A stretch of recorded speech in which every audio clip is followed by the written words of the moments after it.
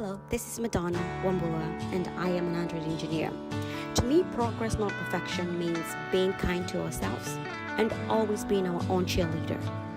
We should be our number one cheerleader because nobody is going to cheerlead for us, but we do that ourselves. So remember, you got this, and progress doesn't have to be perfection. The little steps that you take matter a lot. Again, always be your own cheerleader. Thank you very much.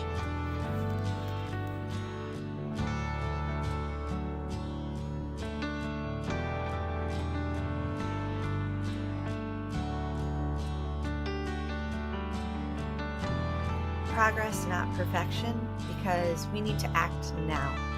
There is no time, there is no better time, and there will not be a better time. We need to move forward and help those in need. We need to take action and go ahead together and make sure that we can pay it forward for not only generations to come, but take care of each other today. Women Techmakers. Hello from New York City. I'm Anna Nerezova, your ambassador and Google Developer Group lead. This year, during our Progress Not Perfection event, we are joining forces to help the people in Ukraine in their fight for freedom. Come and join us on April 8th.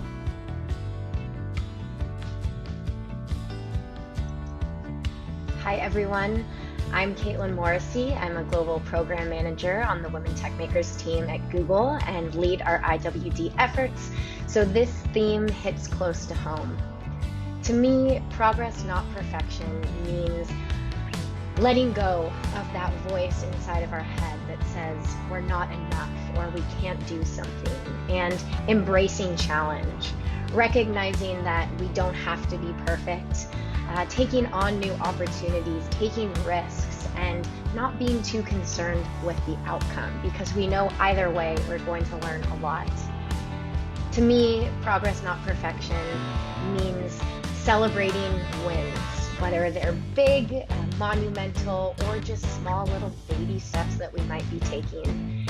And it means that our paths are not always going to be linear or clear, and that is completely okay. I'm so lucky in my life to have so many incredible women, including all of our Women Techmaker ambassadors, who inspire and encourage me to embrace progress, not perfection. And I hope that you can all do the same within your community. So happy International Women's Day, and continue to believe in progress, not perfection.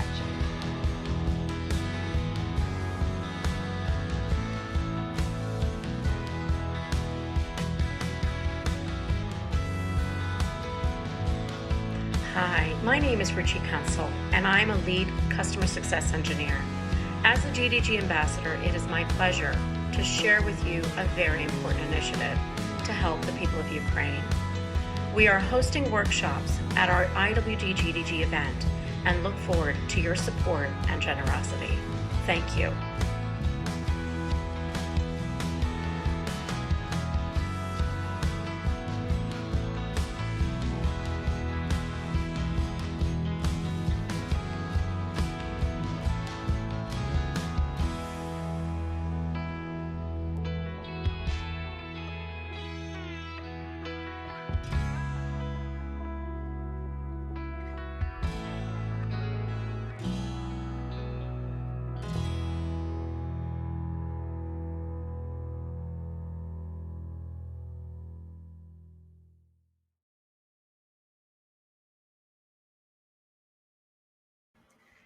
Thank you for this wonderful video, Ruchi. Welcome everyone from Northeast and beyond.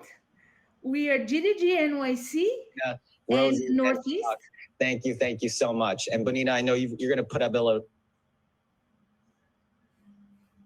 Hello. Are we ready with the videos? I forgot to stop the video. It was still going. Small things will happen. As you can see, our theme is progress, not perfection. We've made enormous effort to curate the most special IWD for you. I'm Anna Nerezova. You see our whole team here that has worked tirelessly since last year to bring this to you. I would like to present first Madonna, who is an expert. She is the most warming woman who can find you speakers of any skill and expertise. And she's going to welcome you. Thank you. Hello, everyone. Welcome to our International Women's Day Northeast 2022. We have a great session today with great, amazing speakers. Our theme this year is Progress Not Perfection. In the chat, please let us know what this means to you. And without further ado, we will navigate to our keynote speaker today. Thank you very much, Anna. And before we start, we have Roman. We're all ladies here, and Roman, who is our biggest supporter, Roman has created an app for you, okay?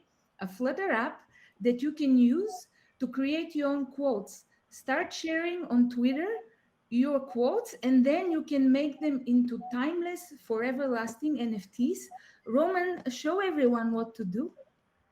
Great. Thank you, Anna. Thank you so much, everybody, for joining this IWD for the Northeast 2022. I'm Roman. I am a Flutter GDE. I am also a GDG lead organizer at GDG Lawrence. And I am so happy to be here to actually demo real quick how the application will work. So I just need thank you very much. I'll just share the screen real quick how this tool that we created specifically for this event is going to work. So we're going to be learning about NFTs, the blockchain, Web 3.0, and then this tool will allow you to create your own like image NFTs that then you will be able to mint them and we'll be able to learn a lot about that. So let me show you real quick how the tool works. The team, actually, I can just drop the link on the chat so that everybody has it available as well. And then you can navigate to this page, this was created in Flutter. And then with this, in this web application built with Flutter, you can create your own quotes based on an image that you can even download. So at the top here, you can type your quote. For example, I'm going to say, welcome everybody to IWD Northeast. And you can see, you can type the content in there and then it appears. You can either select from pre-selected quotes on the right-hand side. You can just tap on one of them. Let's say if you want to pick already something that inspires you from the list on the right. You can also, write, like I mentioned, your own quote here at the top. You can also put the author. Maybe you could be your own author of your quote. I can just put my name in here as well. You can also select multiple backgrounds from the left-hand side. On the left-hand side, you can just pick, and then you see that multiple backgrounds depending on your depending on your, what type of flavor you want to add to your own creation. And you see that in multiple backgrounds that you can swap. But also you can add your own images. Let's say you want to pick one image from your local, let's say from your local drive. You can just pick, let's say, one image, wherever. You can just pick any images that you think might be doable. You can just grab the image, modify it, move it around, drag it around, and then you can make it your own. And then you bring your own images, import it, and then at the end, once you've made like the image that you like, whether from a pre-existing quote, picking the backgrounds that we showed you, you can just click on download here where it says download image, and then after that you can just use that. We'll later give you more instructions on how you use this image that you've created using this NFT image generator. And again, like I said, we have so much good stuff for you in store. We have an amazing lineup of speakers, great content for you to enjoy, and just leave in the chat any comments or anything that you need help with as far as like any of the activities that we have in store for you. So thank you very much, everybody. Back to you, Anna. This is beautiful, Roman. Isn't this a great example of super technology made especially for you? Who hasn't met Elizabeth from here? She's one of the most fascinating women who supports other women. Anna, And can this, we jump please, in the other session, please? In the keynote session, we have sessions in the agenda before we present. do we need to be in another session? Each talk has a session in the agenda. Do you remember you set it up? I think we can just go from here into the keynote. I'm not sure. We're already recording. More complicated, right? I think people can join as we are here. Inside there is the agenda, and there it says join in the keynote. Okay. Are we not in that session, Linda? I think we're in the Connect and Network session. I didn't see another session enabled when I joined. Yeah, only now it's enabled, the keynotes. Okay, Linda, can you leave this session and join the other one and tell us what happens? Yeah, I think if she leaves and joins the other session, maybe she can just tell people to join here, since we have Penelope and America on in presenter mode. I don't want to lose anybody switching sessions. If everybody clicks on the left, there is Keynote and says join. So, Roman, do we need to join the other session? You've done this before. Which one in particular? Sorry. Oh, okay.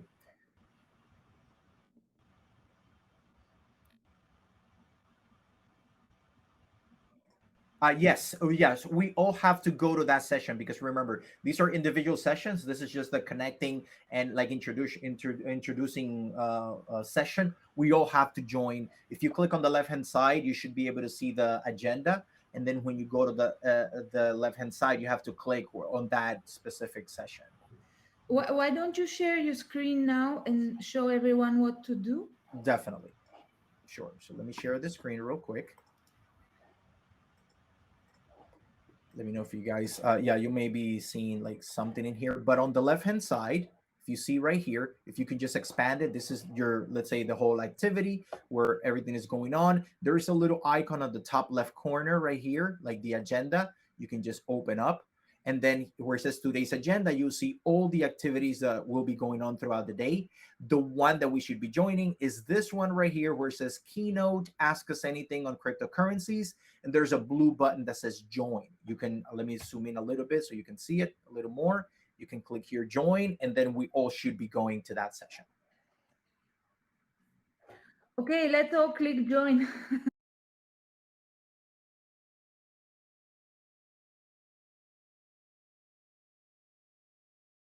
Yeah, it's not right there. Okay. Lady, introduce you. Can I have the mic for a minute? Sure. Liz, you are next. Please introduce our keynote speakers. Please unshare your screen so Liz can share her screen. Thank you. All right. Can you see me now? You look I feel like a Liz. Verizon commercial. Welcome, welcome. I want to thank all of you for coming to the Northeast Region International Women's Day. My name is Elizabeth Mazias, and I am a old gangster women tech maker. I went to the very first Women Techmakers event at the Google San Francisco office with Megan, who loaned her garage to the founders of Google to get the company off the ground. I have had a long history with the Cybercode twins. I wrote my first program in 1984 in BASIC, and I have a lot of experience with bias in tech, but when I wrote that first program, I was at an all-girls school, and I didn't know that I wasn't supposed to be doing this, or that some other gender was good at it and some other gender was not. In any event, I did in my career have an opportunity to meet both Steve Jobs and Sergey Brin. But one thing that makes me really proud is to have paired with the Cybercode twins. So I met them at the Consumer Electronics Show hackathon. And it was their first hackathon, and they came out on top. I mean, if you believe in pair programming, then you got to believe in the Cybercode twins, because they are pair programming all the time. And what they're doing and what they stand for means a lot to me. So I got them with Natalie Villalobos a ticket to Google I/O and a bus ticket from LA up to the show, and it was a really wonderful experience. But as the lead organizer of GDG Boston Android, I got to show you my Latina angels on the Boston Common. They are leaders, they are influencers, they are a powerful example, and we can all learn from them. I don't want to take a lot of time. There's no Charlie here. They're just angels. They're not Charlie's angels. I'm very proud to introduce you to Penelope and America. So I'm going to stop my share and let you guys take over. Yeah, if you're wondering who's Penelope, this is Penelope, and I'm America. Yay! We're 5 minutes apart. Just wondering. Let's see. I'm going to share my screen. It's that one. That one? No, window. screen. Okay. Windows. Yeah. Is that the one? Okay. Yes. And don't forget to put the timer on up there. Okay, I'm sharing my screen. Up there. Oh. Now you know when to start. Yeah. So yes, I'm America. This is Penelope, and we are the Code Twins. And we've been in hackathons, I guess, since 2015, I guess. Yeah, our first hackathon was, major hackathon was in Vegas for CES. It was like an 18, and we were like focusing on like public safety hacks, and we learned how to like hack into hardware. It was like really interesting, but we kept competing throughout that year, and hackathons give us like access to resources that usually we don't have access to within our neighborhood. But at the same time, in our culture, like sleepovers are very restricted, so it felt like catching up to sleepovers we never had. So it was like really cool to catch up on tech and compete from like Beijing to Barcelona in hardware to software, and then blockchain kept popping up at these hackathons, and we both applied to a program at MIT Media Lab where they chose 25 students. But they thought we applied twice. Interesting, the interview process. They're really twins. They're really twins. We had interview process different days, Friday, Monday. They only let one of us in because they had a sibling. But we found out they had siblings in the program anyway. They just used different addresses. Next time we'll do that. And uncles. Yeah. But what we really loved about that program, again, like they chose 25 students of color and women across the nation, just to have more familiarity with the blockchain, how to get involved with building on different protocols. Exposed to the networking of how how the crypto folks do their networking, obviously. Yeah, because like the first time I heard of Bitcoin was through my church, Korean church I was attending, but I wasn't sure we were allowed to talk about it. But it was cool. They really had that program at MIT Media Lab where I can like get the best information from experts, and they move us along the way. But yeah, what I learned a lot was there's many times where traveling for hackathons we got locked out of our accounts because it just seems so suspicious. But at the same time, while we're locked out of our accounts, we were using crypto just to be able to eat, travel, and stay at a hotel at times. It happened in London. It happened in different places in the U.S. when we were stuck in Canada as well. Yeah. So that's how we got more involved in the blockchain space. Share what we learned. So one thing is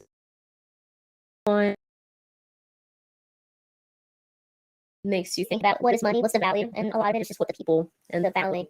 And what people are really surprised about is that a white paper was published in a cryptography email letter in October 31st, 2008.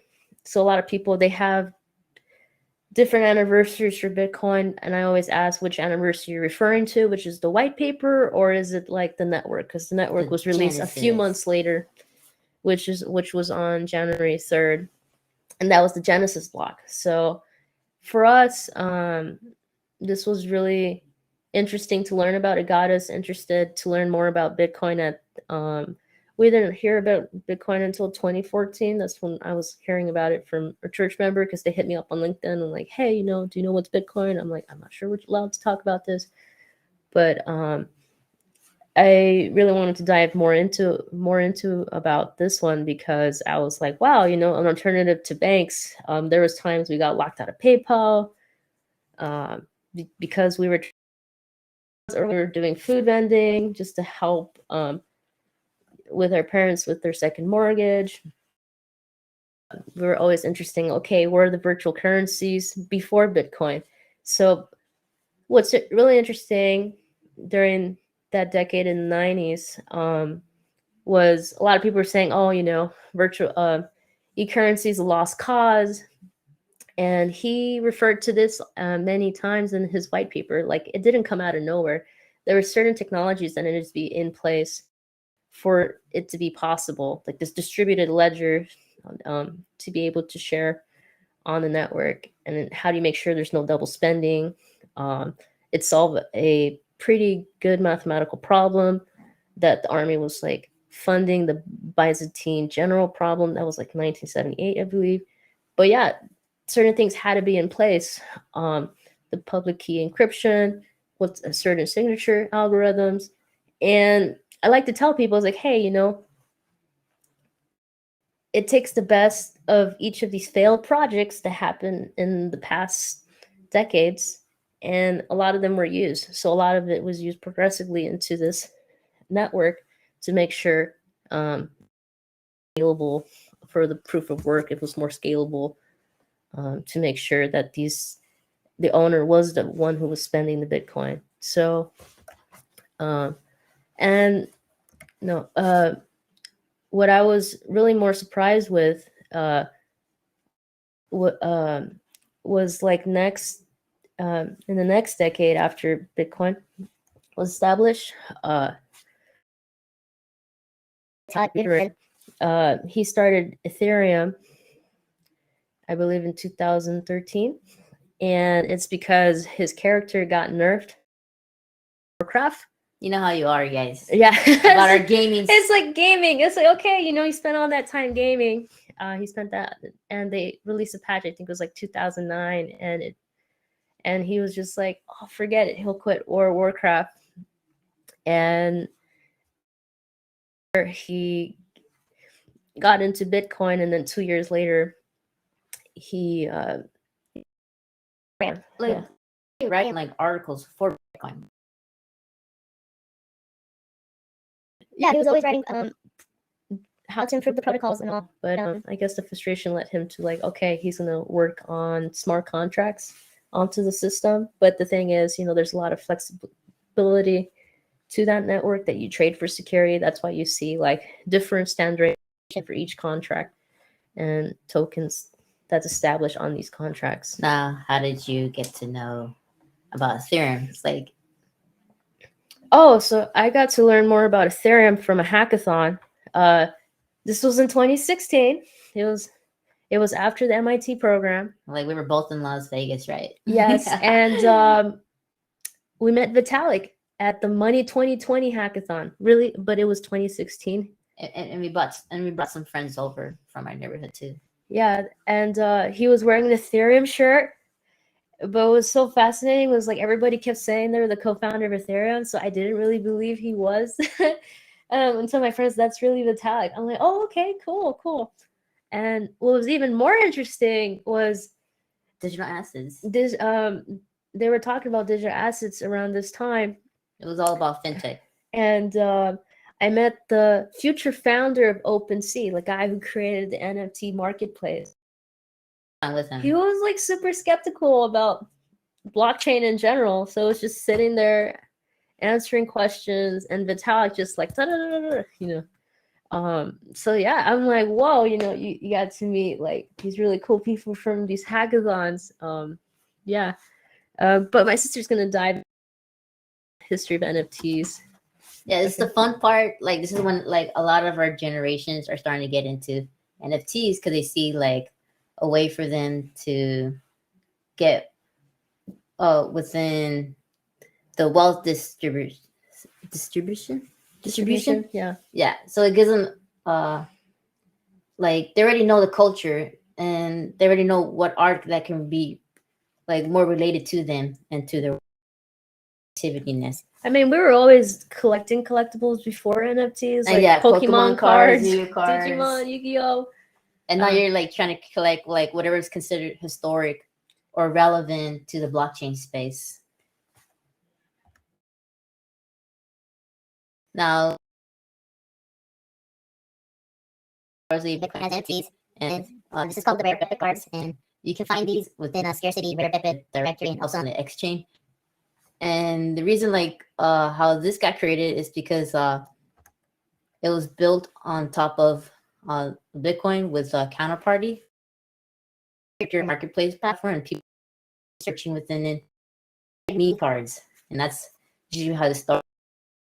We're able to take that over and trade it onto the Ethereum and also other blockchains. Yes, so like the artists would create dispensaries and then they'll mint a certain amount. They can also burn it in a later future, but you would have to send Bitcoin to the dispensary. That's what they call it, and then you'll get a Bitcoin. But I mean, you'll get the NFT. It was originally how artists got paid for their creativity up front, like with whatever they sold, they received in cryptocurrency. But now you see people are interested in NFTs even further, get royalties now. Oh, if you're wondering what's Emblem Vault, it's a way of wrapping Bitcoin NFTs and show it onto the Ethereum network, where sometimes people are looking for more liquidity. So it's able to do cross-chain. Actually, you can also get royalties from it if you wrap it yourself. So you can learn how to do that. Oh, later. that's why people are like, oh, cool, I can get the royalty if I sell this piece. But yeah. So wait, you guys minted some NFTs. Are you earning royalties? I gotta ask. Well, you don't have to be the creator. That's the thing. People are learning. You don't have to be the creator. You don't have to be the artist. You don't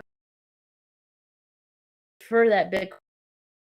You're the one wrapping it onto the Ethereum network. So that was one thing people learn. You just learn it because it's just an open secret. You were just playing around with these NFTs, and then people were like, "Wait, where's the royalty going to?"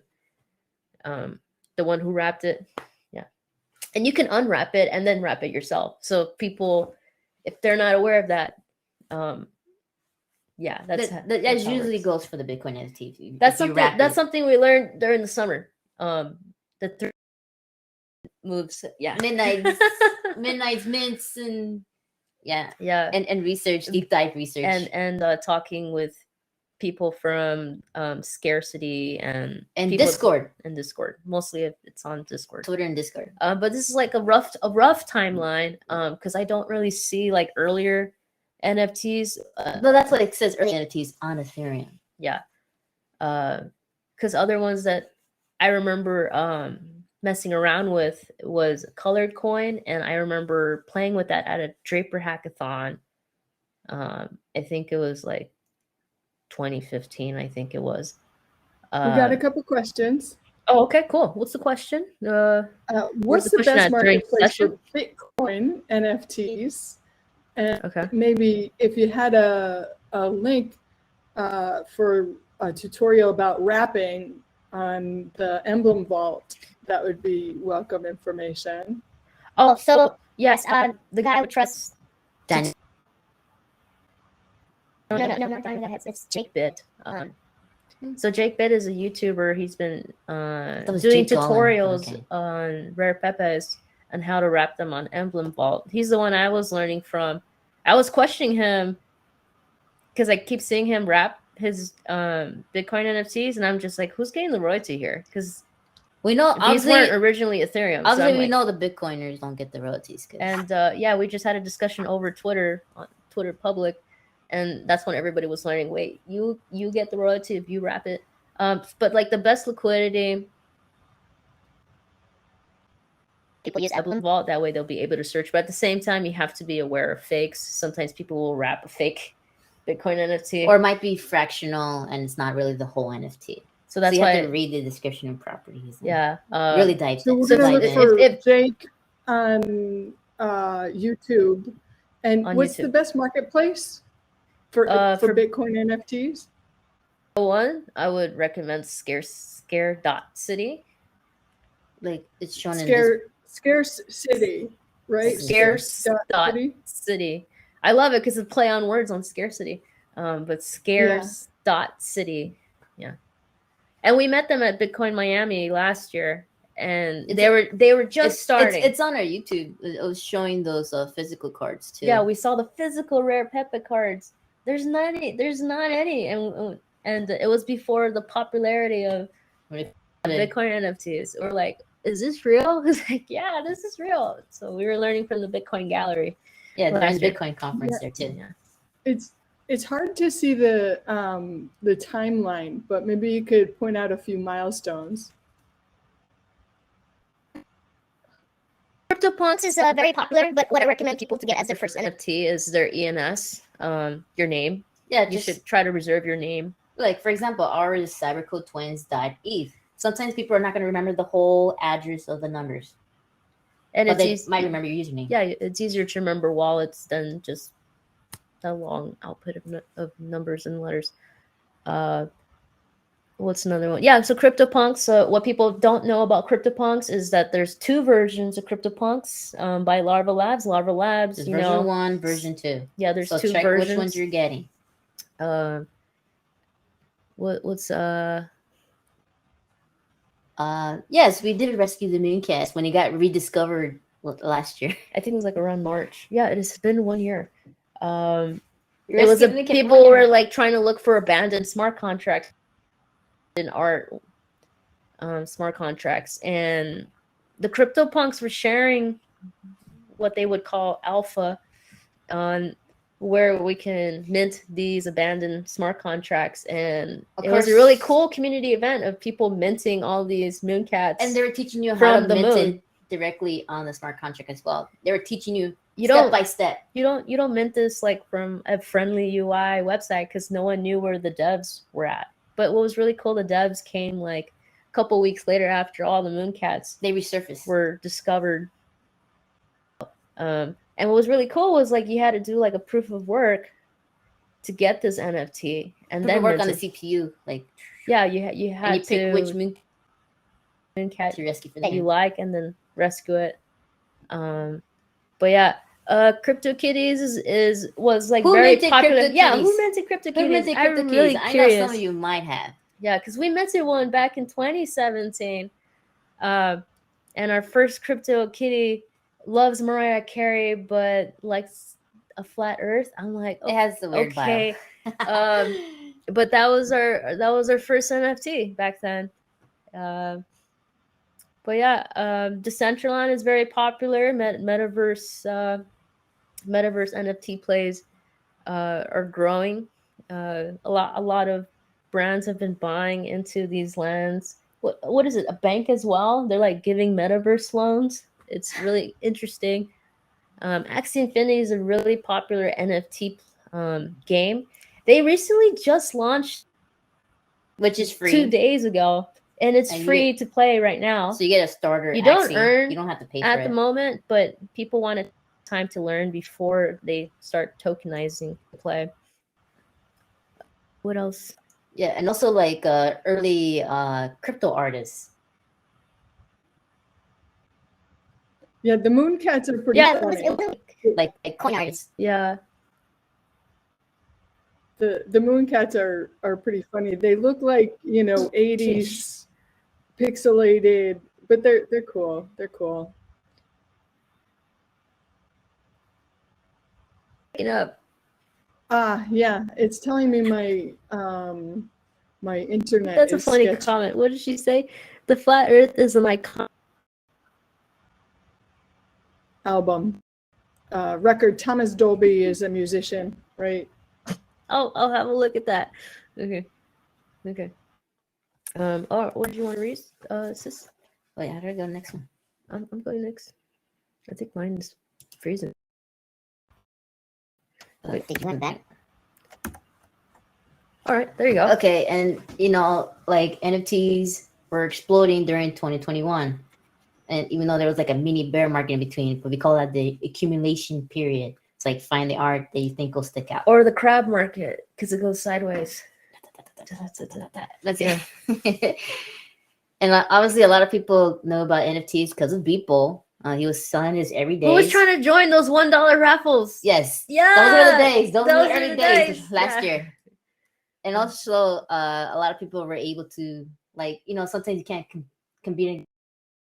The Frioches are art. They call them artifact, even though it looks like it says wrecked or something. Yeah, I thought they were originally called Rec or something, but they had to clarify through Twitter how to pronounce their studio name, but they were collaborating with different one-on-one art to make digital sneakers, and I'm like, what? Really? I thought it was pretty cool. And but also, they also had physicals. You can redeem it for physicals, but later on, able to use these NFTs to get whitelisted for other NFTs if they expand their companies. So it's pretty cool. And the other one is, yes, people were buying cubes. My dad did not believe that. He's like, my dad's just literally sitting looking at us like when we bought the cube. He's like, I can't believe you bought a cube. Why did you buy a cube? Yes, and we're literally showing. Yes, we don't. You can like some of these you can buy with crypto, or some of these you can buy with cash. Yeah, there are marketplaces like that. Nifty Gateway, Known Origin. Looks like OpenSea is accepting. Solana? Credit cards. So credit card. Was it what happened with the Adidas NFTs? You were saying that you could get sneakers, you bought the NFT and you could get sneakers. We were able to get the Adidas NFT. So the thing is, like, Adidas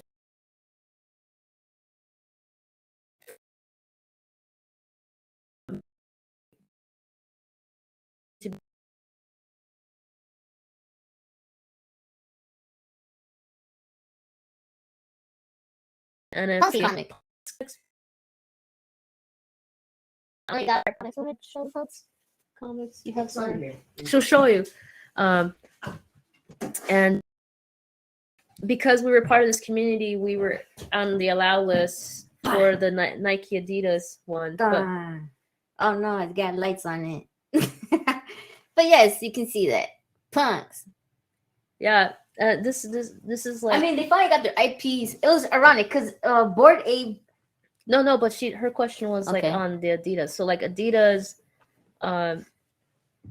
they partner up with Punks and G Money, but it was before the Punks were sold from Larva Labs to Bored Ape Yacht Club, which we'll talk about next. A company that's barely 1 year old. Yeah, and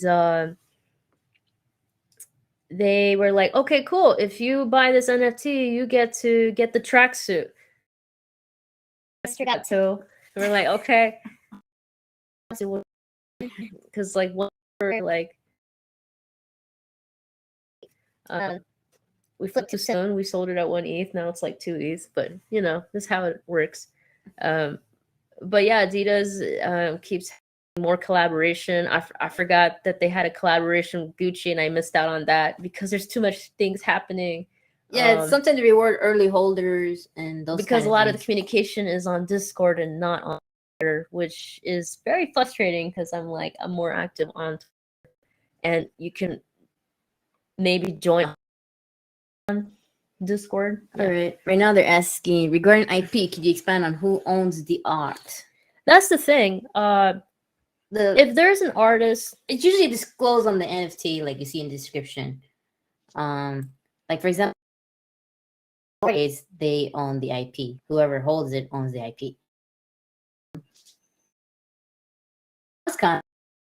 Is you're hoping that they expand the IP into other companies to make better like stories, you know, make it more recognizable. But there has been cases where people will argue over IP and the collection will flounder. No, the collection will get censored on OpenSea because one artist will say, "Hey, you know, I do art classes. This is trademark and all this stuff." I think it was like Sabel, this guy with like the big eyelashes and Weren't girls. you talking about fractional ownership though?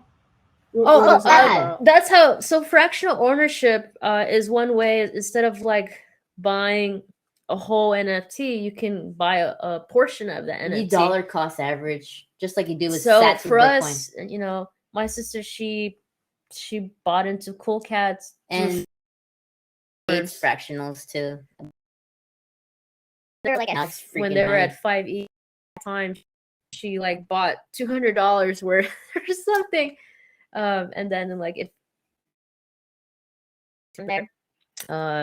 And same thing with Cool Cats. I think they were around.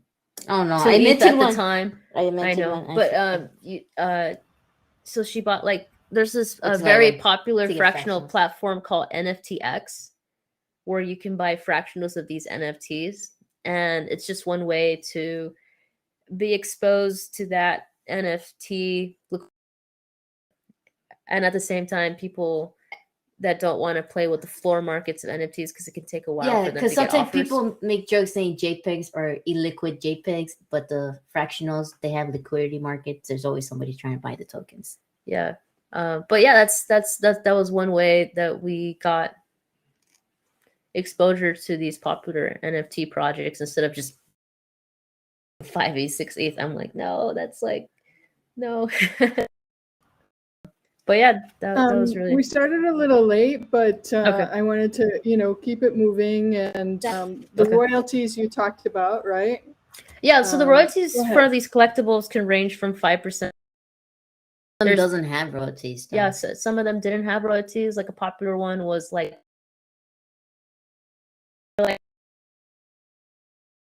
only. Oh, this is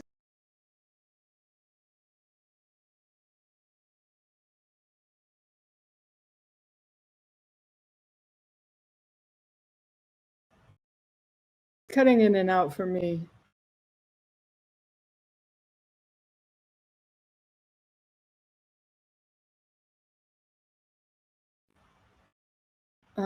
We lost you a little bit.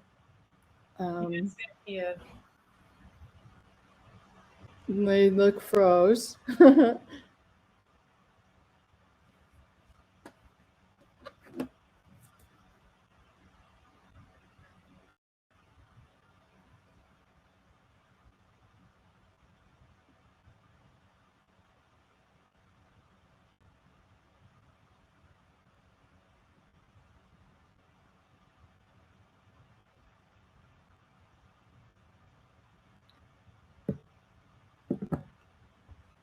Well, I think maybe we can. Liz, can you message the twins to rejoin? Yeah, they're doing that. They're fantastic. doing that.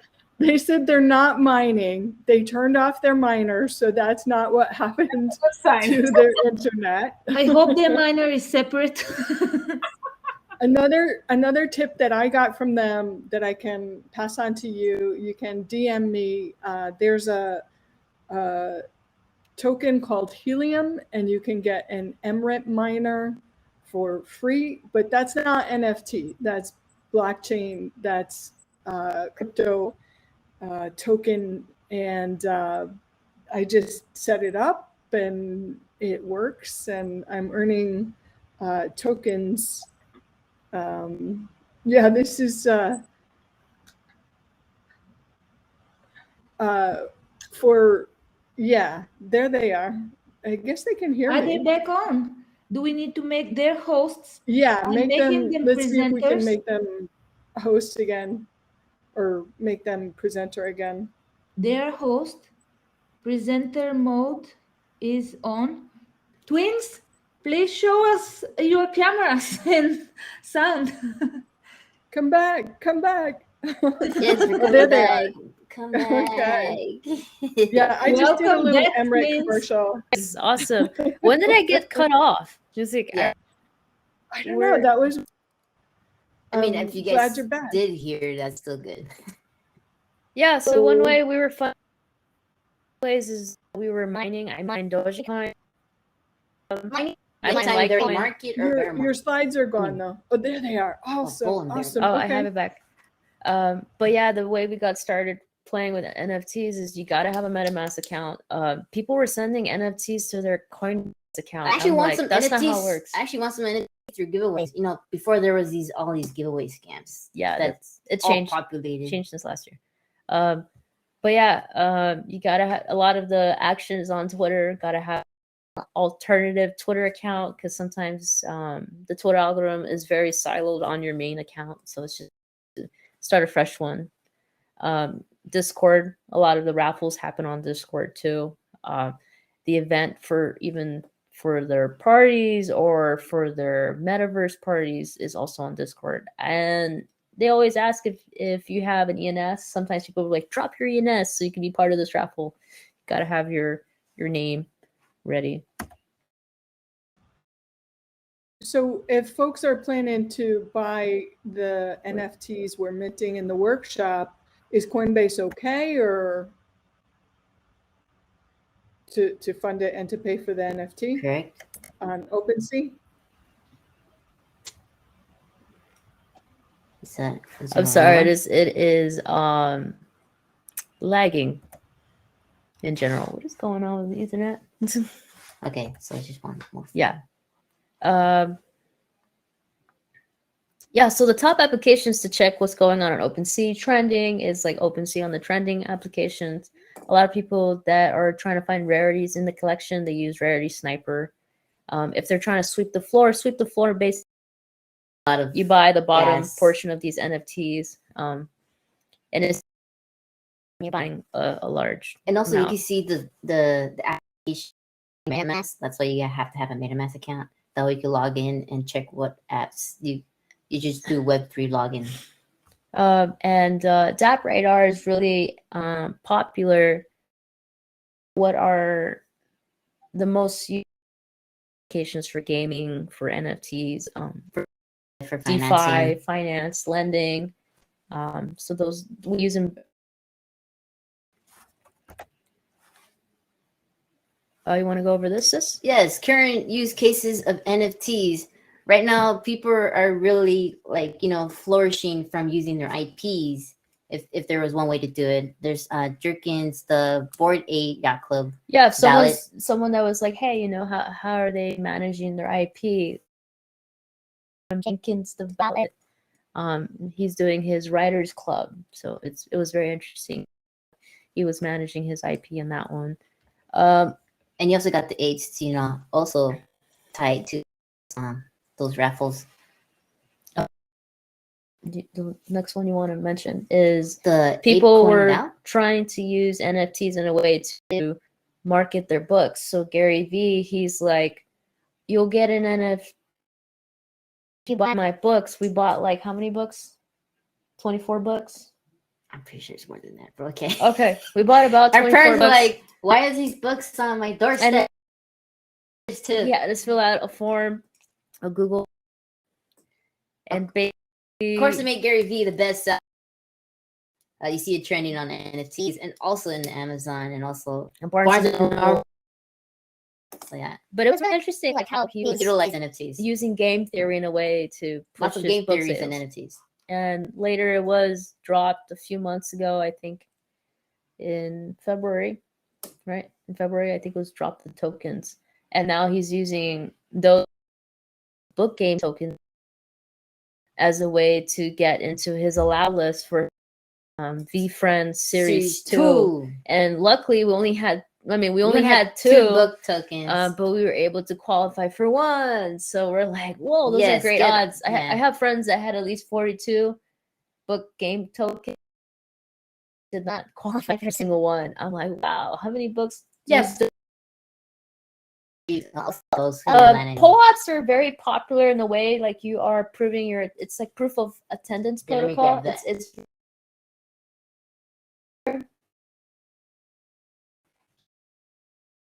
this really cool guy. His name is Pablo. His name again, Pablo? Best of year would be It NFT. And well, previously it was East Denver. do that.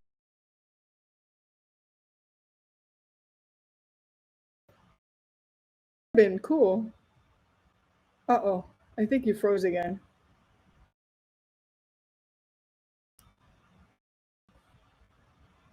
Yeah, looks like you froze again.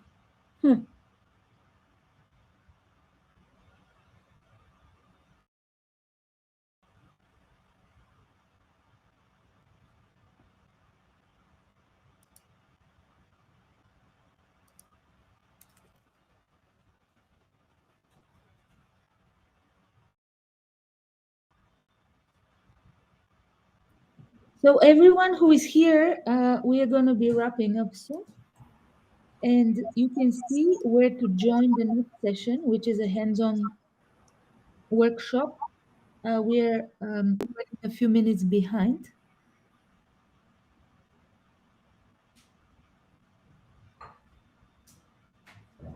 So are we going into the other session right now? Well, we should wrap up. Liz, don't you think the twins still need to finish up? Their slide just came back, but I still don't quite see them. Do they need to be enabled I see again? them. They're back. Yeah, but Oops. yeah, I think it might be okay for us to go ahead and move over. I'll hang out here, and I think they're gonna be planning to join the workshop with us. I know they had a proof of attendance Let's that they had set up. probably do that. Ask and them then just to share that in the workshop. There Hi, you are. twins.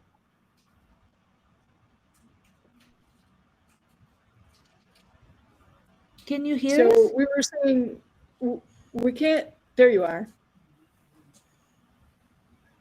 Hi. Could we go to the grand finale before we drop again? Let's see if I don't have any more issues on my end. Yeah, we're gonna get the workshop started pretty soon. You guys can join that session too. But if you had something to share that you wanted to finish the.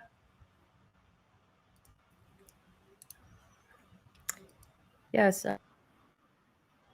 Someone was saying earlier about environmental impact of NFTs, and also about like the difference between blockchain servers and I think they just recently announced bank servers on the Bitcoin conference 2022. Wait, give me a second. I'm trying to get into the. Yeah, we want to kind of get over to the workshop. Okay. Yeah, there's a problem sharing the screen, so I can't. No, it's because you were trying to share your. We can see the screen again. Keep sharing the screen. Okay. We've got you back on the current use cases. But I think it's time to segue over to the minting workshop. Back. Okay. Yeah, there's no problem. Just showing references right here if you guys want to read the white paper, or I'll be sharing the slide in the chat, so you guys can have a look at it. If you have questions about the environmental impact, I can send you a paper article that we've been reading, and the also merge is from coming Nick up. Carter too. Yeah. But yeah, we'll have the POAP. We'll send a link so you guys can claim it as well. It'll be your first NFT. I mean, you can see the POAP all the way down there. I'm just waiting to get the confirmation. The claim codes, yeah. But yeah, let's get ready for the workshop. Thank you guys for being here for the keynote. Yeah. Twins, are you going to join have the a workshop? chance to participate Yes, I in will. the workshop. Yes, we'll join. So everybody, please go on the left. All the attendees go on the left and click join. Okay. Yep, I'll see you there. Thanks, Anna.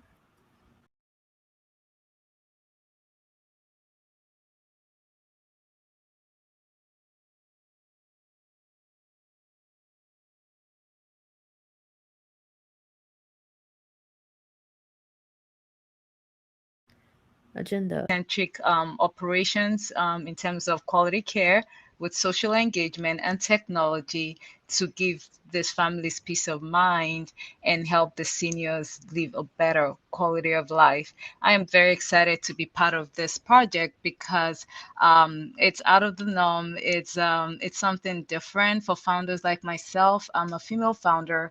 I'm a female founder of color. So, you know, for everybody that is in that category or is in the startup world, we know what that means. And I'm really excited to do something different and to help, you know, pay this forward. And for the NFTs, just like a lot of people here, I am new to it. I'm learning a lot, you know, from my fellow founders. So happy to be here. Thank you, Alexis. This is awesome. And I think what's really exciting about this whole group is that we have such different backgrounds. We are so unique in terms of what we are doing in the world and the good that we're doing. So today we're really excited to be the Future Founder NFT group to walk you through this process. We are all about educating along the way. I am the CEO of We Transact. It is the ed tech platform. It's an innovation platform, and that's actually the platform, if you see the login on the side and you're going through with us for the hands-on portion of the workshop, that we will be on. So there's no better way than to really see what we do here at We Transact than to experience it as we collaborate and connect in creating ideas into reality and bringing those ideas forward together. So we are We Transact, and we go from idea to ROI. So I'm going to use that as a segue real quick for diving into the actual workshop portion. Ask questions anytime. We want to hear them as we go along. Do not wait to the end. No stupid question. We want to hear them all, even if they have typos in them. Just get them in there. And as a teaser of where we're going, so you guys can see, because it's always helpful to like, okay, what's the idea? When we first connected, I am also a Google Women Techmaker ambassador, and we were putting this event together, asking ourselves, okay, what could we do to really demonstrate equity in terms of how we can create more equitable ways for people to participate. So how do we increase access for women? How do we increase access for many different groups that are underserved in the Web3 and the NFT space? And definitely in terms of the inequities, we don't want to repeat what already has become of Web 2 and the previous. We always want to be improving, and this continuous improvement, we're really looking at equity today, and this workshop is designed so we can make sure it is more equitable. So we hope to break everything down in these basic steps, go through it together so everybody feels comfortable, accessible, and from there, that's how we're going to become more equitable together. So I'm going to dive in by logging into the app. So I'll stop sharing right now. This is where we're going to end up at the end of the session, our OpenSea, which is the actual marketplace. And we'll get to what all this means, but it is the marketplace where all the images we are creating today during the workshop, you can upload and be able to have them be a part of this series. This is what we are referring to as when we mint the NFTs. We're going to be doing that today on the OpenSea platform. Very exciting. And Abby, yes, dive on in. Yeah, and something I think that is helpful to keep in mind is when you see all these NFTs that are being traded and like being traded for large amounts of ETH or whatever, system they're on. When we talk about minting, that is when you create the NFT, you are the originator of it. And so when it gets minted, you're the first owner.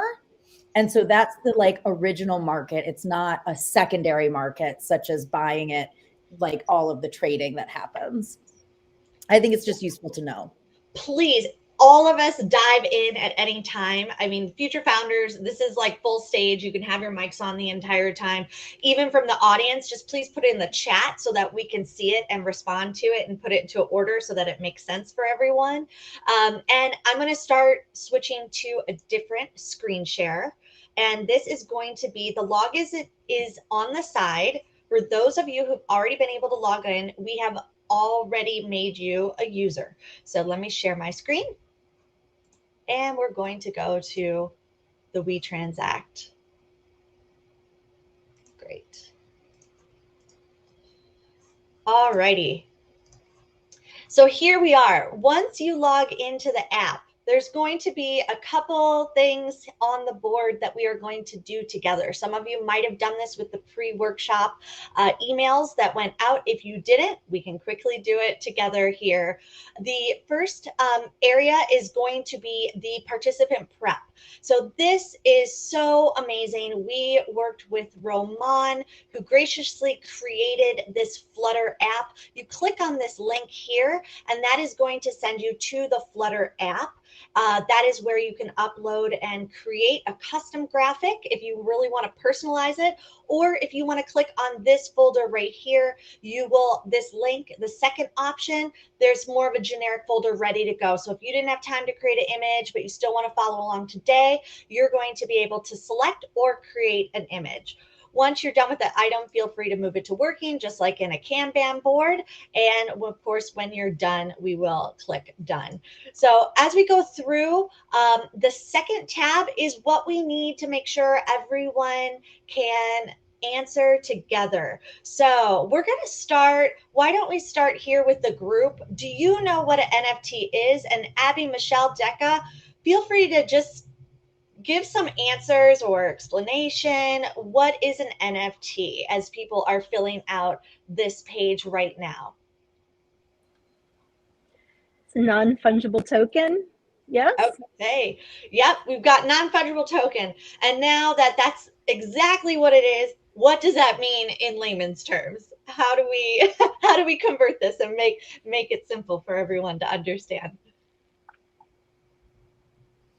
Do you want to take that, Michelle, or do you want me to jump in? Jump in, all of us. We all have different ways of looking at it. Let's do it together. Yeah. So, we're at the very, very beginning of Web3, of crypto, of NFTs, right? And one of the cool ways that, I think that the opportunity is and the imagination is a bit endless for what is to come. But being at the very beginning of it, one of the two very obvious use cases right now are profile pictures, right? And so it sort of becomes like a collector's item, right? And that also signifies that you identify with that community or that artwork, right? So that's one way to think about usage, if you will. And another way to think about it is art. And when we talk about Web3, it'll be interesting to see how the responses come in that Alexis is showing you here. But when we talk about Web3, I actually was at a really interesting panel on Wednesday, and just for the trajectory, Web 1 being readable, being Google, AOL, emails, right? Web 2 being interactivity and platform based, right? But a lot of that interactivity, that content is owned by the platform. And Web 3 is where we really come into creator ownership, right? So when you are minting the NFT, for example, even though it's on the OpenSea marketplace, for example, and it's on the Ethereum blockchain, it doesn't belong to either of those things. It is decentralized. And so that's why, as the creator, there's always a record of who created it, and then a built-in type of, I don't know if saying it's a royalty system is too simplified, but because everything is tracked on the blockchain, it gives that ownership and revenue or returns from that item, if we're talking about NFTs specifically, back to the creator. I love it. And as you're talking, Abby, thank you so much. That's really helpful. I'm activating a few people who are logging in for the very first time who might not have been on earlier. So if you are not seeing those things on your Kanban board when you log in, I have just activated everyone. It looks like we had a few there. So I just wanted to do that update. Decca, what's your simple way of, or thinking of what is an NFT? I think that Michelle said it best. And that's how I see it too. And again, like I said, I'm still learning about this, but it is pretty exciting, and that's I guess that's I don't that's the simplest way to say, you know, a Awesome. non-tangible token. Yeah. And you know, Michelle, I saw your hand go up. We're going to start flipping through some of the things Okay. pretty quickly just to make sure that we have enough time. I just wanted everybody to kind of chime in, share, because it just helps sometimes to hear it from other people and in different voices and different explanations. So really quickly, I want to check that everyone understands the difference between fungible and non-fungible. Yes, let's go into that. So I'm going to share actually a quick little video that we did. It's about 1:30 that will give a very visual sense. I'm a visual learner. It's totally visual. There is some audio to it, but it's not necessary if for any reason you don't have sound. So let me go ahead and flip up that video because this will, I think, give us all a baseline. So we are all thinking about it today using the same terminology for sure. So I'm pulling up that video right now on YouTube.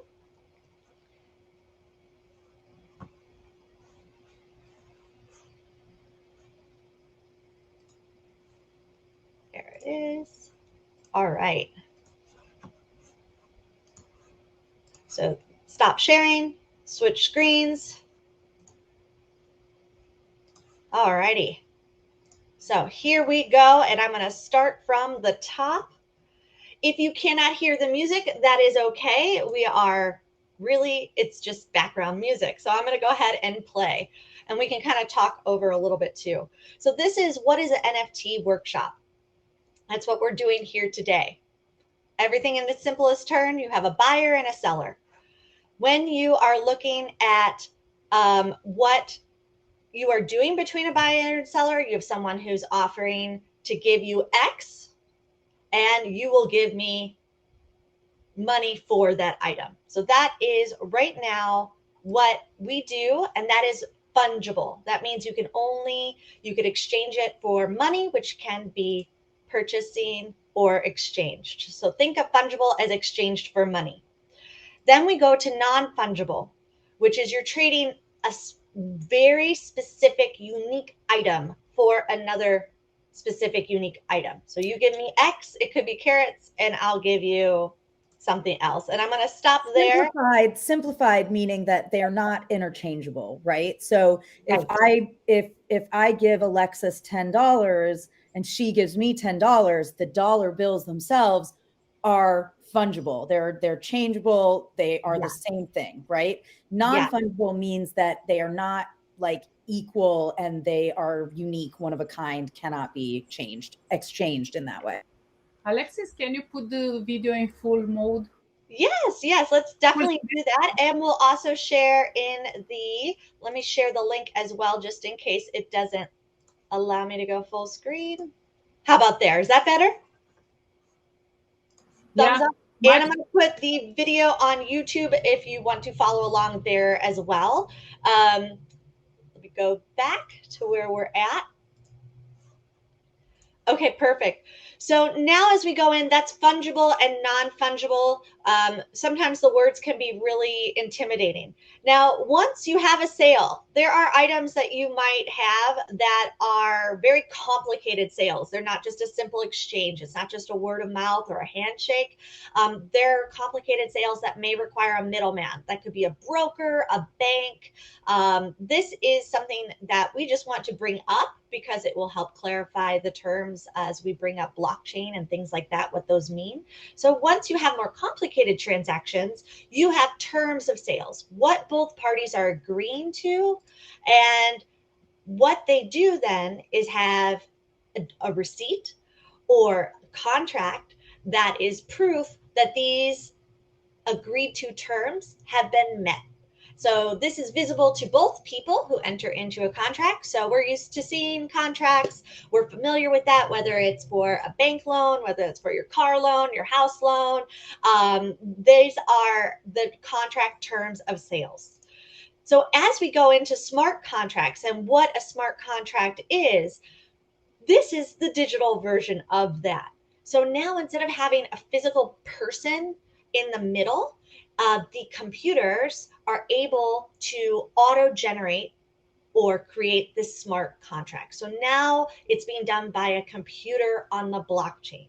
So as we have terms of sales that are agreed to, okay, this needs to happen and then this happens next. So once these terms are agreed to, then I can transfer the keys to the car or transfer the NFT to your wallet.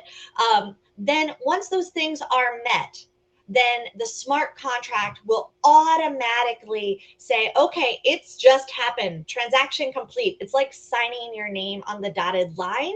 It becomes official. The transfer of the money or whatever else is connected becomes official. And that's when it's completed and forever on the blockchain. So this is visible to everyone and it's always linked. So as Abby was saying earlier, you have a history from the original person who created it to who bought it, and then when they sold it, it'll also have then a new link. So you can see the provenance in the art world or the history of all the transactions from start to finish, and the whole world can see it. So that is something we wanted to just walk through as we're about to really go through the image and what is an NFT. And then we're diving into the next part, which is once you have this contract, you accept the offer, you're saying, yeah, this is good. Normally that's like a handshake, or maybe it's putting your item on an online shopping into a cart.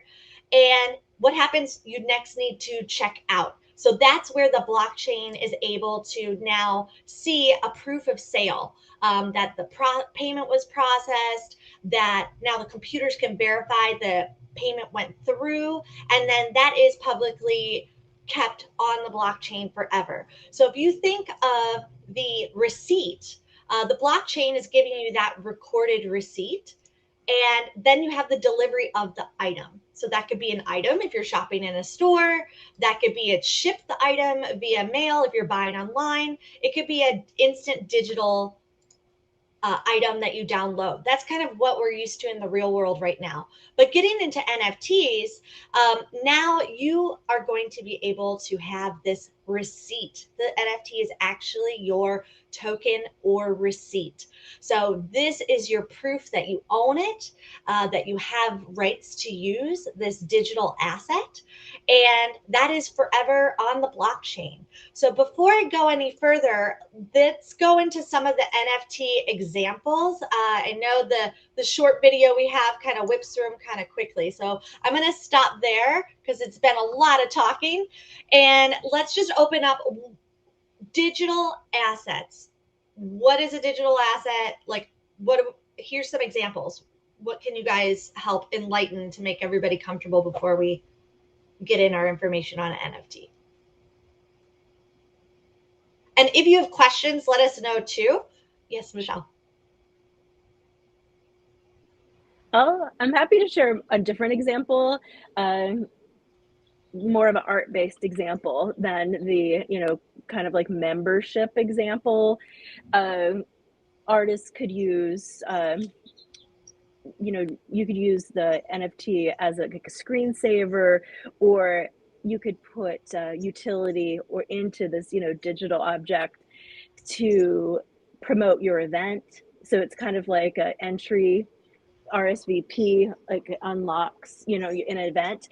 In my NFT collection that I made for surfing and entrepreneurship to support my book Be There, there's one series that's a little bit higher priced where we could name a character after you. So that utility is in the digital object. And also it gives you, just notifications and news about like you get early access to events and, new releases and that sort of thing. So all of this is embedded in that digital ownership, right? I love it. I love it. And we just want, as we go along, to make the terminology more real and accessible. So how is this being used right now? Now, this is a tool. It can be used in many different ways. So as we go through, we're going to just go to the next thing. What Michelle was really showcasing us, of course, is that it is anything that is in digital format. And so there is some sort of right to use it. So it can be used as a screen share, it can be used as your profile picture. And an NFT can actually give you different things. So as we go to this slide, an NFT can give you utility or access. So that example is so fun. For that NFT that you did, Michelle, you dreamed up a scenario where, okay, my readers can actually now be a character in the book. So by buying this image, it now gives them this like VIP ticket so that they can get to participate with you as an author and your story that way. It can also be sharing some hidden content. So hidden content is something that when you sell the NFT, a link can be shared, or however you want to preserve this on the internet, but we'll stick with it and keep it simple right now and say a link. A link is shared where only the buyer will be able to see this online content. So it's kind of like secret content that only if you own that NFT will you see. So NFTs, of course, are in the world. We're public on the blockchain. But what's cool is you can have a secret part, and we are going to have a secret part of our NFTs today. So we definitely wanted to cover that. And of course, the utility for the project that we're doing today as we're minting this together is, one, we're getting to learn how to do this great workshop together here. We're learning how to use NFTs, which we're paying it forward. So you can do this for your next project as well. The other utility is that you are part of a community now. You have access to talk to each other through the innovation platform, which we're going to go back to in just a moment. Collaborate, share, ask questions. So now you're getting access to this backstage area. And then you also have the utility of the proceeds from this are going to be donated to the Ukrainian Red Cross. The utility there is really giving back and the benefit that you derive knowing that this is something that you're donating and supporting as a cause. So there's many levels of utility, but we definitely wanted to cover some of the exciting things that we have created here for you today. And then in terms of the hidden content, it's going to be, why did you create this Progress Not Perfection NFT? What does it mean to you? What does this project mean to you? This will be content that will only be shared with those who buy your NFT image once it's put onto the OpenSea marketplace and sold as a series. Once it's purchased, then they'll have access. So if you want to record a video and share that link, you want to put, maybe just some text together and say, hey, here's my story. This is what I want to share. You can also be anonymous. It's totally up to you. But think about what hidden content. Somebody just went out and bought this image, who wants to support this series, wants to support you, wants to support this cause. Share your story. That's really an incredible part of the hidden content that we're all doing today. We want to amplify not just the message and the impact and the utility, but also, our why. So all of us have an opportunity there. As we go in, then we'll be selling on the NFT marketplace, which is OpenSea. That there are many different marketplaces, and OpenSea is where we are going to be demonstrating today. So you'll be looking over our shoulder, and that is where you can purchase buy as after they're minted, and we go ahead and put them up to buy. So that is pretty much our explanation. Thank you guys so much for watching that with us, but really on YouTube, you're going to get the full video, and I'm going to pause, stop sharing so that we can switch back into the app. Someone else want to take over the chatting as we go into the app of what we need to do and upload now that we know what all these things are? So what I really loved about what Alexis was saying in terms of not just the hidden content, but as a community, like, why are you participating in this? Why are you interested? We're going to teach you how to mint an NFT. So why are you interested in learning this from the beginning, right, with us here? And then one of the things about sort of the reason Discord channels exist. So if you're not familiar, Discord is where a lot of the NFT communities have their, conversations and drops and things like that. And Michelle might be able to talk more about that, because I think that you're in a few Discord communities, right, Michelle? I just join them, but I hardly ever interact in there. I think that a web-based version is better, like a newsletter version, you know, kind of what we're doing for Future Founders makes more sense, but whatever. Yeah, I mean, it's, you know, whatever you want to participate in. There's a really interesting community and collection called the Meta Angels, for example. And they talked about, you know, part of this diversification and democratization of access for women and underrepresented groups in this space is not seeing yourselves reflected in these communities, right? So things like Bored Ape Yacht Club or the Crypto Punks, you might not relate to them. And so they were creating communities that they, you know, wanted to be part of. And I think that with our specifically today minting these NFTs, that the proceeds are going towards Red Cross support for Ukraine is really important. And then now we have a community and can come to each other with questions, right? Like, oh, if I want to do this thing, or how do I do this thing? So this is the beginning of that. And we'd love to have all of you, you know, participating in our Future Founders NFTs, for example. I love it. And, you know, one of the things, as you've been talking about community, this is why we wanted to do a workshop, because you have to have a community with NFTs. Otherwise, you're just creating a digital asset, putting it up like you would trying to sell something anywhere on the internet, and trying to get that visibility, trying to get people to see, get behind it. You have to really realize, without a community, you know, it's going to sit there unless you're making it just for yourself to buy, or you want just a family member to buy. That's great too, and you can definitely do it.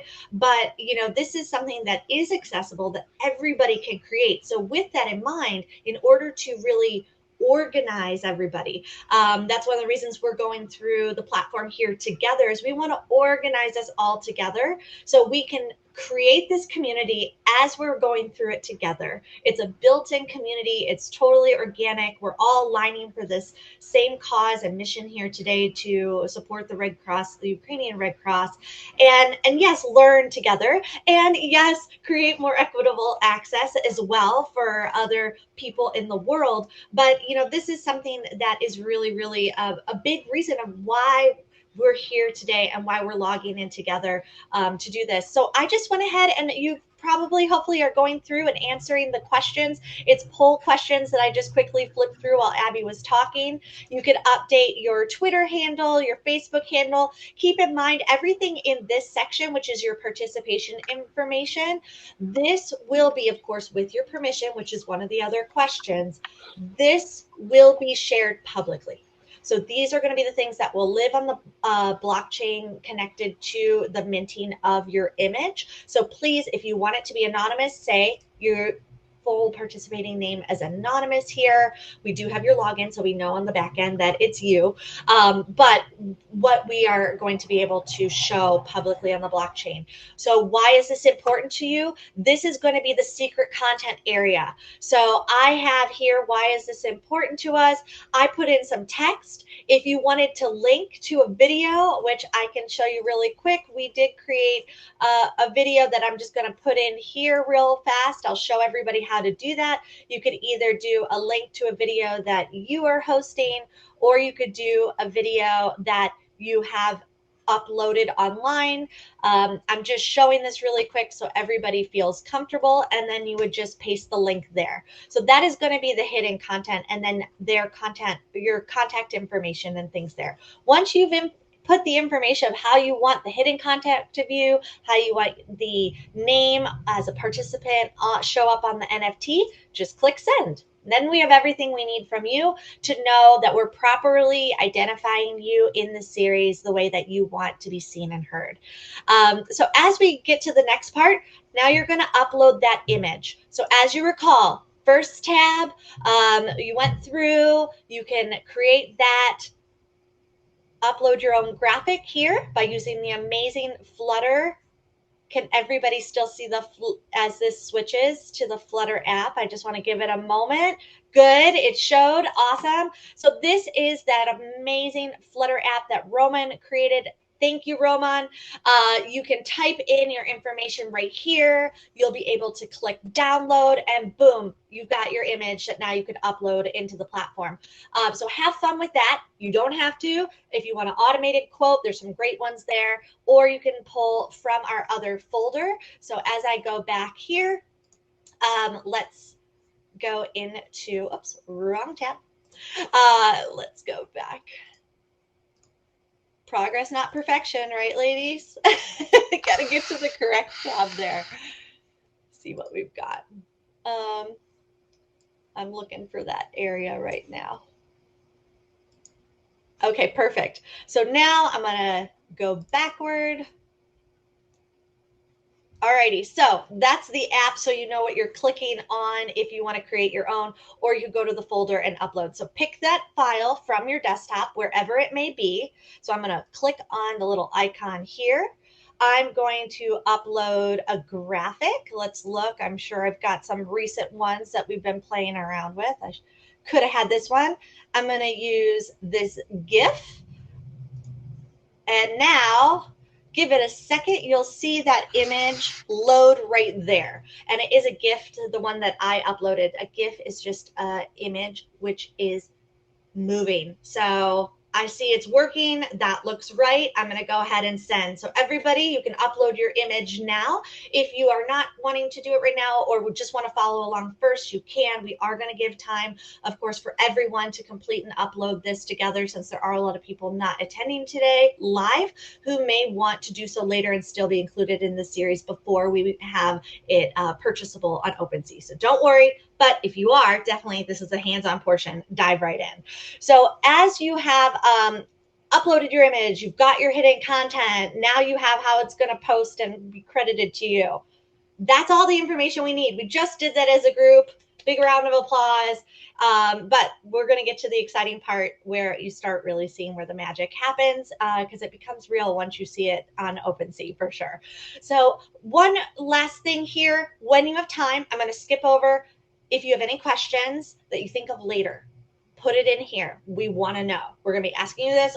You're going to be tired of us asking, but please, no stupid question. Everybody in the audience has questions as we go along. We're here to make it accessible and easy. Ask, ask, ask. If it's a word, if you don't know what something means, please. And then, of course, let us know how you're feeling as you go along. So I'm going to put not right now on this. Ta-da, we got everything done that we need on our board. Great job. So if you're following along, I can now say, all right, I just completed everything and moved it to done. So questions answered, tasks done. Now, what the heck what are we doing? This is a fun stream of everything, some videos that we're sharing. This is a stream so that you can, again, watch a video of how to use the app again. What is the NFT video that we shared with you earlier from this presentation and workshop? All of this you can replay here in the resources on your own. So I'm going to pause there, and we're going to switch. Can you show one more time how you submitted and got rid of the task, please? Oh, yes, absolutely. Let me go ahead and share that screen. You're going to click on the card. Is this for getting rid of the card on the Kanban board tab? Yeah, and all the questions. You says not right now. Can you show one more time? Yeah, no problem. Thank you for asking. This is what we want. Okay, so I'm going to go back over to the app. Here we go. Okay, so I'm going to unanswer a question. This is actually a really great thing for everybody to see. I'm going to open my data vault because I don't have any questions. They are here. So I could go here and say, okay, participant upload, and I can see all of my answers to what I have asked or answered. So if I want to undo anything, or here, I'm just doing it to demonstrate, the question will reappear and you can re-answer that. So if you decided you wanted to change your image, you could undo it and then re-upload. So use this as your practice ground. And the questions will be here on the second tab. So the first tab is our tasks tab. If you hover over the check mark, you will see tasks. As you hover over the next tab, it's the diligence tab. That is where all the questions everything we need to make sure we're all getting everything filled out together will show. And then you can answer your question if it's a text here. So we have to fill out the participant info information, right? Yes, you will need to fill out your registration. That is giving us all the information of how you want it to appear in the end, credit, that hidden content, whatever you'd like to be connected with the NFT. And then you also definitely have to agree to permission to print. Some people want to follow along with the workshop, but don't actually want to publish with this series. Then they understand that, of course, without the permission to print, we will not be able to publish. But we do need everybody to check that box so that we're all on the same page, that it's okay to publish, so that the proceeds support for this cause, the Red Cross. And the upload, you will be able to upload that question. I'm going to just do it one more time as a replay. I have a tendency to go through it quickly. You'll see this, upload your Progress Perfection graphic. Click on the icon, select from your desktop, go to recent. Let's grab that one again.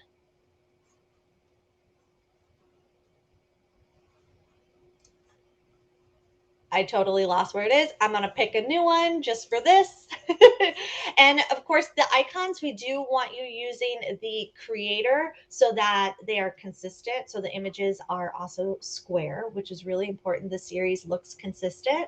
So grab a square one really quick. This is what happens when you have so many things going on the same screen. Okay, perfect. So you're going to see that load. Give it a moment. Yep, that's the little icon, and press send. And then anytime you want to double check your things look right, you could just open it up, and now you'll see now my image is updated. So feel free to upload, change, adjust. This is definitely where you're going to want to put all that information. So we have what we need to work together as a group and to do this series together as a group. So now that we are through the registration, we've given permission, we've got everything to go, we've learned about NFTs. You can, of course, learn more here if you want to review any of the things that we went over so far. Now, this is our collaboration zone. So we have a Progress Not Perfection circle. And in this circle, there's a conversation, which is all Q&As. So please continue the Q&As. We've shared important links, the questions we've gotten from people as we went along. You can upload a graphic, image, a video. Don't be shy. Just dive right in. So now I'm going to start to move over to OpenSea so that we could see, okay, we've all collaborated here on this innovation platform. We've got our ideas. We've got our next steps. We've completed everything. We're ready to go. So now I'm going to show you on OpenSea how we are going to now upload the graphic. And this is where we've met. So let me change that screen. And can I pass the mic to somebody else so I can kind of think about changing screens and I don't mess it up? I'll just one more time. In your end, the lock is showing green. For us, it's showing red. It's that okay? Oh, I say that one more time. The data vault lock for us is showing. For me, it's showing red. Even for you, it's showing red. Okay. So we are all set. Perfect. You're all set. So actually, great question. Red means it is locked. And when you click on it, it will unlock, and it's green, and it will release all your answers, so you can see everything there. I'm trying to juggle between, so I'm okay. This is hands-on. This is what we want. This is great because I'm sure somebody else is thinking the same thing after they answered their questions. But it's always your information. It's always in your control, so you can update that, make sure it's clear. But as we move to OpenSea, one thing I do want to share is once you're really ready and we're going to go through the minting, once you mint something, it's forever there. So that's why we want to have this staging area for all of us to collaborate, get together, make sure it's the way we like it to be. And then when we go mint, we don't worry about having to make changes later. Okay, so I'm going to stop sharing and pass the mic back. Do you want to say something, Michelle? You looked like you were going to hit the... Feel free to dive in while I'm just switching screens. How are you guys feeling right now? Any audience? Yeah, so I was just going to say to the audience that I'll jump on the end of what Alexis was saying about uploading to the We Transact, because that is for us to be building this specific NFT mint together as a community. If you were to be minting your own private NFT, you would not be going through that exact app process through We Transact that Alexis was showing. You would be doing it directly on the marketplace or on wherever you're minting it individually. And Alexis is going to take us through that process. I love it. Yes. And this is just exactly what you're talking about. We are here. This is Ed Tech. We are learning together using technology. We are innovating and coordinating together. And it can be very challenging to do that. And what the app is allowing us to do is keep it all in one place. We don't worry about a Slack channel here, a doc over here, all of these things where this would normally have to live. It can keep everything all in one place so that we can know, okay, for this project, we're all set, we're organized, and we have each other's support along the way. Yeah, Decca, as I was gonna say, I hope everybody here feels like, they can be vulnerable and ask questions, because like Alexa said, like Abby said, Michelle said, we're all learning, and this is definitely progress, not perfection.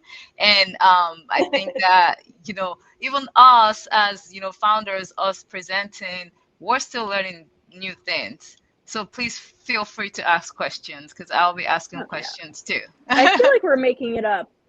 We're making it up as we go along, as we go. Right? I really do feel like that. It really is. Like In next week. Absolutely. Okay, so we're gonna dive over to the page. So this is the series page that has already been set up. So we're not today trying to show you how to set up a series. Today we are here to show you how we're going to upload an image and mint it. Okay, so you're looking over our shoulder, and think of it like this.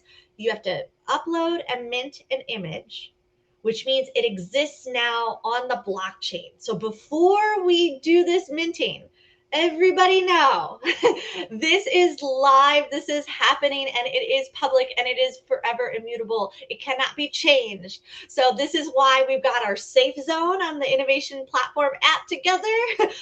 Do your changes there, coordinate, make sure you feel 100%.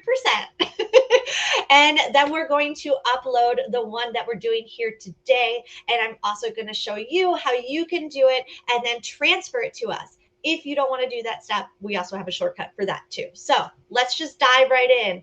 Everybody, I'm going to share with you so you can see OpenSea. This is the link here. It is OpenSea.io/collection/Google IWD 22, all lowercase. It is in the chat right now. So this exists. This is live. I did this morning right before the workshop. It took me about 10 minutes.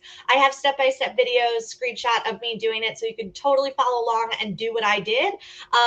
Everything here is to help you, so you can go pay it forward in the world using this tool and hopefully come up with a really cool next series yourself. So we've got OpenSea. We're on OpenSea. Everybody sees what's happening here. There's one item. That was my test item this morning, making sure that it worked. We have our description from the event. This is what we're doing. 100% of the proceeds will be donated from all the work and us doing this live workshop together, and anything that's uploaded after the workshop within, of course, the timeline that we can accept more entries. And we have the first image. So this collection, you will click onto an NFT. This was the first one that I created this morning. I'm showing you first before we do it so you can have some visualization of where this item lives. Think of this as, okay, we just walked in to the OpenSea Mall. So OpenSea is like the mall. There's a bunch of shops. There's a bunch of things going on, like different series, collections, just think different brands. Now we land here on our page, which is our store. This is our series, our brand. It's kind of like a pop-up. We don't live here all the time, but it will be here forever. This is popped up just special for this workshop and for this event. And it is the Progress Not Perfection series. So now that we're here, we have items inside of our store. These are going to be all of the individual NFTs that we're uploading. So your NFT will will be here and become part of this series. So all the proceeds together can not only be sold together as a promoted together, using our community to share, retweet what we're doing and get more people to buy, support, trade, everything that needs to happen. Again, it all comes from community, because otherwise we just have a store that nobody knows exists or can't walk into. So we've got the store, we've got the items. Now we can all share and pool all of our collective social power and good in the world and get this thing sold. So we're creating this whole space. And so now I'm going to show the minting portion. So we're going to go back to the collection. Hopefully that analogy, let us know if you need a different analogy. But yeah, shopping mall, store, NFT is the item in the store that you can buy. And now let's put that item, let's get that barcode on it so that we can mint it and it can officially be in the store. So I'm going to go here onto OpenSea and I'm going to add an item. I'm going to upload the image here. Now, this normally would be the image that you uploaded already into the system, preferably, but I'm just showing this so you can see us minting it live together. So I'm going to use my Support Ukraine GIF. There it is. Beautiful. Looks good. It's the right one. We're going to do the first live workshop minting. This is exciting. This is also nerve-wracking. I have to say I didn't sleep very well last night. We have an external link I want to share with everybody. The link, this is a message from myself of why, this was so important, for us at the female founder or the future founders to be a part of this. So I'm sharing this as my private content.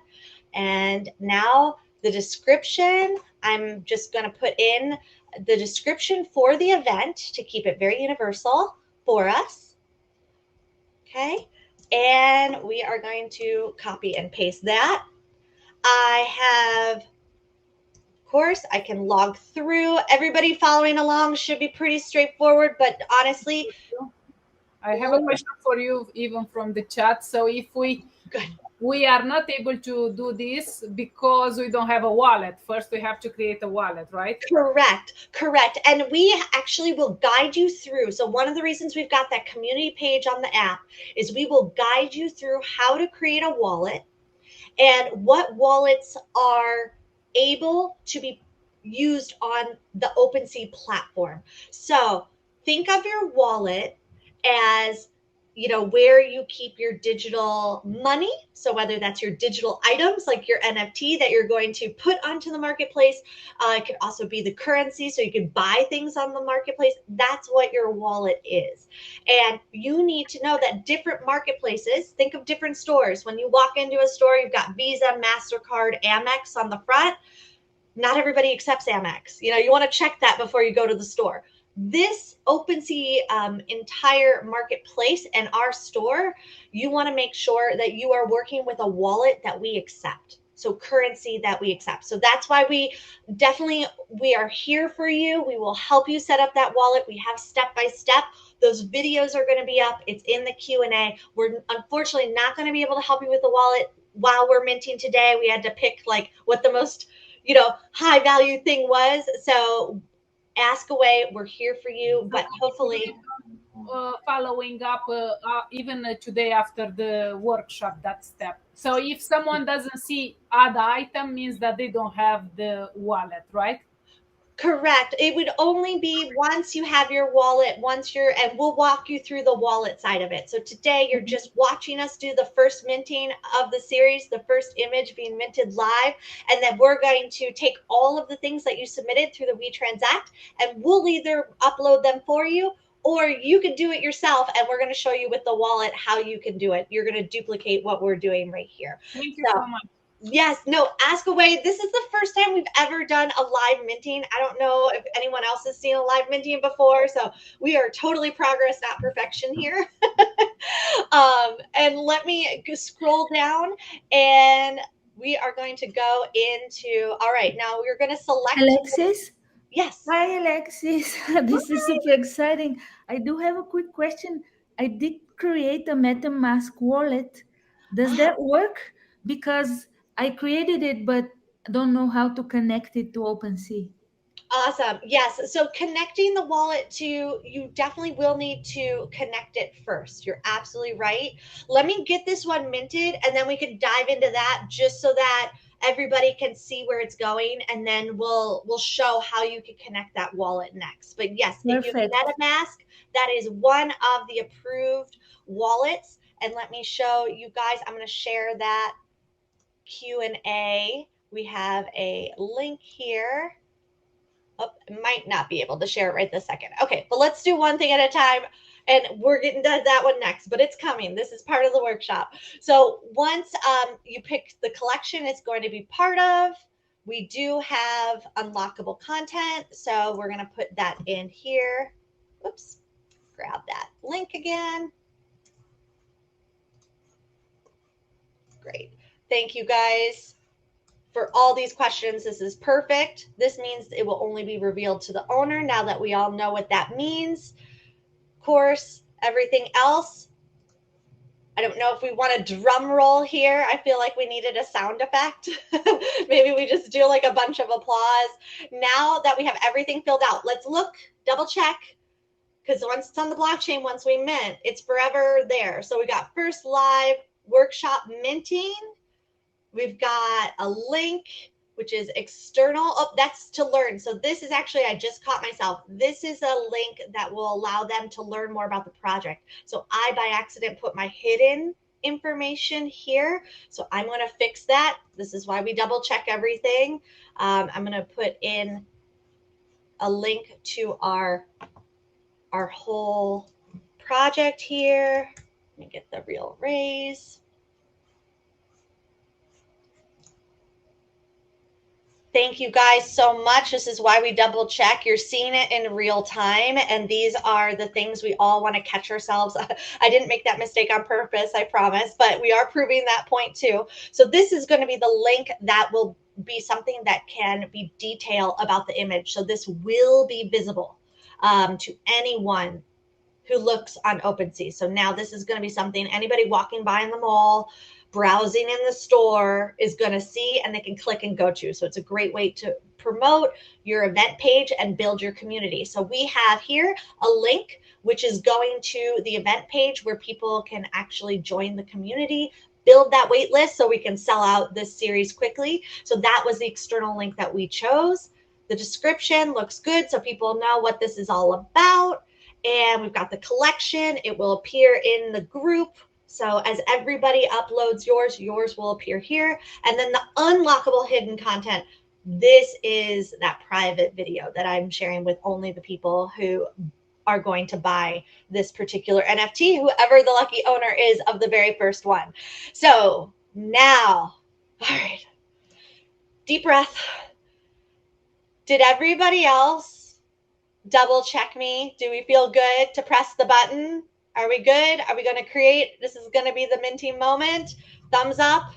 This is why I have my future founders, because I'm not going through it alone. We can double check each other. I have all of you guys asking great questions. Here we go. I'm not a robot. Okay, let's see.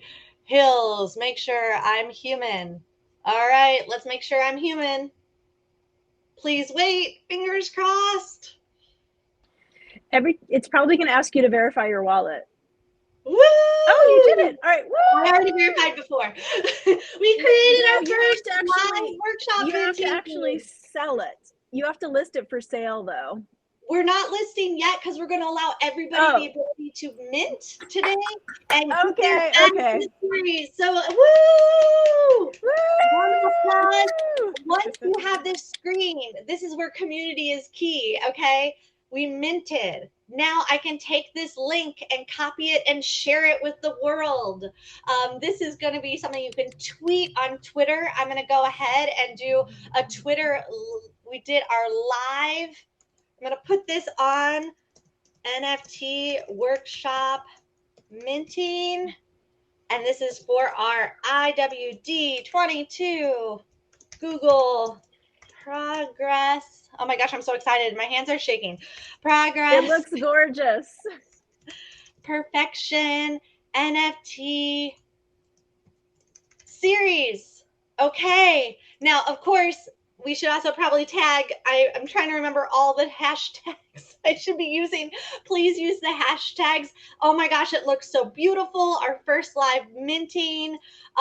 Please check it out, share. This is a huge moment for all of us to be part of this together. I'm totally blanking. Can you guys help me in the chat of what? Okay, there we go. Thanks. All right, IWE Northeast 22. What other hashtags should I be using? This is so fun doing it together because it also makes me feel less nervous that I'm forgetting stuff. Awesome. Oh, great. IWD, Women Techmakers. This is why working together on this is so much better. I can tell you it's also a lot more fun. Okay, amazing. Let's put in here. I, of course, have to exact live. Okay. Oh, too many. It's okay. People know. And we are going to now, I should probably even hashtag Google. That'd be nice. Maybe somebody big at Google will buy the first ones as we get all of ours up together. So I'm going to go ahead. I got to make sure it's a short enough characters. Yes, actually, when you do this, when you tweet, you can add another tweet. There is a plus, and you can have a chain of tweets like thread. You know what I mean? Tweet. Amazing. Okay, it's okay. So now it's official. We just minted our first one. It's live on Twitter. You can click on it. You can like it. You can share it. My Twitter, I'll put here so everybody knows I'm her. That stands for humanity, empathy, and responsibility to win. The number 2 WIN. So definitely, I was hoping it would be from our group one, but it's whatever's connected right now.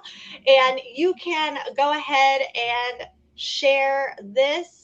You can also, please, as you mint your own, be able to share your own and tweet your own. So let me get this open so we can get this first official tweet shared with everybody here.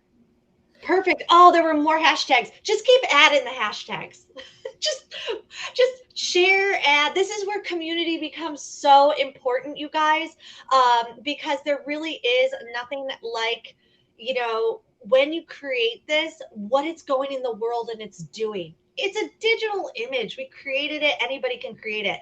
So I'd love to transition this section to our like minting questions, talk about like what we're doing right now, why we're doing this. You know, can I pass it to some of my other female founders and what this series is? And also we have an exciting announcement about what we're doing as female future founders in our NFT series. So who would like to grab the mic while I stop sharing and switch images? Anybody? I need a moment. Sure. I just want to say this is so thrilling. It's really so fun to see this in action. I love how easy it is to mint on OpenSea, and yeah, you can mint them. You can put up minting, and then you could edit them, and then when you finally sell them, that's a whole like secondary process. Like you list them for sale, and they ask you for your wallet access and all of that. But the process is really easy, as you just showed us today. So And I definitely wanted to add in, we are going to help you connect to the wallets. So we are going to do that. That's why we have the We Transact Innovation app, so we can collaborate there.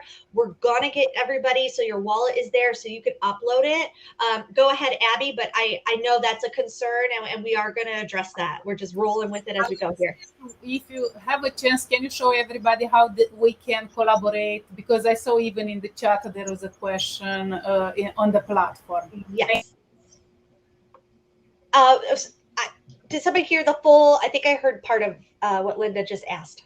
Repeat. Can show us how we can collaborate, like our attendees can collaborate on the We Transact platform. Thank you. Oh, wonderful. Yes, let's do this. Oops, let's not do my whole desktop. There's too much. All right, let's go to the WeTransact platform, log in. Cool. Okay, so here we are. I'm going to just log out and log back in. You are going to land here at go.wetransact.live today. If you have not logged in, log in for the first time using your Gmail email account, or if you don't have Gmail, it will just have you verify by clicking on your email. There will be a link that will be sent to you, and you will be able to enter right in.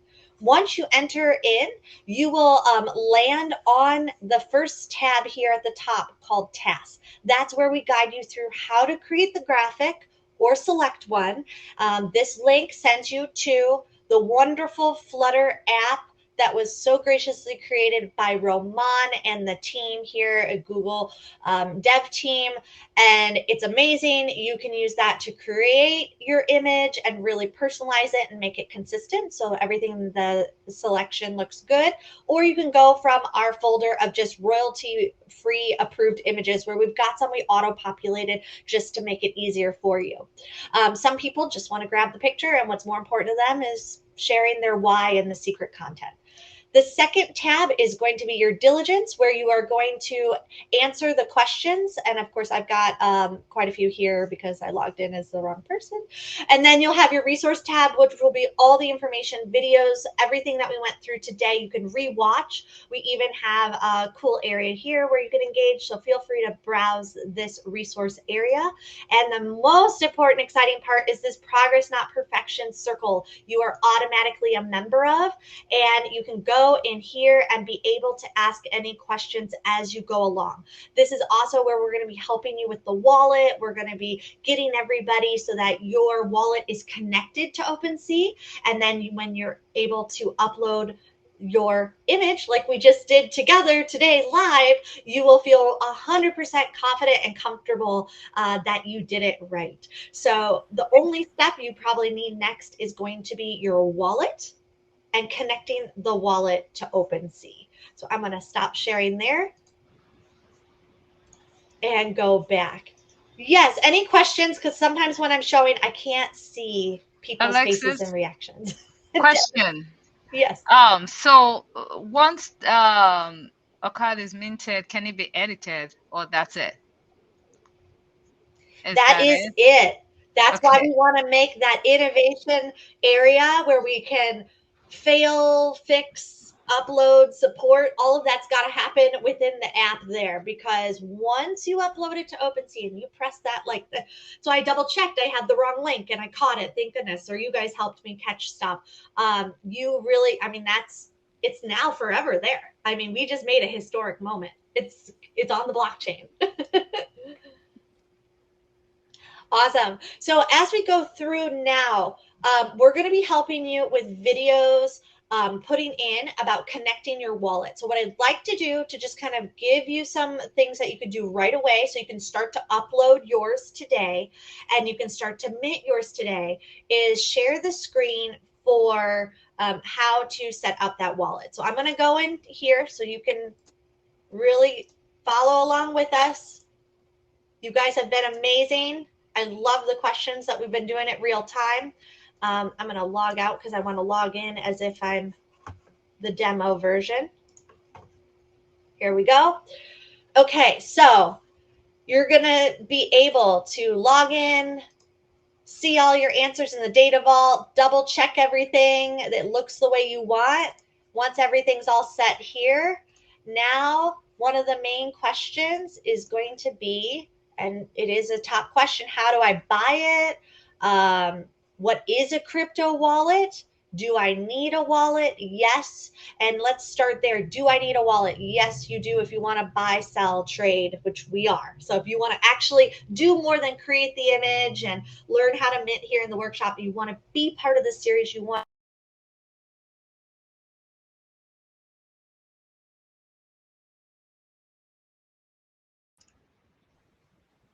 You're on mute, Alexis.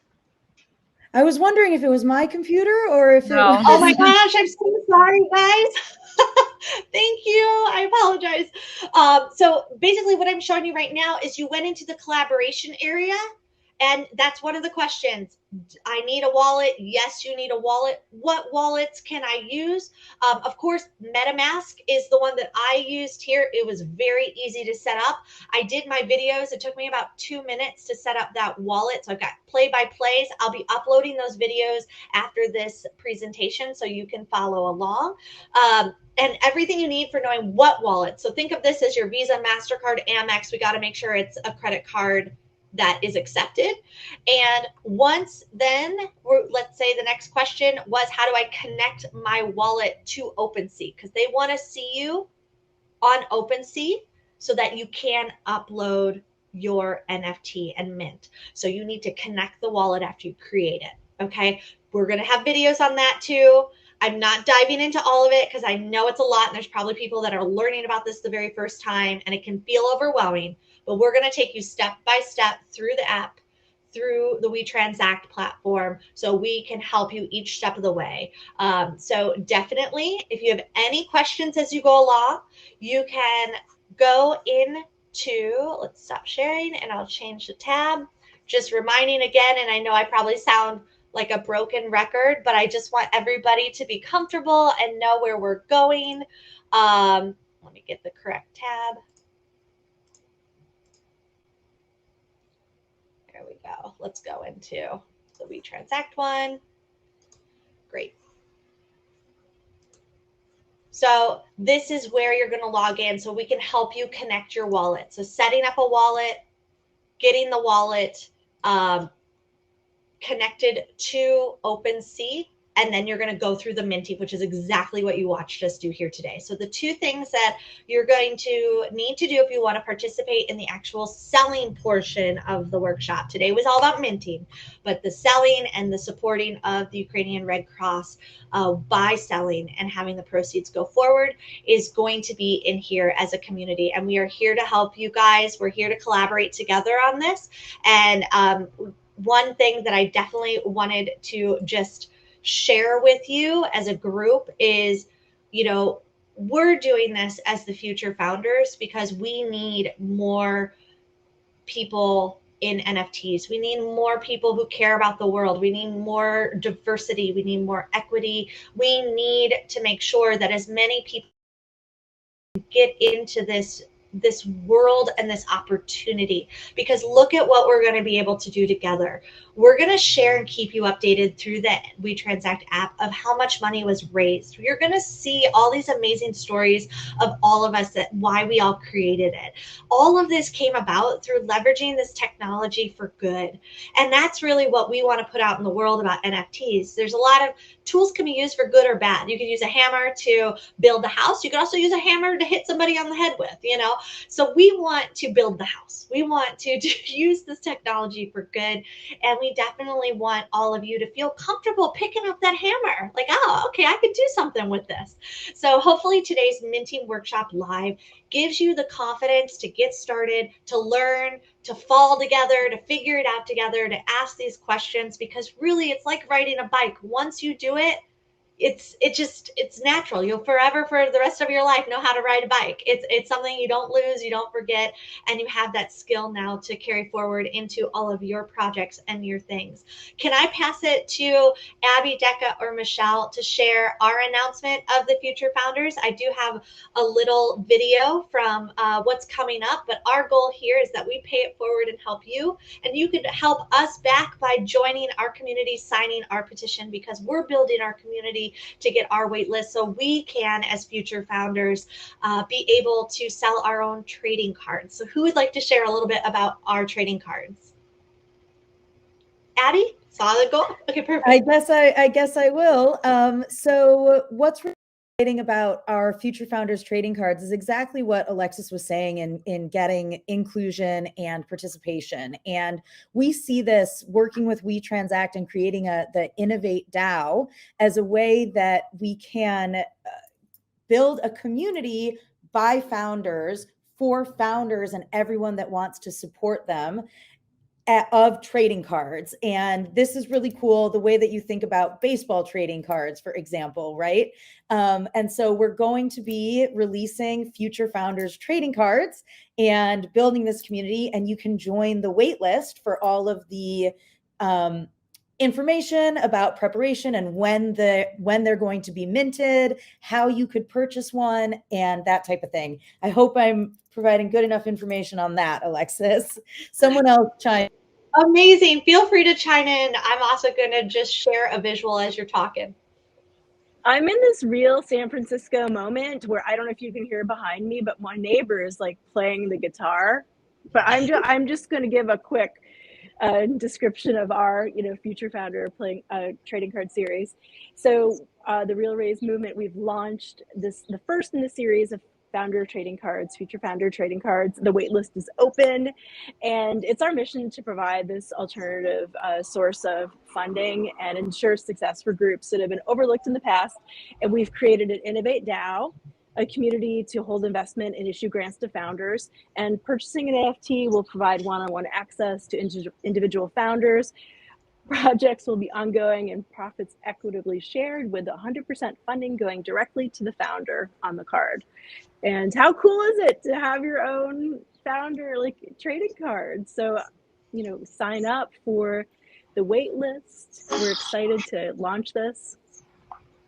Amazing. I'm going to do a quick, this is our press peek of what's going on. And one of the reasons we wanted to share this with you today is it takes a lot to actually do something with NFTs. Minting's easy. We saw how easy it is. Hopefully we took that fear away from anybody today about any apprehension that you might have of what is an NFT, how do I create one? Minting's the easy part. It's the community, it's the preparation, it's the really getting that support and the materials you need to do to now market and let the world know and get them in on your cause, because that's the beauty of this, is that you can get support and rally from the grassroots up. I mean, we're founders, so instead of waiting for the world to change and for things to be the way we want, we're mobilizing together and we're coming together for a united cause and mission here to help ourselves. And you could do the same. So we're going to play this, but we also are showing you because we want you to realize once you create an NFT, it is important for the community to share and promote.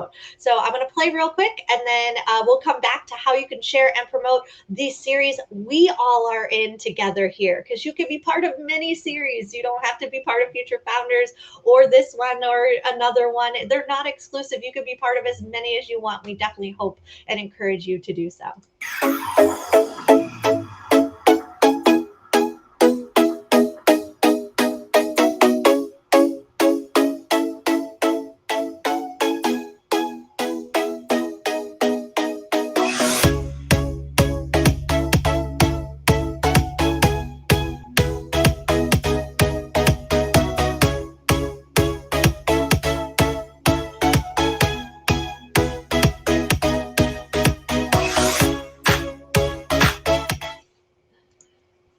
Awesome. So guys, thank you for letting us have a moment to share with you what we are doing. We are here now focusing on this community, this group. We want you to now log in. If you haven't logged in yet and you still want to participate, we are going to give people probably about 2 days to get all of your materials uploaded, to go through the wallets, to help everybody. You're going to see these images up. We'll be emailing all the participants here.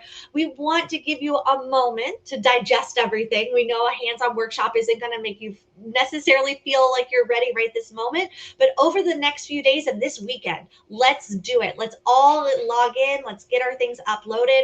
We'll help you with the wallets, the videos, ask those questions so nothing is blocking you and we can remove it out of the way, and we will be able to go live. Now, if you want to share and promote, and actually it's like, if is not really an option. It's like, please help us share and promote. We need everybody to now work together. You promote the event. We need to get our wait list. A wait list is everybody that can register. So the second we do get all the series uploaded together after this weekend, we're going to make a big announcement. And I believe Google may be helping us with this announcement, which is very cool to get a lot of eyes on it. And when this announcement is made, then it's going to be buy time. That's when people can actually purchase it. You can have a historic NFT moment that we just did together that you created. And it's going to be so exciting to see all all of these NFTs get sold. We want to sell out as quick as possible. The way that we do that is we promote, we get people on the wait list. So the second it happens, everyone's going to get that update. Okay, it's now available to purchase. We call that a drop. So if you have heard of, okay, we have just dropped our NFTs, trying to use the lingo. I'm learning it myself, so I feel a little awkward even using it myself. But that is when we are going to drop it. So you want to get your family, your friends, not only on the wait list to show we have a huge community to drop and share and promote that it was dropped, but we also want a huge community that when we drop it, they can buy it. So maybe we could get some amazing people at Google to join in and purchasing and sharing and dropping. We got to get everybody we know and mobilize the community. This is the grassroots part of it that's so exciting and so fun. So minting is very easy. It's just the tool. The exciting part is what we are doing with the tool here together as a community and as a group and as human beings. And this is why we love NFTs.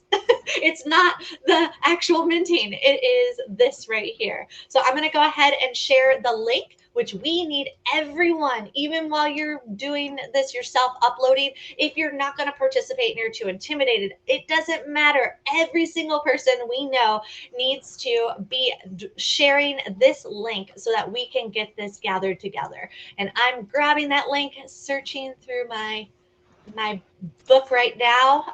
Let me grab that one.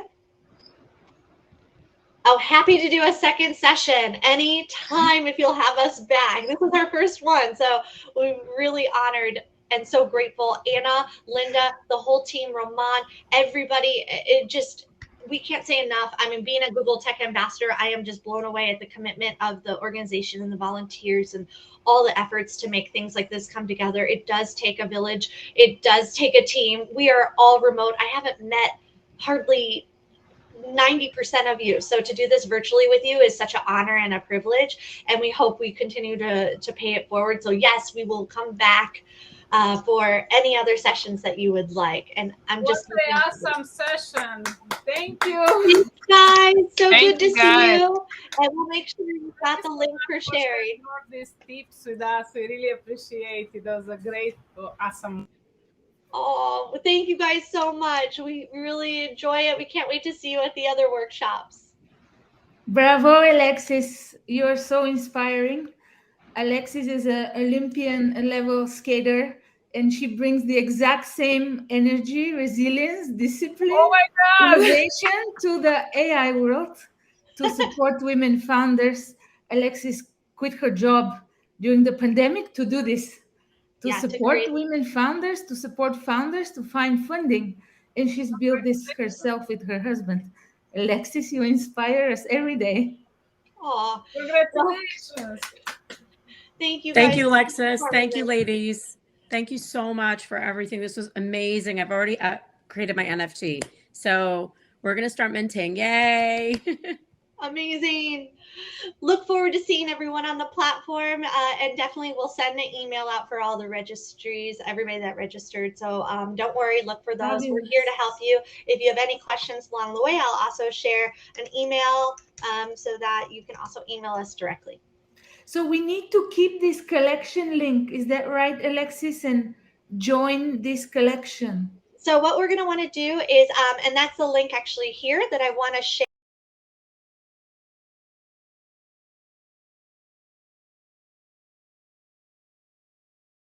We just had an amazing session on Web3 crypto and this amazing platform that is for good, that raises money to women founders. And all of it is built on Google Cloud. So we encouraged everyone to join you to know why Google Cloud. And they already got a glimpse what can be done. Great. Yeah. And before the awards, Linda, don't forget, we need to simulcast. Yeah, to your YouTube channel. Yes, please. We were live until now on Google Developers North America channel. Now we're going to switch, but we basically run live ads for 2 hours. So there's a whole nother audience who are now encouraged to join here.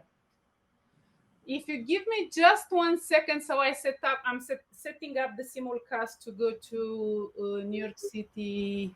Just 1 second. Thank you, Linda. Okay. If someone can check on the other side, I will edit the video. For the moment, I just push it to go. 1 second. Can somebody check? Yes, I see it's on. So okay.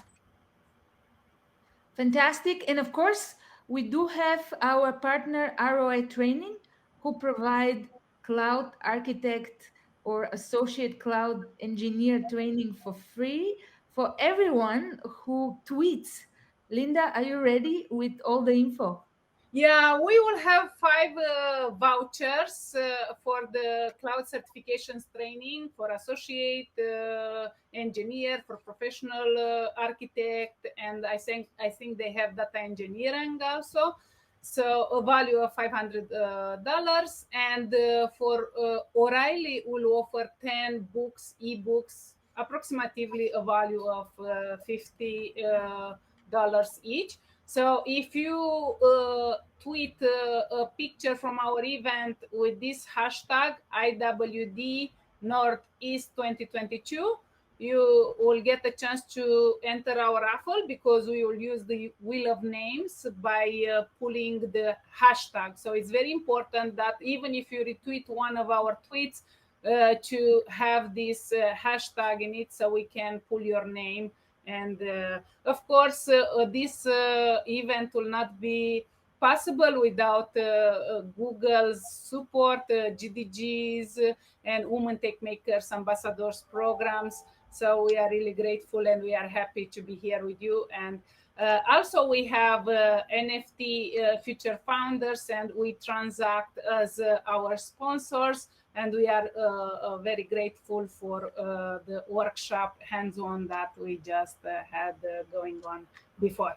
I will pass the mic to Claritza, who is next. I'll do the introduction first. Yes, perfect.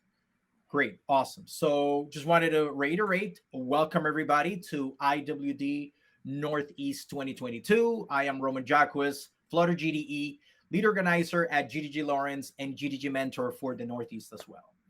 So the person I'm about to present is not only one of the smartest and most talented people I've ever known, with a huge list of accolades and awards under her belt and accomplishments that go around the block through her career. She has a beautiful family, but also she's an amazing down-to-earth human being, which I'm honored to consider a good friend, a mentor, and I can say it proudly, a fellow Dominican. So again, one of the few people at Google that I can say, I know her, she's a friend of mine. So I'm really, really glad for that. So without further ado, let me present to you Clarissa Abreu. She's a technology evangelist, a technology solutions architect at Google, and she's an exemplary role model in the Latino community for her great contributions in the tech community, her social activism, who will be talking to us about why Google and when it comes to what it makes a difference from other cloud providers. I'm a big fan. Everybody knows I'm a big fan of the Google Cloud, so I know this session it will be a treat for me, and I hope that for all of you as well. So you can learn more about Clarissa if you just go and visit her site. I'm just going to drop it here, claritzaabreu.com. You can learn more about her in her website. So again, without further ado, bienvenida Clarissa. Welcome again to IWD. The floor is yours. And before you start, just wanted to say, anybody has any questions, please drop it in the chat. I'll collect those questions and then we'll ask her at the end. So welcome again, Clarissa. Thank you. Thank you very much, Roman. And thank you all for being here today. It's such a pleasure, such an honor for me to be here. And more than anything, celebrating Women's International Month and Women's International Day. So I'm so happy and proud to share what I have to, to share with you today, which is about Google and how we can all benefit from having wonderful companies like this in technology. So I'm going to share my screen now. Let's see here. And let me just go all the way up. Oops, sorry.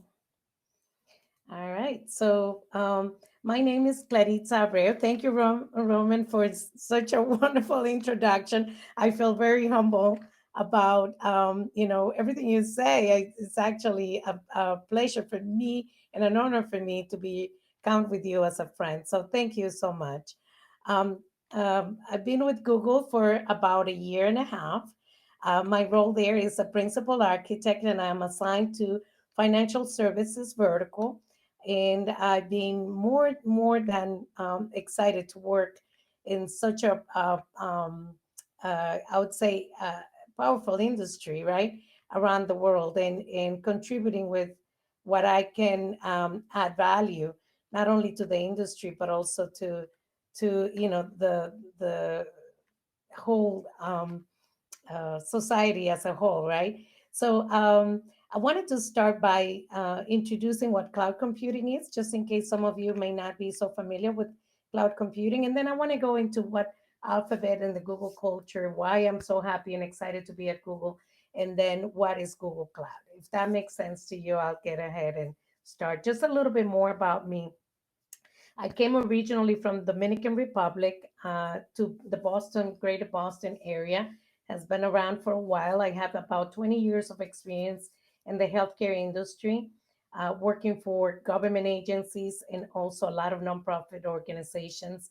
And then after healthcare, I switched my career into financial services. I worked for the Federal Reserve Bank for some time, and then State Street, and now work for financial services at Google. So, being in the academia as well, I taught for about 12 years at Cambridge College, which is a local college here in Boston. So, mentoring education is a big part of the things that I do every day.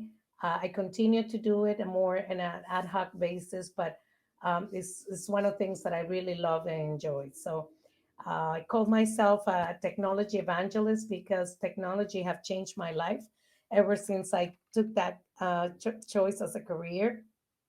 And I hope I can continue doing so and engaging more people like all of you to get into the technology industry. So, with that, I'll get started. And what is cloud computing, right? Cloud computing is nothing more than an on demand, self service, no human intervention needed to technology resources. And that could be, broadband network resource pulling from, any of the technology that we have available today, rapid elasticity and a scale to large um, uh, amounts of data, measure service. You can have, you pay for what you use. That's what cloud computing is, right? It's a flexible environment where everyone can have access to and can have visibility into what they spend on a day-to-day basis.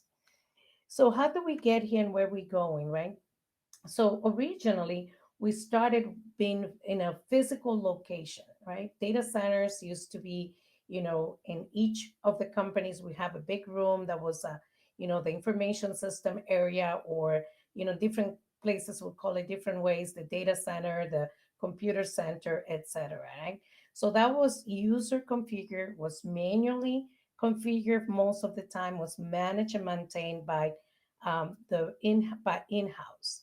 Then we moved to a more of a virtualized world on where users would configure and providers would manage the environment and maintain the environment. Now we're moving to a more of a serverless, fully automated offsite locations. Along with that, companies have been moving to be more of a data company. So what we're trying to do with the new cloud is that companies do what they do best, which is do their own business and not having to worry about the physical infrastructure and technology infrastructure, but focus on the main business mission of the business. So as of today, every industry is going digital. So the demand for qualified resources in the digital world have exponentially growth over the past few years. So by 2021, more than 75% of mid-sized and large organizations will have adopt multi-cloud, or at least that's what we projected, right? By 2022, public cloud will be essential 90% of business innovation.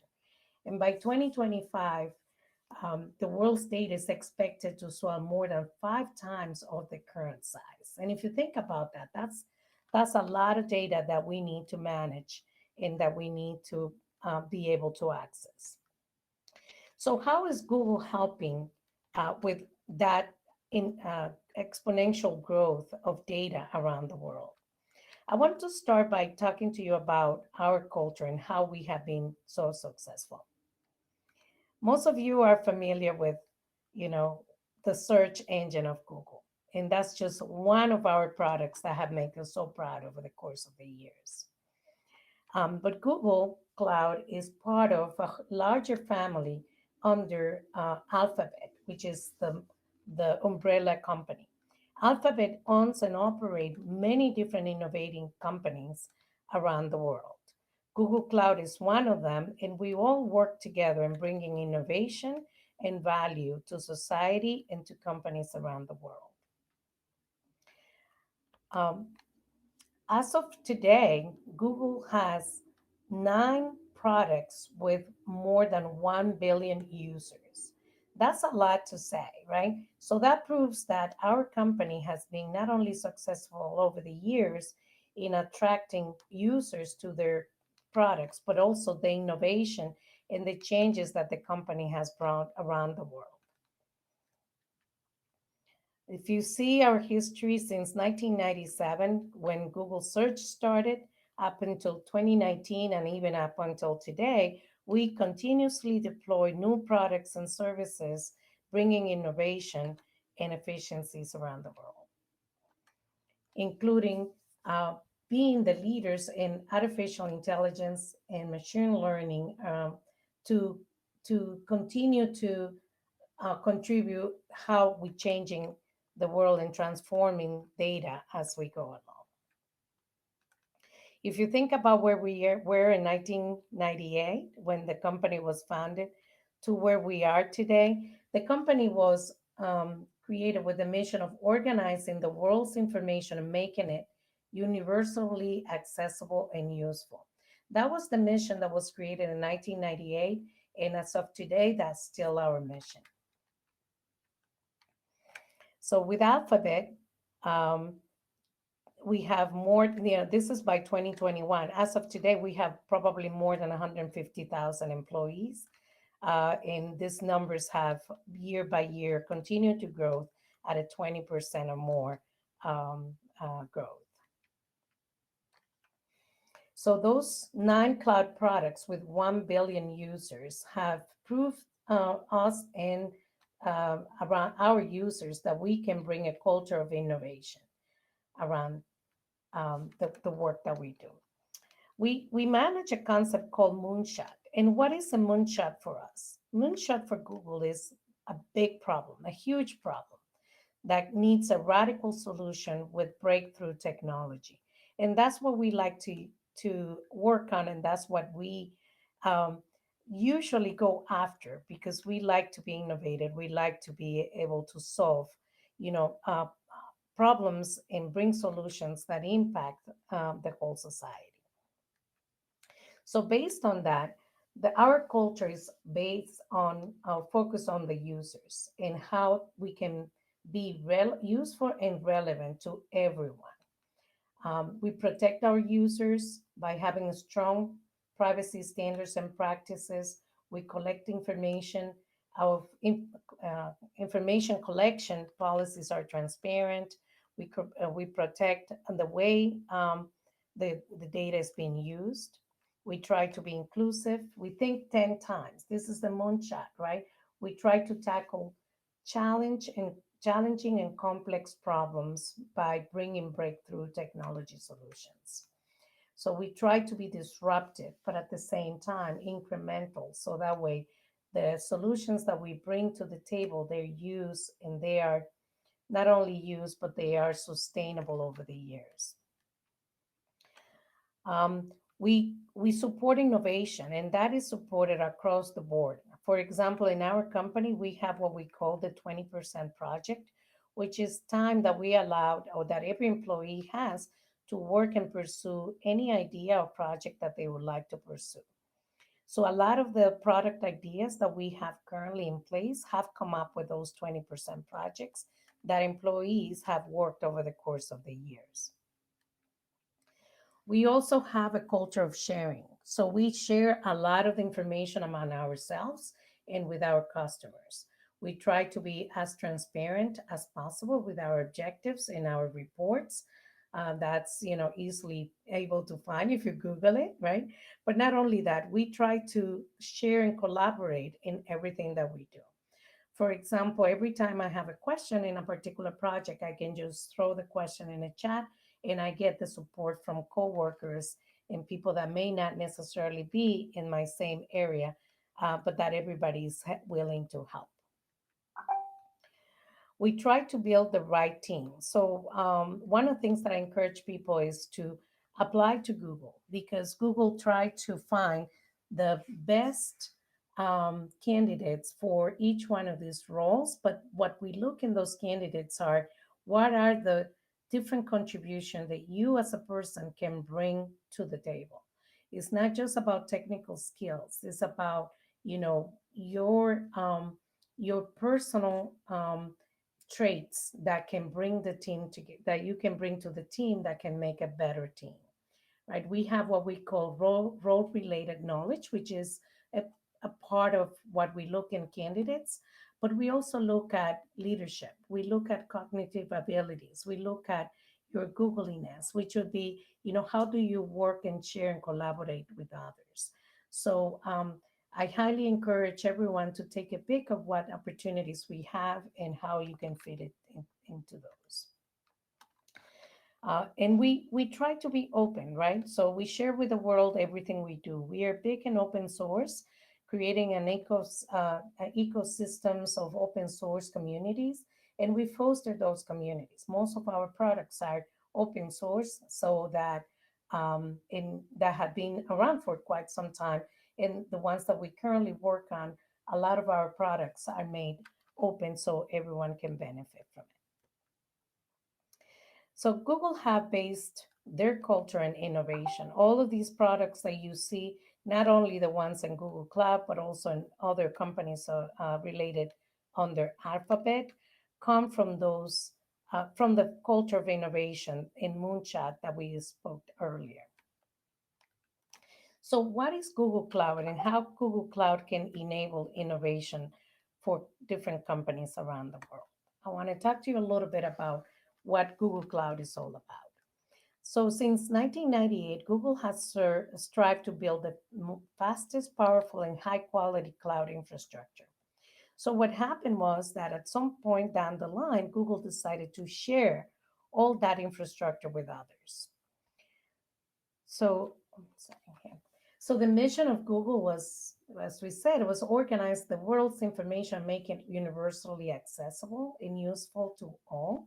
So what we did with Google is to provide those organizations the best infrastructure, platform, and solutions to be able to accomplish that information organization, and making sure that they can benefit from our own technology that we have created over the years.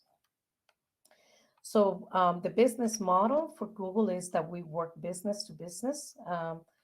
We create business to business solutions that they leverage our own Google underlying infrastructure to power their digital transformation. One of the things that attracted me when I came to Google was the fact that all the technology that we bring to our customers are the same technologies that we use for our own products. And that makes a big difference for me, because I would not be able to sell or bring technology to somebody else if I'm not able to experience it myself. I think that was one of the most things that I kind of impressed me and motivated me to work for Google, is that sort of sense of ethic of, we use it, we know how it works, we know if there's any pains, we suffer the pain, but we work with the customer to bring the best quality products. So Google opened up all the services that we currently use internally to our customers. And that started with productivity and work transformation products, smart analytics, data management, as well as infrastructure as a service. So through Google Cloud, we bring a full stack of development platform for companies to benefit from it. So what makes Google different from the other cloud providers? First and foremost, our cloud is one of the best in class security. We protect data and users. For the most part, you have not seen Google in the news just because we pride ourselves to have one of the best in class security. The second piece is hybrid multi-cloud. We don't let customers into our technology. Our technology is fully open, and we play and work with the customer to service them where they are. You know, we are big fans of multi-cloud and hybrid cloud. We can work with the customer whether they are on-prem or whether they are uses multi-cloud providers. Our services are fully managed, no operations. It can be easy to use with serverless. So we take away from our customers all that headache of managing an infrastructure. So that's one of the things that we do the best here. We also have embedded AI and machine learning. We built intelligence into pretty much every single aspect of our products, so customers can have access to data and transparency across all our products and services.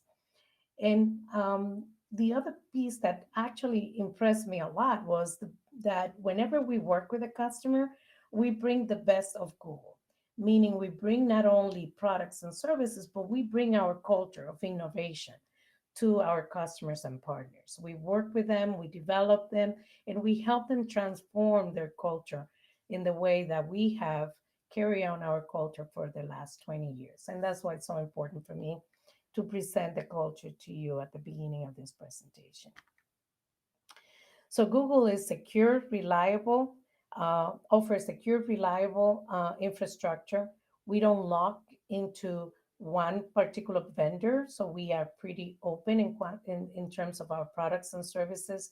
We have the flexibility of multi-cloud, and we have the tools to empower developers to be innovative. Another big thing for us at Google is that the commitment to the environmental responsibility. Google is one of the world's largest corporate purchasers of renewable energy, 100% carbon neutral since 2007. That's a lot to say.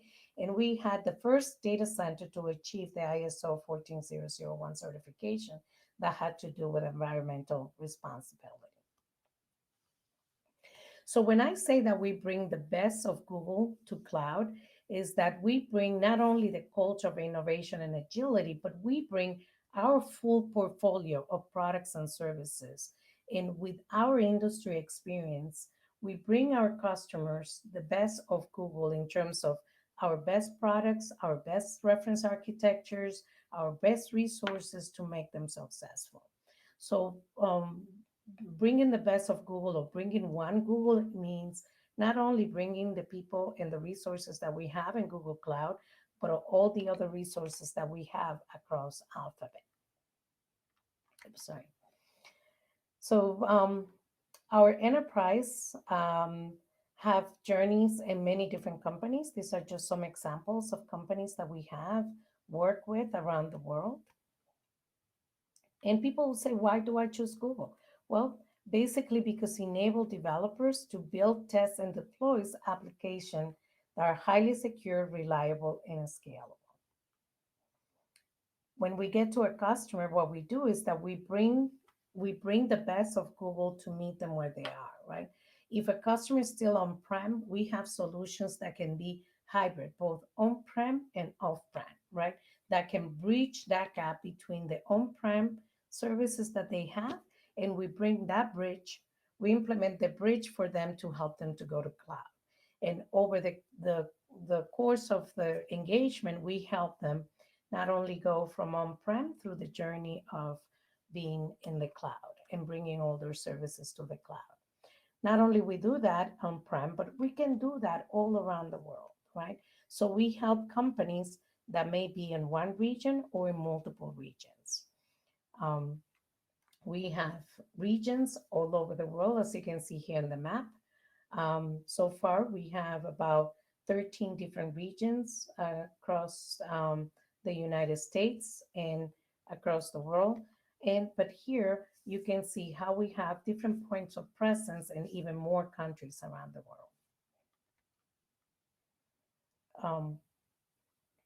These are some of the statistics around what the regions that we serve. We have about 28 regions around the world, 85 zones, 146 point of presence, and so forth. So by 2020, we were launching 4 regions and announcing 8 more regions coming up. Some of those have been already launched, as well as subsea cables, which we launched 2 more last year. With the pandemic, some of the things kind of slowed down, but this is how. So our infrastructure is spread all around the world to be able to serve our customers, right, in a more secure design and with higher performance. So Google offers a fully automated operation, easy to use, quick to deploy, and optimized to spend just by use, based on demand. That's one of the biggest benefits for companies in the world. So another benefit for us is the hybrid and multi-cloud solutions, right? We have solutions that allow companies to deploy applications at any other service providers, whether they have cloud service provider, whether they have AWS, whether they have Azure. Google can play and work with all different cloud providers. Our solutions, like I mentioned before, not only are multi-cloud, but they also open cloud. We can help along with partners, upload and migrate workloads that are fairly new to the company, as well as the legacy system into the Google Cloud throughout. We have what we call advanced and embedded artificial intelligence and machine learning capabilities. We are the leaders based on Forrester and in computer vision platforms in AI ML, as well as and decision making.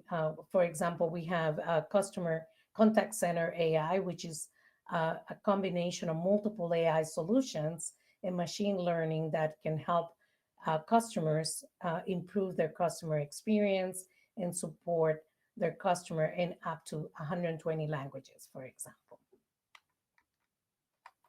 Another piece that makes us different from the other cloud providers is the way that we do our pricing. Our pricing is this per second billing. We have what we call discounts. We have, on demand. So customers just pay for what they use. We also work with partners. So if you work at any of these companies, you will probably hear how we work together with partners. Google, whenever we get to work with a customer, we work through partners and with partners to help them bring the best resources in the right amount of resources to those companies so we can accelerate their cloud adoption. These are just some examples of our partners' ecosystem. So our unique services accelerate the transformation of the company. So we bring industry expertise, engineering. We also bring what we call technical account management, where we have technical teams focusing on a particular project. We do consulting, and we also do role-based training. We provide all the training that is necessary for the company to adopt cloud. As part of a certification and compliance, we follow all the standards, regulations, and have all the certifications that are required, not only in the United States, but all around the world. And these are just some of the examples of certifications and regulations that we comply with when it comes to data. We are innovating in all different industries: retail, healthcare, financial services, which is the one where I am focusing on in my current role, media and entertainment, telecommunication, manufacturing, public sector.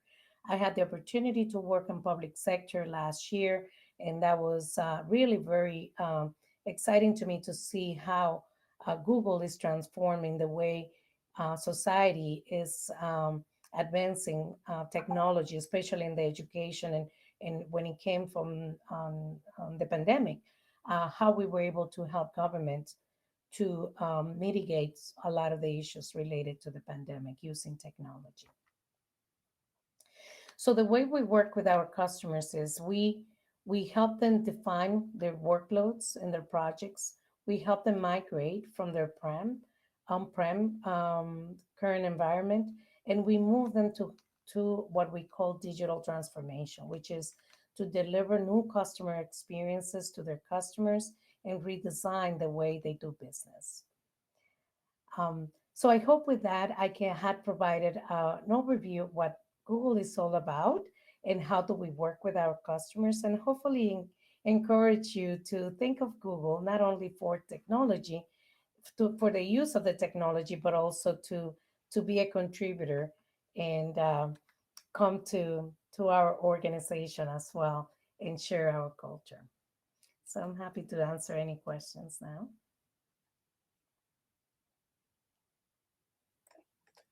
Just wanted to say thank you once again, Claritza. It was such a treat. Again, thank you so much for accepting our invitation once again to IWD Northeast 2022. So thank you so much. I hope that everybody also enjoyed that session as well. And I believe we do have one question in queue, and let's just ask it real quick. So the question is, what's the best way for, let's say, a startup like a mom and pop shop that are doing things still on paper with very limited budget and no in-house IT to adopt the cloud? Yes, I would say that especially for small startups start what we call cloud native, right? So the first thing I would do is try to engage with our Google team, especially small businesses contacts. Um, one of the first thing is to get an overview, right? Get an overview of what Google is all about. We have a lot of training available in Coursera that is all for free. Google.com is very resourceful when it comes to training and overview of what the different educational and training programs we have. First, I would say I would go through that sort of educational process, and then contact our small business uh, line of services and sign up for Google Cloud. For example, Google Workspace is the Google suite that could help with uh, office and communication productivity and so forth. That's easy to sign up. You can do that, and that way it would allow you to work from anywhere around the world. But in terms of Google Cloud and using Google Cloud services, by all means, signing up and talking to our small business service line would be definitely the way to go. Makes sense. Thank you. Thank you so much for that answer. Does anybody else have any questions? I'm looking at the queue. I see Alexis asking a question. Thank you, Alexis. What funding avenues does Google offer for Google Cloud platforms and startup like ours at WeTransact.life? Oh, you're asking specifically about WeTransact? Oh, like funding avenues for Google Cloud platforms and startups like WeTransact. So yes. Yeah, there's a lot of benefits for especially startups and that discounts, I would want to say, for a lot of the startup when they want to use. Is this We Transact a nonprofit or is it for profit? Is it a nonprofit or I think nonprofit? it's a non-profit, but let's see if Alexis will answer in the chat. But I think Yeah. it's not. Okay. So if it's a for-profit, yes, there's always discount for small startups, but in particular for nonprofits, there's always a lot of discounts as well that can be applied. So, again, like I mentioned before, working with a Google contact, I think would be the best way to go, because that person can work with you and facilitate and come up with a plan for your company, for your startup. Thank you, Alexis, for your question. It was for Great. Rob. Yes, thank you, Alexis, for your question. Anybody else? If you don't have any other questions, again, you can follow Claritza Abreu. I just dropped the link to her website in there. But she's always out there in the community posting great stuff on LinkedIn. So you should be able to follow her if you want to be always in the know and knowing the latest and the greatest about Google and the Google Cloud. So without further ado, again, thank you so much again, Claritza. Thank you everybody else for joining. And yes, Maritza. Thank you so Thank much. you. I just posted my LinkedIn link there. You can feel free to connect. Thank you very much. Thank you for the opportunity. thank you, everybody. And now we have another session, which is the Fireside Chat. Everybody can accompany me to that session. Thank you very much. I'll see you in the next session. Thank you so much. So everybody, you can drop from this session and join in the agenda. You can find the link to the next session. Thank you so much, Claritza, again. Thank you. Bye-bye.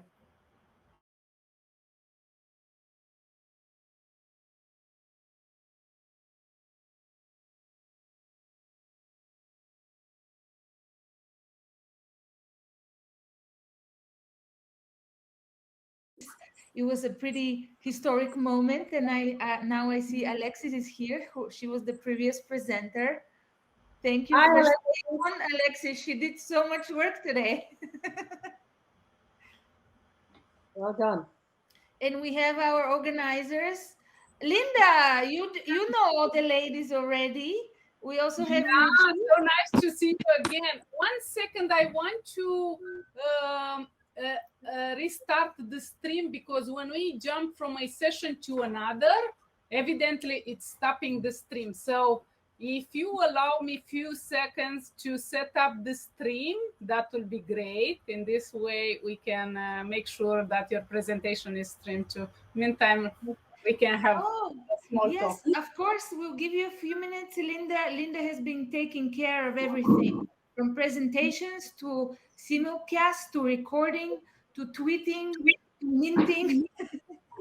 Thank you, And then, Linda. of course, we have our keynote speakers here, the Cybercode twins. They've been also following along, and they started us off. And now, to introduce myself, I'm Anna Nerezova. I am so passionate about women in tech, being one myself. And career panels for women are always so popular, because let's face it, it's not an easy road. That's why we have created a very special panel for everyone today to know how we can solidify our growth in a diverse workspace.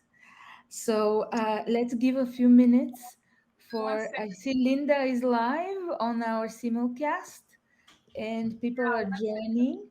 So the ladies that you see on the screen today, they walk the talk. They've been super successful in their career.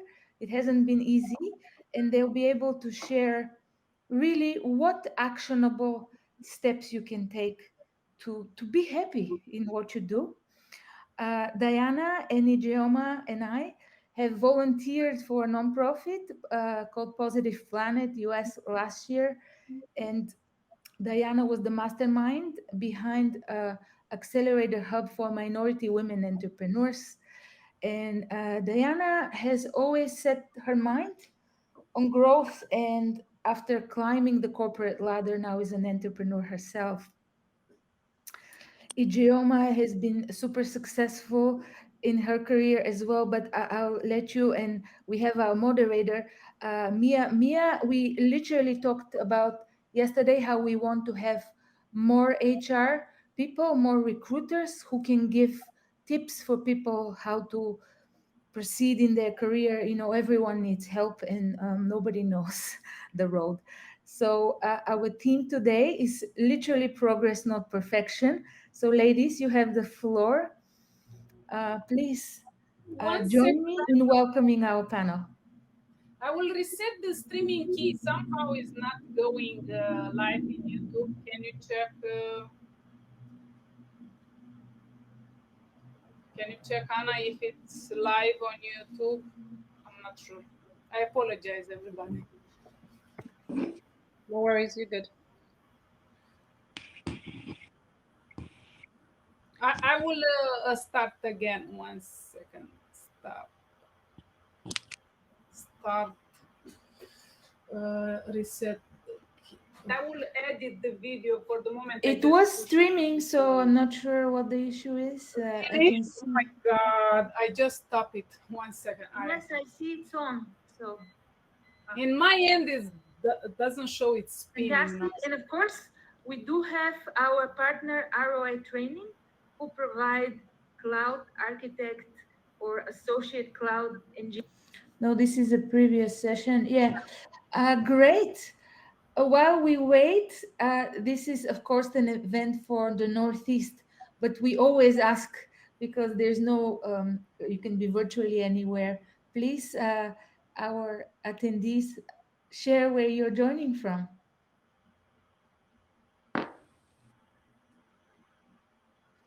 You're able to chat. We are about to start. Then we have a time for Q&A. We're always happy to make you presenters, and you can be on stage after we hear from the ladies.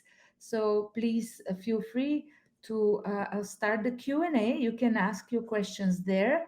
I know we have different sessions. So there's general chat, there's a session chat, and then we monitor both.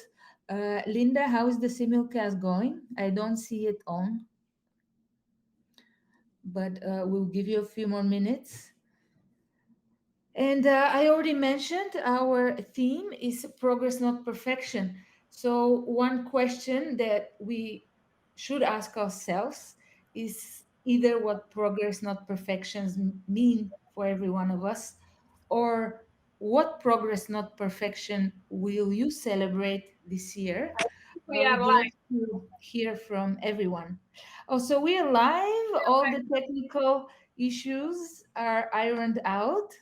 Mia, you have the stage.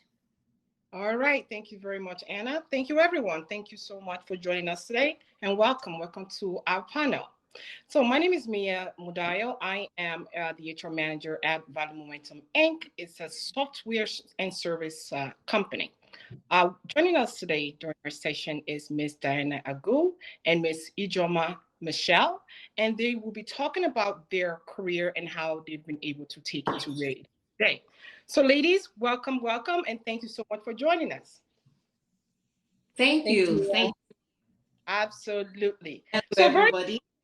Absolutely. Thank you so much. So very quickly, let's just kind of dive into it. We do have about 20 minutes allotted to our session today, so I'd like to kind of utilize that time as much as possible. I do have a few questions for both of you. So let's start, just like Anna mentioned, let's talk about what does the topic today mean to you? Solidifying your career in a diverse workplace. So tell us, by kind of taking us through your career trajectory, how did you start and to bring it to where it is today? And actually, that's a two-part question. The second part of the question would be, did you have a mentor, and how has that mentor helped you? Diana, we'll start with you. Okay. Thank you, Mia. Well, thank you everybody for joining. It's a pleasure to be on here. It's a great honor. I definitely appreciate the invite, and big well done to the organizers and all the previous speakers. I know taking time from your work or anything else that you're doing, it's a lot. So definitely appreciate it. So when I think about, it's almost like a three-part question, Mia. When I think about progress, not perfection, I think generally speaking, we all focus on the fact that, hey, don't focus on the big thing. As long as you're making progress, as long as you're hitting those sort of little milestones, you're doing great. When I personalize it to myself, I'll say, listen, celebrate every day, celebrate every outcome that you get. Sometimes it could be something as simple as an email that you wrote that made the way at work, cleared the path for a project that you were working on, help somebody else get something that they were looking for. Celebrate that. It doesn't have to be perfect. It's progress. And when you look at the bigger picture, it's about wherever you are, celebrate yourself, celebrate your accomplishments. You might not be where you want to be. You might think, oh, maybe, I wish I could be here. I didn't get that promotion, whatever it is, but just, celebrate it. And remember, it's progress, not perfection. When I think about my background, interesting background, I actually, I studied law and then criminology, and then I ended up in project management and the business management space.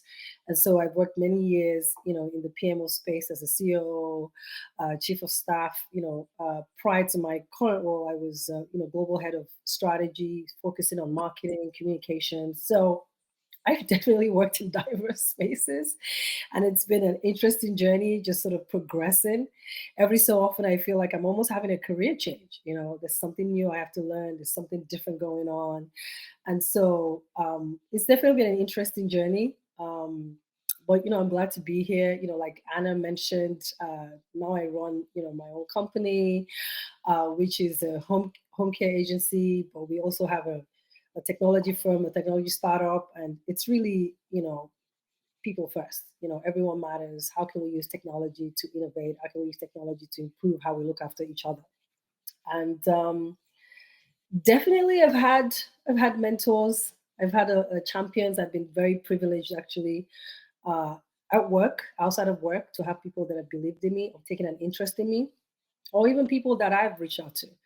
And so I would say that even in my sort of current situation now where I run my own company, it's because of the mentors that I've had that have really encouraged me and pushed me and say, hey, you can jump, you can do it. It's never easy to start out on your own. And now I run a little startup. It's a whole different world from when you work for a company. And I've just been blessed that, I've had a lot of mentors and allies and people that have just supported my journey. So it's a three-part question in one. I hope I did it justice, Mia. I don't want to take too much time, but that's Absolutely. Absolutely. Thank you so much. Ijoma, some question to you, please.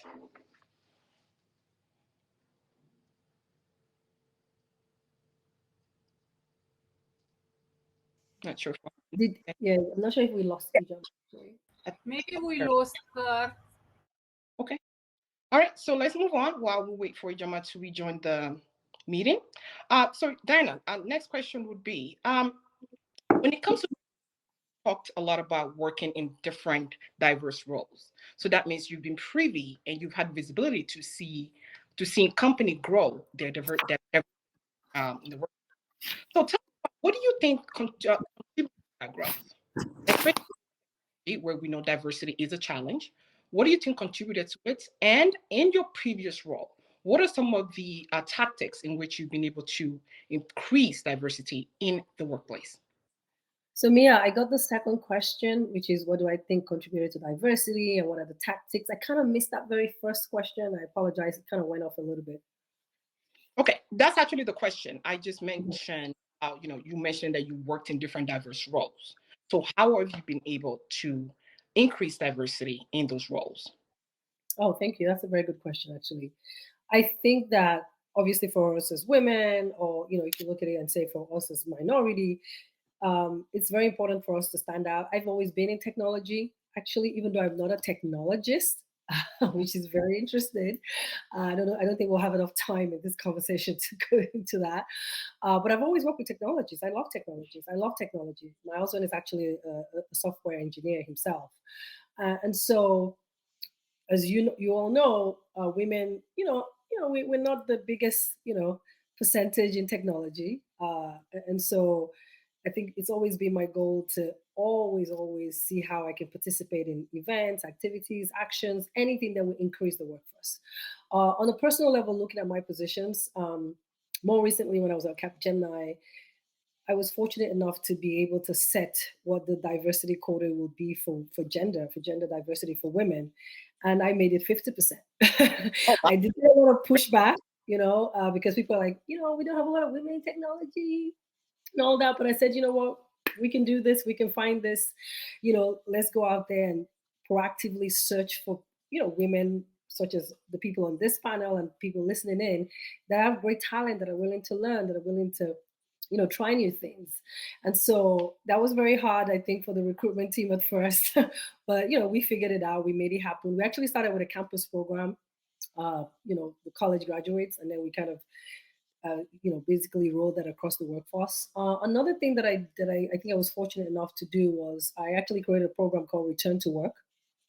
So basically, along the same lines of what you asked, how can we increase diversity? How can we make a difference? It's not just, oh, I'm here, I'm showing up, I'm speaking, or I'm giving 50%. We actually said, okay, if we have issues with women that have not been at work or women that have taken a break from work, what can we do to support them? Because in technology, as you all know, there's just so many technologies.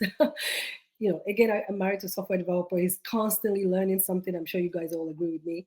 And so how can we help to empower women that maybe have taken time off work, due to maybe parental leave or personal reasons, and they're coming back to work, they may even lose promotion as a result of all that. How can we do that? So we actually created a program called the Return to Work. Capgemini Financial Services is very proud of that, where we actually offered free training for women. We got management to commit to training people for free. And after that, also making sure that they find places for them, they find roles for them, they find jobs for them. So maybe you took a break to have a baby, and you were a Java developer, but now you come back and it's all about cloud. How can we help you to train you, so that you know Azure and everything else that you're supposed to know, and Kubernetes, right? So it's something that I was fortunate enough to create and be part of before I left Capgemini last year. And there's many other programs that I've done, but I'll just stop there. I see Ijoma is back. Thank you so much. Actually, good to hear.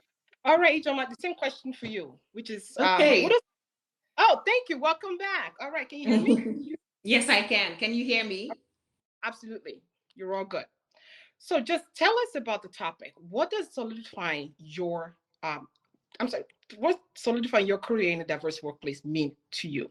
How has that impacted your career and to bring it to where it is today as the vice president of a major banking industry? So please go ahead. Thank you, Mia, for that question. And also thank you to everyone for joining in. I didn't start off as that title in my career. I mean, I always loved to meet people, get to know you, find out what your goals are. And I always had a passion for helping you create wealth and sustaining wealth. And that started off with my father, who in his early years was an investment banker as well. And I remember him going to work, coming back, telling me about selling shares and telling me to talk to my friends. And I would go to school and just talk to them about, hey, you know what? We could go sell newspapers and then use the money to buy shares. Or you could talk to your mom, you could talk to your dad. So it all started off from, a young age, and solidifying my career. I mean, I did start off saying, oh, this is where I wanted to be. But all I knew is that I wanted to own the whole process from a client perspective need. So a client can come today and tell me, hey, I want to, I don't know anything about money. I just need to manage money. I have no idea what it is. Now, instead of me just telling you, oh, you can put your money in XYZ, or you can save for the rainy day, or you can start off building credits, whatever it is. I wanted to own the whole package that concerns you. I just wanted to be the person you will think of when you have a need that has to be solved. So that was where my passion started off from. And then realizing the stages I needed to get to in the world where we are, where because of mostly what happened back in 2008, you can't just spring up and say, oh, you're talking this, you're talking that. So you have to be licensed, you have to be properly licensed to be able to speak.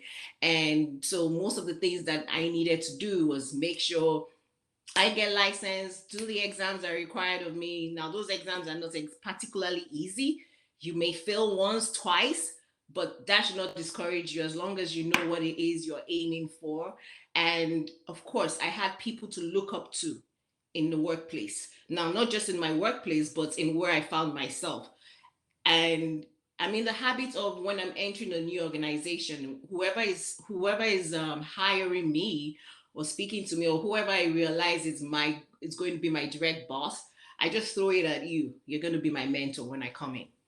just so that way you know that I'm ready to work, I'm ready to learn, and I go the extra mile to put an appointment, just set up something on your calendar to check in with you. And so that's me being intentional about growing, not just in that company, but in knowledge as well. I always sometimes like to go away from the fact that this is what I do. I always like to say, regardless of the company you find yourself in, who are you? So you have to find out who you are first, regardless of wherever you find yourself. So I am passionate about financial independency. I'm passionate about women having control over their finances. I'm passionate about people waking me up early in the morning or late at night and saying, hey, I have this question. Can you help me? Regardless of what organization I'm working with or regardless of where I am. So that's who I always want to channel myself as. And the same way I seek mentors, I also try to mentor people too as well. So I mentor for various organizations, and in my previous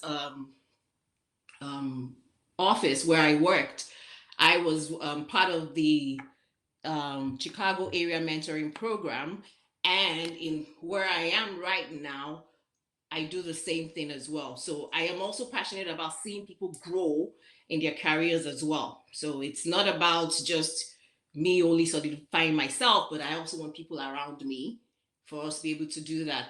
And then being diverse, being, solidifying yourself in a diverse workplace, all of us can say it's not easy at all. But the key is about being intentional. You also have to look out for those areas in the organization that you're looking at targeting or you want to grow into. And then once you're able to find that out, then you have to seek out people that can help you. You have to start getting allies within wherever you find yourself. It could be your supervisor, it could be somebody else outside of your team. You just have to start looking for ways to make networks internally, externally, whoever you find yourself with. That's another key to growing yourself in your career. Very good. Thank you so much for sharing that. That was great. All right. So you did mention, actually, both you and Dan mentioned something that I wanted to kind of just piggyback on very quickly. You mentioned competence development, the ability for continuous to learn. Okay, am I audible? Can you hear me? Yeah. Okay. You mentioned competency development. You mentioned importance of continuously learning. Yeah. I okay. You mentioned the importance of continuously learning. And I think that's great because you can have a role, but in order for you to grow in that role, you have to be willing to learn. So I kind of appreciate both of you, but for talking about that, because it's not easy to climb a corporate ladder without continuously learning and asking those questions, find those mentors. So thank you for sharing that. So the next question is, in the world of technology, Ijoma, this question is for you actually. You've been in the world about investment banking for a long time. So I'm sure you've worked with some tech companies. How does innovation, how does it help increase your, and how do you think, what is the future of technology in the world of banking and investments? Please go ahead. So in my role as a head of private clients when I was at United Bank for Africa, UB Capital, we usually used to just get trades in from clients through our emails. So clients would say, hey, we just want this, we want, and then we get it through emails. But I said, no, because one, if we have a target, and our target was that for each day, we should have at least more than 100,000 orders per day. Can we do it? Well, at that time we couldn't. So the only way we could do that was have it automated. And how can we do that? We had to launch an online trading platform. So that way, those trades drop into the broker's book, and it makes it easier than us getting it in email, filling out forms, taking it to the broker, process it, and all of that. And so we launched our trading platform called investnow.ng, and it was launched on the floor of Nigerian Stock Exchange. And that tripled our effectiveness, the client base as well. And of course, it opened our outreach. So we're only dealing with clients within Nigeria, but we then started processing orders for clients outside of the country. So that's like my first taste on how technology plays a long way in implementation in an organization. Very good. Thank you so much for sharing that. Thank you. All right. Then the next question is for you. You've mentioned that you played quite a few leadership roles. So tell us why it's so important for leaders to be interested in curating employees' development. Can you just take us through some of the things that you've done in the past and some of the things that you would like to do more in the past, in the future? Wow. Thank you. Always very good questions, Mia. I think that hopefully we all know this, but leaders, we play the biggest role really in employee engagement, employee development from a company perspective, just to be clear. Yeah. However, as individuals, we play that role for ourselves because we are responsible for our own development. But looking at it from a leadership perspective, I think it's key that leaders are interested. They pay attention. Nowadays, a lot of companies have so many programs, and so it's almost like those programs are running themselves. The good people in employee engagement or HR are kind of doing all the work, and the leaders are kind of just tapping in and tapping out. I feel like we need to pay a little bit more attention. And I think if we've learned anything from COVID, it's about the fact that, yes, of course, we can still continue to do great work while working in a remote environment, but also that we can actually continue to encourage learning in remote environments. A lot of organizations will prefer the face-to-face engagement and all that. Very good. Every sort of type of learning or training has its own place. But I think that encouraging employees or making sure that there's opportunities for employees to learn in a different type of environment, not just work. I think one of the things that we find now is people working 40, 50, 60 hours. Sometimes technologists probably agree with me. And then they still have to stay on top of technology and still know the latest technology and be certified and be aware. I think, for lack of a better word, we need to cut people some slack. We need to pay attention, take a step back and see how can we help people to get to where they want to get to without them necessarily feeling like it's a burden. People spend most of their time at work, but they still have deliverables. And I'm saying this from a personal experience, right? A lot of us, we start work very early, we finish very late, we're in and out. It's a lot of stress. I think leaders enabling flexible working environment. I think leaders really trying to make sure that there's opportunity for employees to be dynamic in how they do the training. A lot of people find that even when they're on vacation, they're like, oh, I have to complete this training. Or time they're supposed to spend with their family, I have this training. Are we just assigning training now just to show that, hey, this person has completed 40 hours of training? Or is it that they need to have that training and that we, provide an opportunity for them to be able to safely have that, to be able to do that training? So in terms of what I've done, I've been involved in a lot of things. I think from a training perspective, one of the things that we do is really try to, for lack of a better word, survey employees and just kind of see where they're at. Like, what do you want to learn about? What else, what's going on? Because we and I'll tell you why I said this. There was a training book, in quote. It was on a technology platform, but that's what we called it, that I was responsible for. That housed all the training in the organization. And, we were supposed to refresh that book and make sure it was, current. But at the end of the day, I'm not a cloud architect or, software developer. It's like, I can just look at what the industry is saying, but what do people want to learn? What are people interested in? Where do they have the time to, so we definitely use surveys. We've used a lot of open forums where we're able to have face-to-face to find out like, hey, what do you want to learn? What can we do? I've really facilitated a lot of that. I've used even our HR colleagues in their conversations. We've used a lot of leadership forums to just really engage with people and kind of find out what they're interested in. We've basically, I think, and I'm speaking particularly even about my previous role, made sure that we got managers to use that time. And that's another thing. And again, like I said, there's just so much we can talk about this. Our managers having one-to-ones with their team members. Someone's like, there's no time for that. Ijoma mentioned earlier about how when she starts the job, she basically says to her manager, hey, you're my mentor now. And then she proactively sets that time. But the truth is, you can do that. A lot of leaders may not have time. And it's easy to give up. So that's why I started to say managers need to be interested. and pay attention. That's like it's a word that, you can interpret in any way. You need to really pay attention, whatever situation you're in, whether you're a VP or a director or an MD or whatever, you're just a regular, a single contributor. Make sure that we are paying attention to other people and see how we can help. It's not just about loading training onto people, but I've been fortunate enough to, participate and assist in creating a lot of training forums. But I think the one that I'm most proud of more recently is the work that we did with Positive Planet, with Anna, and I think Ijoma is also part of that.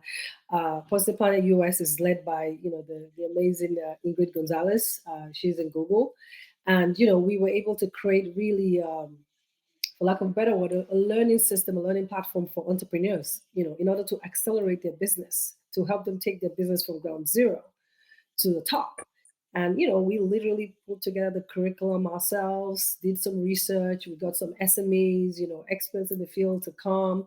I think even Ijoma came to talk to us about finances and wealth building. We just wanted to give people a different flavor of running a business or how to start a business, not just something that they could just go find online or on the internet or do it by themselves. So the list is long, but I think it's important to just be interested. I found that when I've worked with my other colleagues, when I've mentored people, I always ask them, what do you want to do?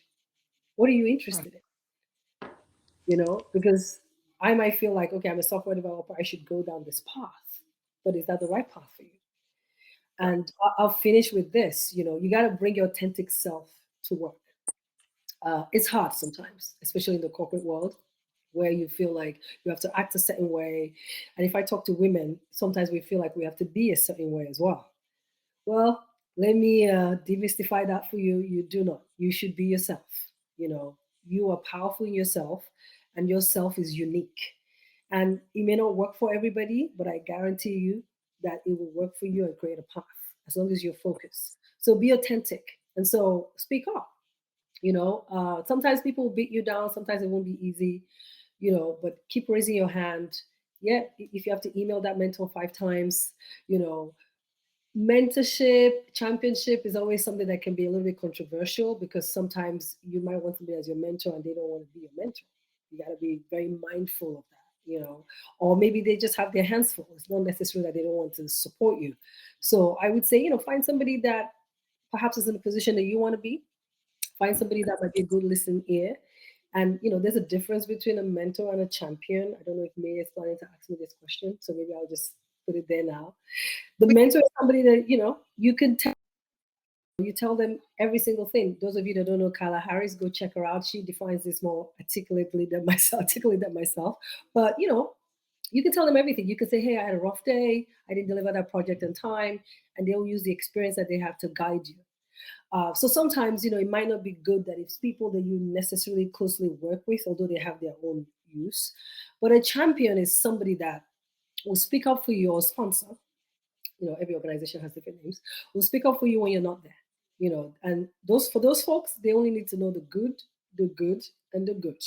You gotta sing your accomplishments. You can't go to your champion and say, you know what, I was supposed to deliver that project on the 5th of April, and we're only 80% there.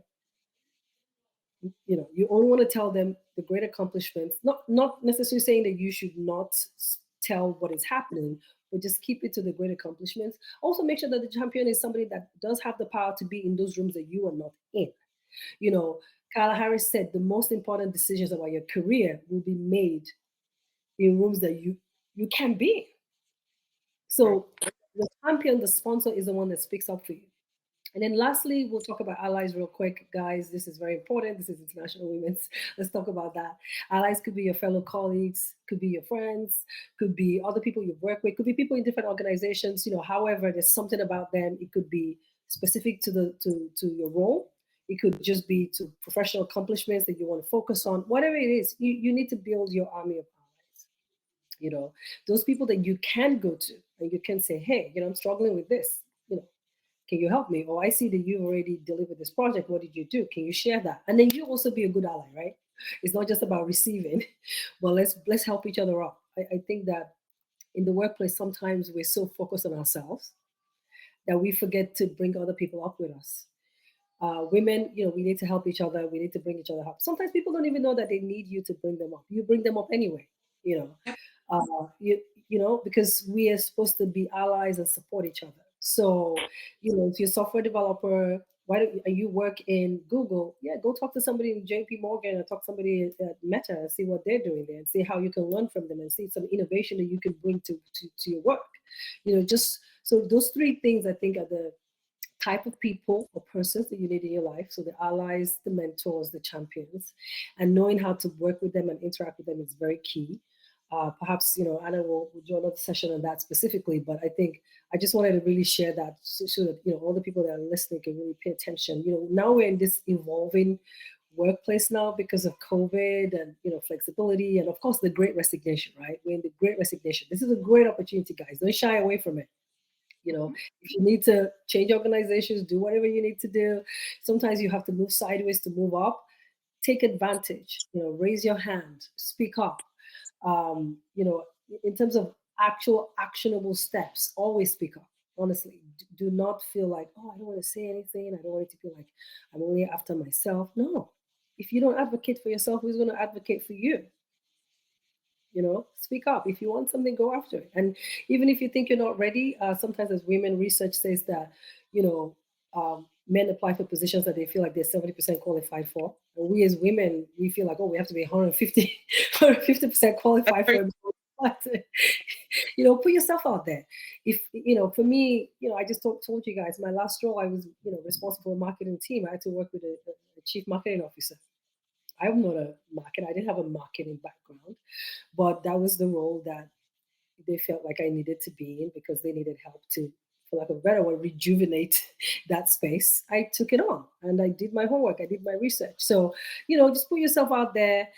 Make sure that you are, building that network, even if it's your network of allies in the beginning, engaging with people. Now I know that we can't maybe meet everybody all the time. Yeah, set up a virtual launch day, set up a catch up, just connect with people. Don't be shy, just really try to put yourself out there and see what else you can learn. Back to you, Mia. Thank you so much. Thank you for actually sharing champions and mentors. Thank you for answering that. All right, this will be our last question before final thoughts. And our last question is for Ijoma. You ready? All right, so I just wanted to kind of, pivot on some of the words that we've used during this session. You talked a lot about being intentional about your career. You talked a lot about being interested in what you're doing. Ijoma, you really dived into it, especially the world of banking and investments, how you got it from your father. So you have that interest. Has there been any time when you felt there were some growing pains that how do I move this to the next level? Now, Diana just talked a lot about mentors and championships. You also mentioned having managers and saying, hey, you are now my mentor. I'm sure, now I'm not speaking for you. Did you always have managers that were willing to be mentors? Okay. And, right? So if at that time you did have a manager that was just interested in you doing some good work, how were you able to work around that and turn that opportunity into a champion for you? So please just give us just a brief history on that. Okay. Thank you, Mia, and thank you, Kemi, too, for Anna, for sharing the ally, the champions. Those are good terminologies to note as well. Yeah, I said starting off, just growing up and learning from my dad and what he did regarding advisory. It was just something that I just enjoyed. I love to meet people and I love to talk. So I just incorporated. So maybe that's why it's not exactly, how will I put it? It's not hard for me to just come into. But then with the kind of role one is doing, there are also challenges as well. And one of it was what I mentioned earlier, which is getting licensed, in quotes. You have exams you need to study for. You can't just come up there and say, oh, this is what I represent. You have to make sure that you go through all of that. And part of the challenges too is if you're not prepared for it, if you do not study, you're gonna fail. And so I'm being open that I did not pass those exams at first go, and it did not deter me either. Because it is what I wanted and because I am being intentional about it, I went back and I stirred it. So that's the thing about most of the things that we want to achieve. We may try the first time, may try the second time, it doesn't work out, and we say, oh, you know what, let me just go on and do this other role or do this other career that doesn't take much of my time. And you get there and you see yourself kind of wanting because it's not something you love to wake up to, and you then not have the intention of getting through the day doing it. So with that, after getting my exams, I remember whenever I pass any exam, I'm so excited. It's almost like as if I had just won the lottery, and I'm taking the kids to go eat sushi because we want to celebrate. They've seen how mom is always studying. She's not going out to have fun with them. Those were the days of sacrifice. And then with my bosses, I've had a few bad bosses, with no disrespect to bosses, but I've also had good ones. I've been blessed to have good ones who have really been interested in me. I've had people call me up and say, hey, can you do this? Oh, because so and so called you in the meeting. And that's what I wanted to reiterate, what Diana said about conversations that are made and you're not in that room. Somebody is speaking on your behalf. So I've had people call me and say, hey, this conversation is being said about you here. We want you to do this. So Diana was right. You may not have these guys available for you, okay? And that's where we're saying be intentional. They may tell you 2 o'clock doesn't sound fine. Doesn't mean you would say, oh, okay, thank you. You can say, oh, I do have 5 minutes. Just give me 5 minutes at 4 o'clock or whatever. I mean, if it's important to you to speak to that person, especially if you see that that's your next up in your career, then you should go for it. And also, even if the person doesn't want to talk to you physically, you can send an email. You can just say, hey, I just wanted to know what your thoughts are concerning this. And then try to always, in quotes, brag.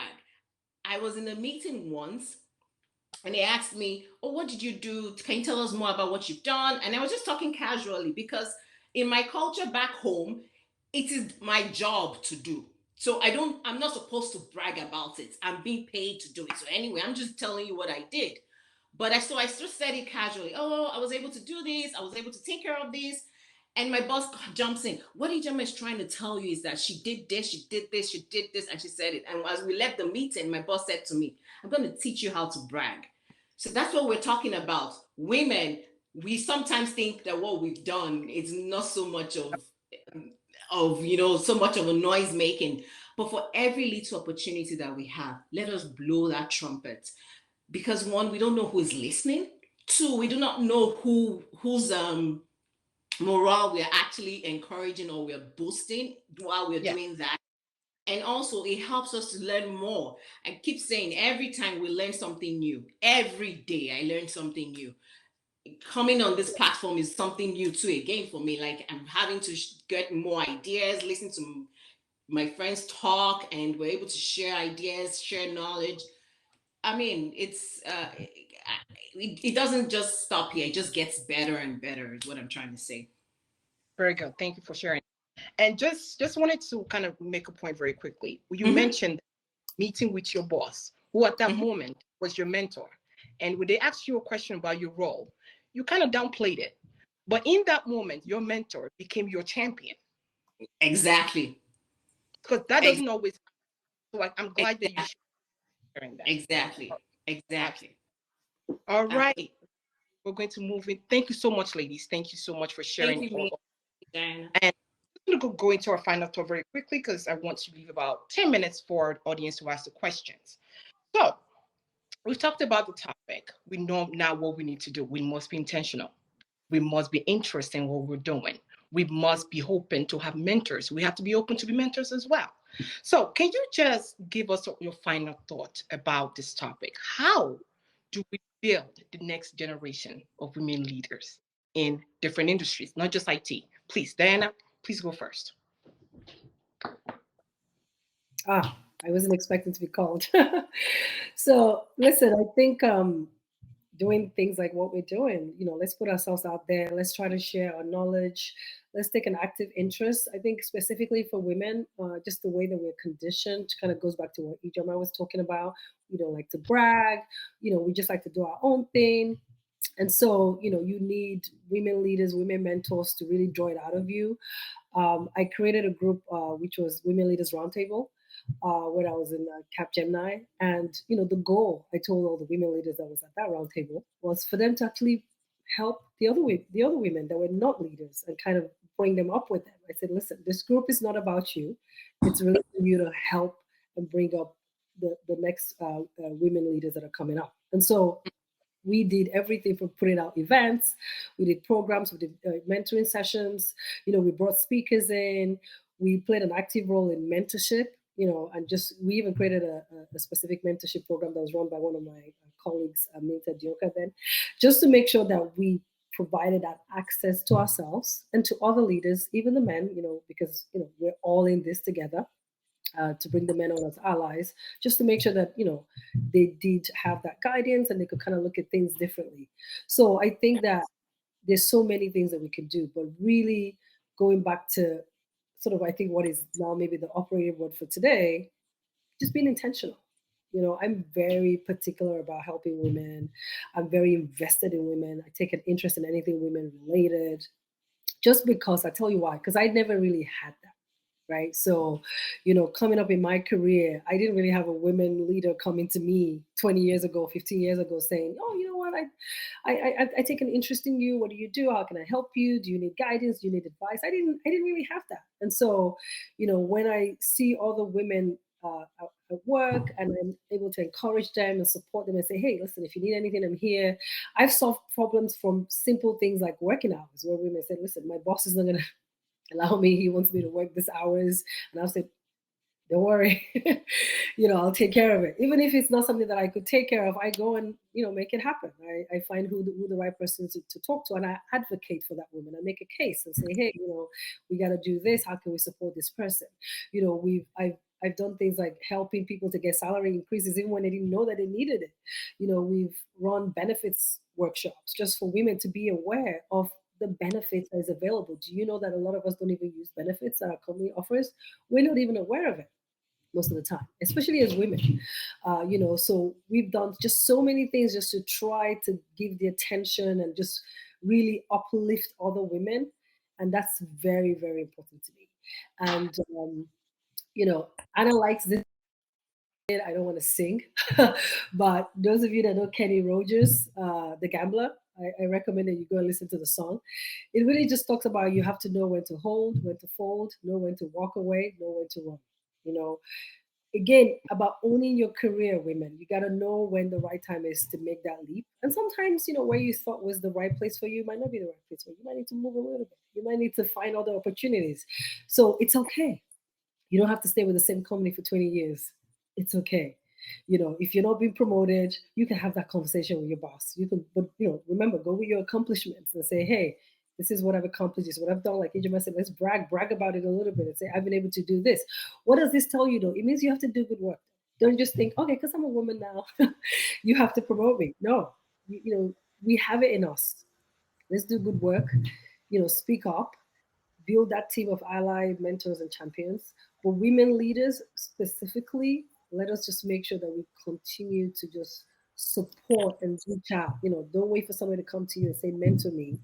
Why don't you step up and say, hey, I'd love to work with you. I'd love to support you. Can you set up a one-to-one with me? Let's start with once a month. Let's, take an interest in somebody. Seek people out.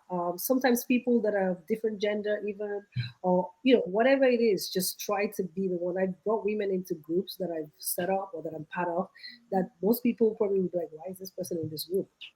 And they were the best addition ever to that group because people didn't know about them. So I think that's some of the things that we can do as women in this. Awesome. All right. Just any fun like share with us before we go to Diana, we didn't hear the song. I tried. Try to stay dignified. I keep singing it to myself. Yeah. So I just wanted to piggyback on what Diana said, and we borrowed the word today, which is being intentional. But I also wanted to add, in the workplace too, there are learning pathways that you may be able to have access to for courses. Even if you're not working right now, there are free online courses. There's Coursera, you can link onto for you to get knowledge on anything that you may find interesting. Diana mentioned benefits too at work, especially women with all the things that we go through. Companies give now mental health days. You have to find out what your benefits are as well and maximize it. Sometimes my team will come to me, talk about something happening or something that is not going according to how it's supposed to be. And I just say, step away from your desk, take a walk. Just walk away and then come back to it. And that helps me a lot too. If I find out that I'm working on something and I just find myself going in circles, I just get up, just take a walk, go and do something else and change my scenery in quotes and then come back again to it. So that can help us too, because even with the way we work from home as well, we find ourselves juggling other things. If you're home and you're with your kids, something must definitely come up.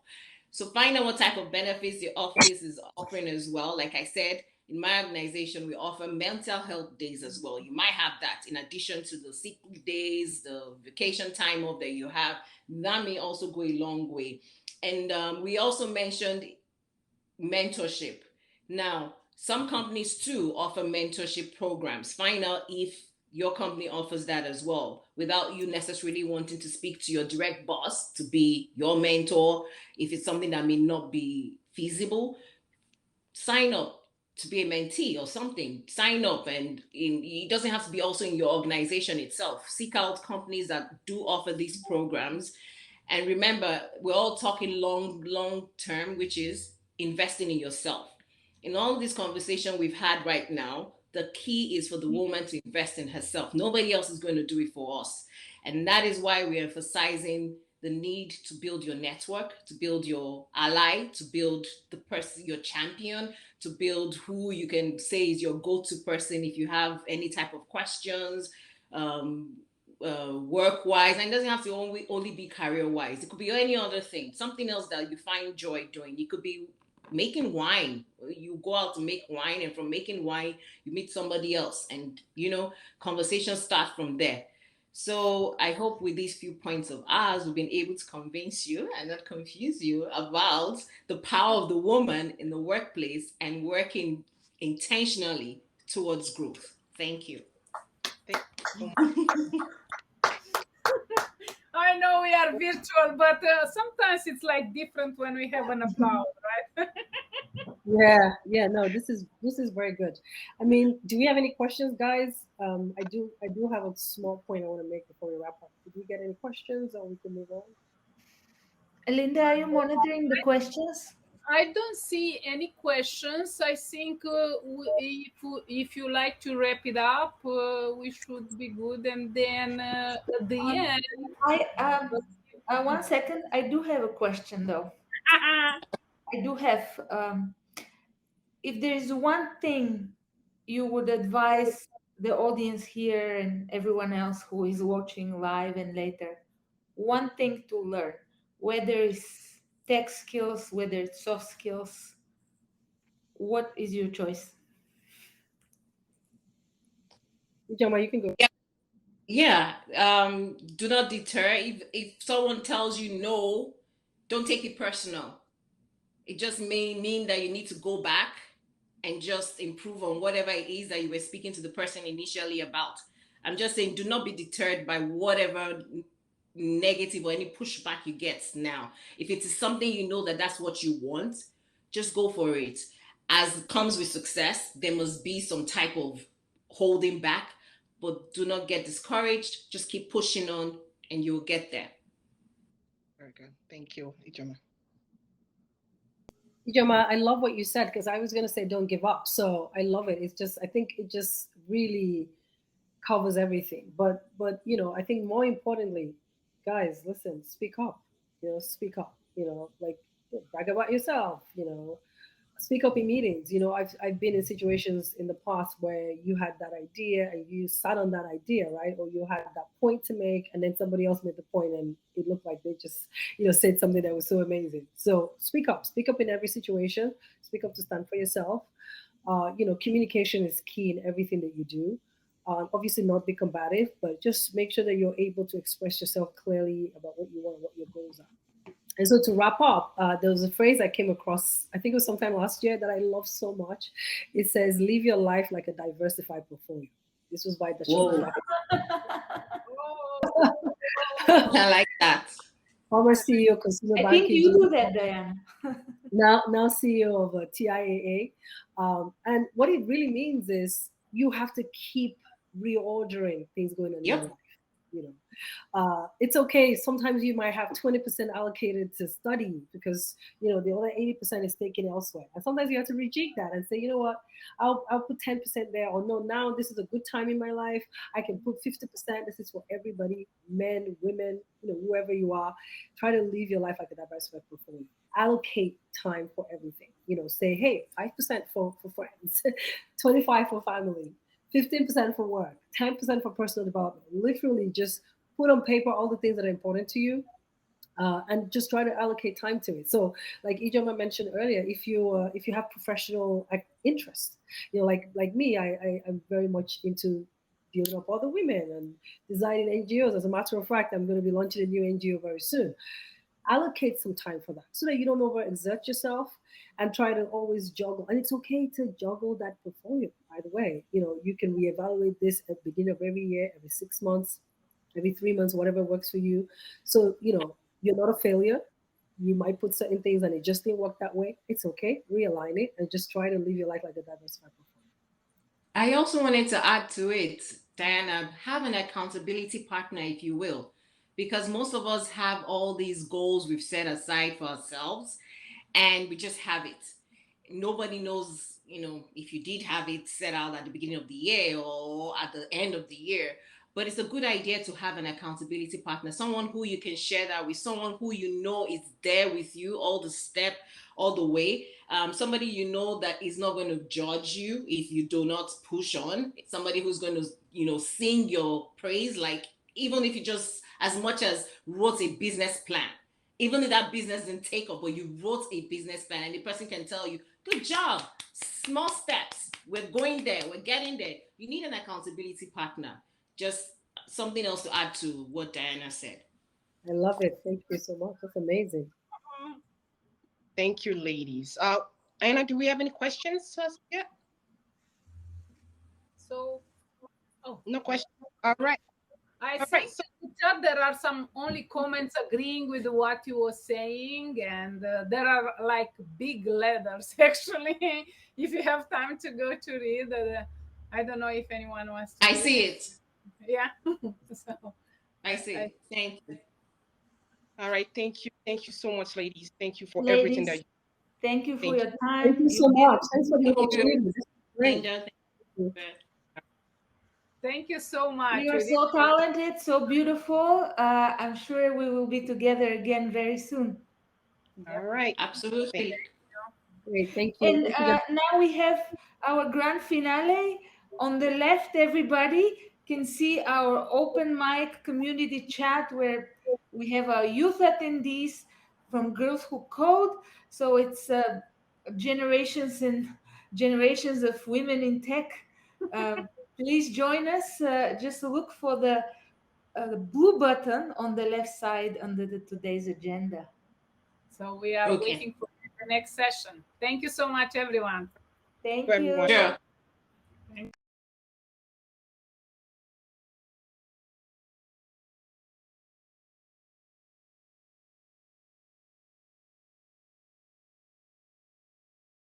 Coordinating.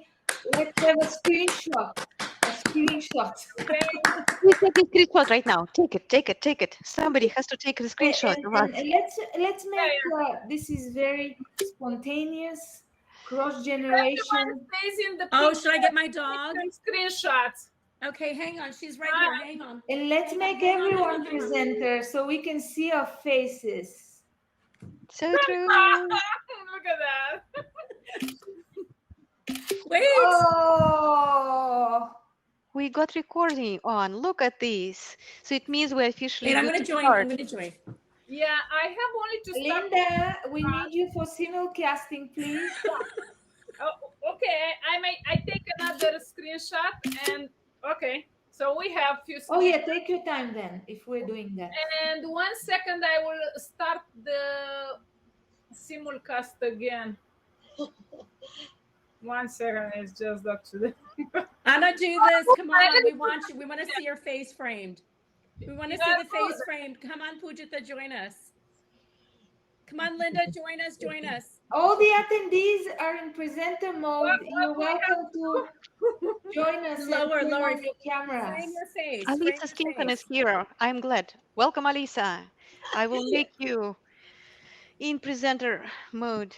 I'm so glad you are able to join us. Look at this. And Cindy, thank you, girls, for look at this. You are so Yes, sweet. everyone is presenter for the grand finale. Second, I'm trying to figure out now the YouTube channel. I will die today from all this YouTube channel. Okay. It doesn't want to go with that stream. I have to create a new one. Just 1 second. I need help. For some reason I see yes, Juliana, you have presenter mode on. Please enable it. Go live. You should see a little mic and camera icons to your name. So this means you can be on with us. Yes, Cindy, you have presenter mode on. Please enable it. I'm just going one by one. I'm so glad to see you guys. And I don't want to miss any. Where is... Of course, you also have to give permissions to your browser. Chrome is better since this is Google compatible platform. Okay, Juliana, presenter mode on. Who did I forget? Where is Alisa? I think we are live. Can somebody check the... Yes, I can see the button is red. It says we are live. Victory. Yay, Linda. Oh, the twin girls the are here. twins are here. I really wanted an update since we had technical difficulties. They were going to do an NFT of attendance. I know we did all kinds of NFTs today, and we have that one. And hey, twins, were you able to join the collection that Alexis created? You are muted, only so you know, we cannot hear you. All right, I'm not muted. All of us, but... Can we unmute them? No, I'm unmuted now. Yeah, I was on of Go We Transact .live, but it took like I think 10 minutes after for like the I guess it was like a note or Flutter notes or something that showed up. Yeah. Any logins, I have to actually like turn you on. So I think I turned it on after because I got busy and my bad. Yeah. So I was like waiting to see it. I was just like, maybe it's taking some time to load. But yeah, I do see it now. You have it now though? Alexis, I think this is the very people you want on your platform. Gross. Yeah. We can do so many cool things. I'm very excited. Yes, yeah. We're waiting on the POAP claim links. Yeah. I'm sorry, what are you waiting on? Are we good? We're waiting on the claim codes, so like that way they can be redeemed each one, because you can't just send a link. You have to send each participant a claim code, so they can, and they just click on the link, add in the code that they are sent, so they can get the POAP. Yeah, it's a free NFT, and it's on a chain, like much more environmental. Yeah, they're like friendly. popular for scavenger hunts. That's actually how we got started. That's how we got started. Like one popular crypto. That's how I got the Adidas NFT. Yeah, that's how it was from a free NFT of POAPs. Yeah, we were doing a scavenger hunt in Miami, and I was definitely sunburned after 20 minutes walking around in Wynwood, looking for clues. To get these POAPs. On Twitter, looking for clues on Twitter. But yeah, these POAPs are a great start to the NFT journey. It's So great let's to have explain everyone. what those Go ahead, I'm POAPs ready. are. It's I'm just not sure myself. So we have here Fujita and the girls who code, and Yulia and Madonna and Ruchi. I had the presentation for all the people on the stage, but I cannot, it doesn't go. When I share my screen, it doesn't go. It doesn't let me share my screen. Oops. Do you see my screen or shall I stop sharing? Just 1 second, so I share the slides and then I will hand it over to you. Okay. I think here we are. So who is doing the introductions? Fujita is our moderator, I believe. Ruchi desired to speak. Madonna is here with us, so you can start in any order. Actually, Yulia is the moderator presenting the young the girls who code. Fujita, Madonna, and Ruchi are then, let's say, To be interviewed, yeah. exactly the one to be there. And the person was meant to be catering the young female and the youth in the audience, because again we need to continue also nurturing like the next generation of professionals and developers of the next generation. So again, I just wanted to thank again Fujita for joining like at 1 a.m. in the morning right now. Thank you so much for joining. And she's again a Georgia Institute of Technology intern. We also have Madonna as an Android engineer, an Android GDE as well. So that's amazing. And Ruchi also founder of Mona Media. And again, these are the women who will be leading this discussion, but is an open mic, meaning anyone else can join also and chime in as well to the questions that we're going to be opening up. But this is meant to be very community centric, very colloquial, very friendly. So everybody's welcome to chime in as well. So thank you everybody for joining. Thank you, Roman, for the introductions. Yeah. Thank you, Roman. By the way, it's all yours, ladies. Go. Yeah, I apologize, Julia. I didn't know to add you to the slides, but you can introduce yourself. Okay, thank you. And I will start with the introduction of Girls Who Code, or Newburgh in specific initiative, because we adopted the curriculum from Girls Who Code initiative, and we are going beyond and above of this initiative. So let me let me present our club and the youth who is already there. So please enable your presenter mode to be heard and seen. So you're welcome to join this panel of amazing women. And thank you, Roman, for assisting at the back end with all things logistics. So please meet Newburgh Girls Who Code. Please meet Hudson Valley Can Code. It's in America, it's Hudson Valley, New York. And you can see our amazing girls right here. Okay. How can I switch it? Maybe it's just coming slow. Oh, yes, it's coming too slow and then too fast. So we're glad to have this initiative because we were learning together. It was an amazing journey for all of us. And we were learning not only technology skills together, but also wearing entrepreneurial hat, business, creative hats. And you can see all these foundations we've been through together as a team. So this initiative is already 3 years or maybe already 4 years old, and I'm so happy that our girls were practicing sisterhood, code, and impact. You can see the real photos from the community. That's what we've been doing so far. So what did we learn as a group, as a Girls Who Code initiative in the Hudson Valley in Newburgh, New York? We learned hard skills and soft skills. We learned teamwork, time management, confidence, communication, storytelling, mindfulness, and to be creative and playful. Also, we learned functions, conditions, variables, loops. We learned Scratch. We learned a little bit JavaScript, HTML, CSS, and we are through Python right now. So I'm glad to introduce specific girls, those girls who are attending.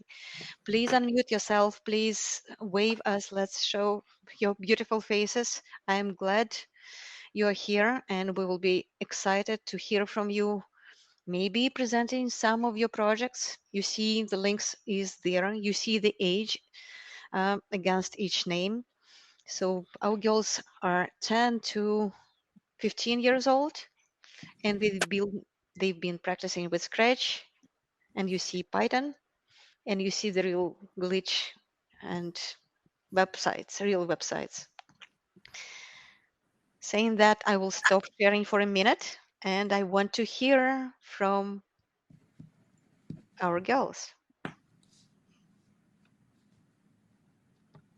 Do we have anyone here who can unmute themselves? Yes. You want to say 2 words before we start with the questions? I put you on the spot until others feel more confidential. Anusha, Cindy, Alisa. I see Cindy. Sophia. Sophia is joining us. Sophia, please show your beautiful face. Unmute the mic and the camera. You can just say hi and say, I am from Newburgh Girls Code Club. It's okay and it's enough. Hi. How old are you, Sophia? I'm so glad you joined. My name is Sophia and I'm 12 years old. And she's amazing. She's an amazing hacker. Awesome. Cindy, unmute yourself. Show your beautiful face. I'm so glad to have Cindy with us. Alisa, whoever is ready. Here's Cindy. Hello, Cindy. Hi, how are you? Girls Who Code Newburgh, New York. Hudson Valley Can Code and beyond. Look at this. Thank you. Do we have Alisa here? Can you unmute yourself and wave? Anusha, say something. Hey folks, happy to be here. My name's Anusha Mehar. I'm one of the co-organizers of the Newburgh Girls Code Club, wellness disruptor, cultural producer, writer, and very grateful to build with all of you wonderful folks. From the sanctuary. Thank you. Thank you for sharing. Anyone else want to say hi from Girls Who Code? You are welcome to share your project if you want to showcase, and then we will switch to the panel. Too shy? It's okay. I think we put them on the spot, that's why. Yes, I see. Yes, sorry about that. And if so, help me. Hey, any Newburgh Girls Code Club girls here, remember that part of our work is sharing and building with one another, not only the coding projects that we work on in the classroom. So really take this amazing opportunity to introduce yourself. You never know who you might connect with. Would love to hear from you all. But today specifically, we know who they are connected with. Ruchi, you are muted. If you are talking, we cannot hear you. I see you are. Girls, my name is Ruchi. Hi, I want to just share with you that I have 2 girls, very similar to your ages, maybe slightly older. So please don't be shy. Sharing is caring. So just come and join our platform. You're going to have a lot of fun.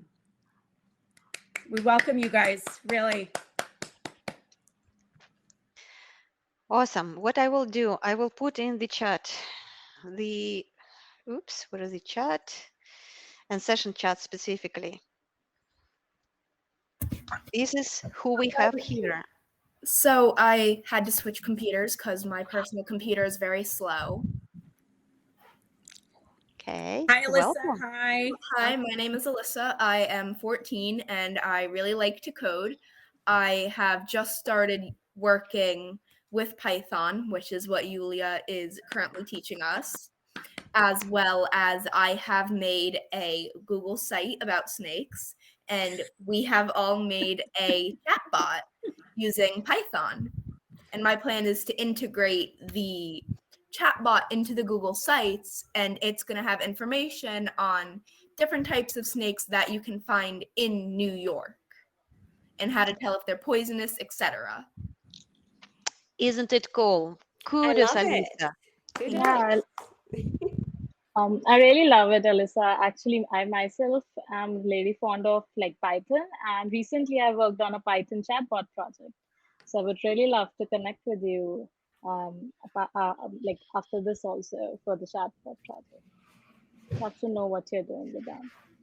Sophia, would you like to say a few words? What are you working on?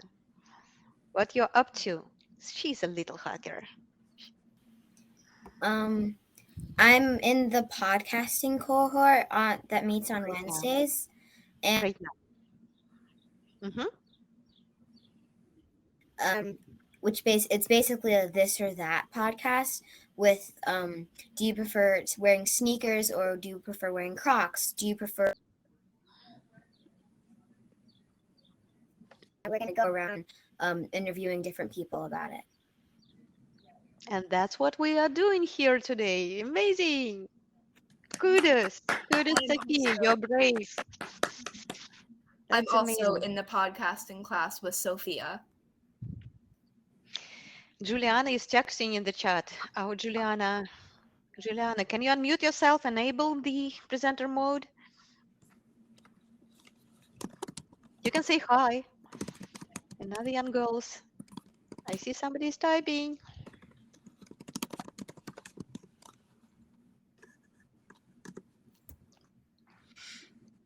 Juliana, try to enable it. Podcasting is a lot of fun. Yes, it is. So we will have a chance to practice. Today we have special questions. Everybody an invitation to be a presenter, so you will have to accept it in order to be able to unmute yourself. That's great. Thank you for assisting, everyone. And we have a few questions prepared for the panelists. Maybe it's a good moment for panelists to introduce themselves once again.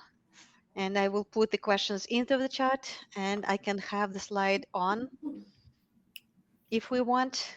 But I would love to see girls asking those questions and then to open the mic for everyone. So let me start. Hi, girls from Girls Who Code. Nice to meet you all. So my name is Pujita Garg, and I am a recent graduate, a computer science graduate from India. And I'm also an incoming master's student for this fall. So I've always loved technology and especially computer science and like working with different kinds of technology, like you mentioned, like working on chatbots, like using different languages, JavaScript, Python. So learning to know that your community is actually focusing on all these different variety of languages as well as technologies is really, I really loved it. And yeah, nice to meet you all.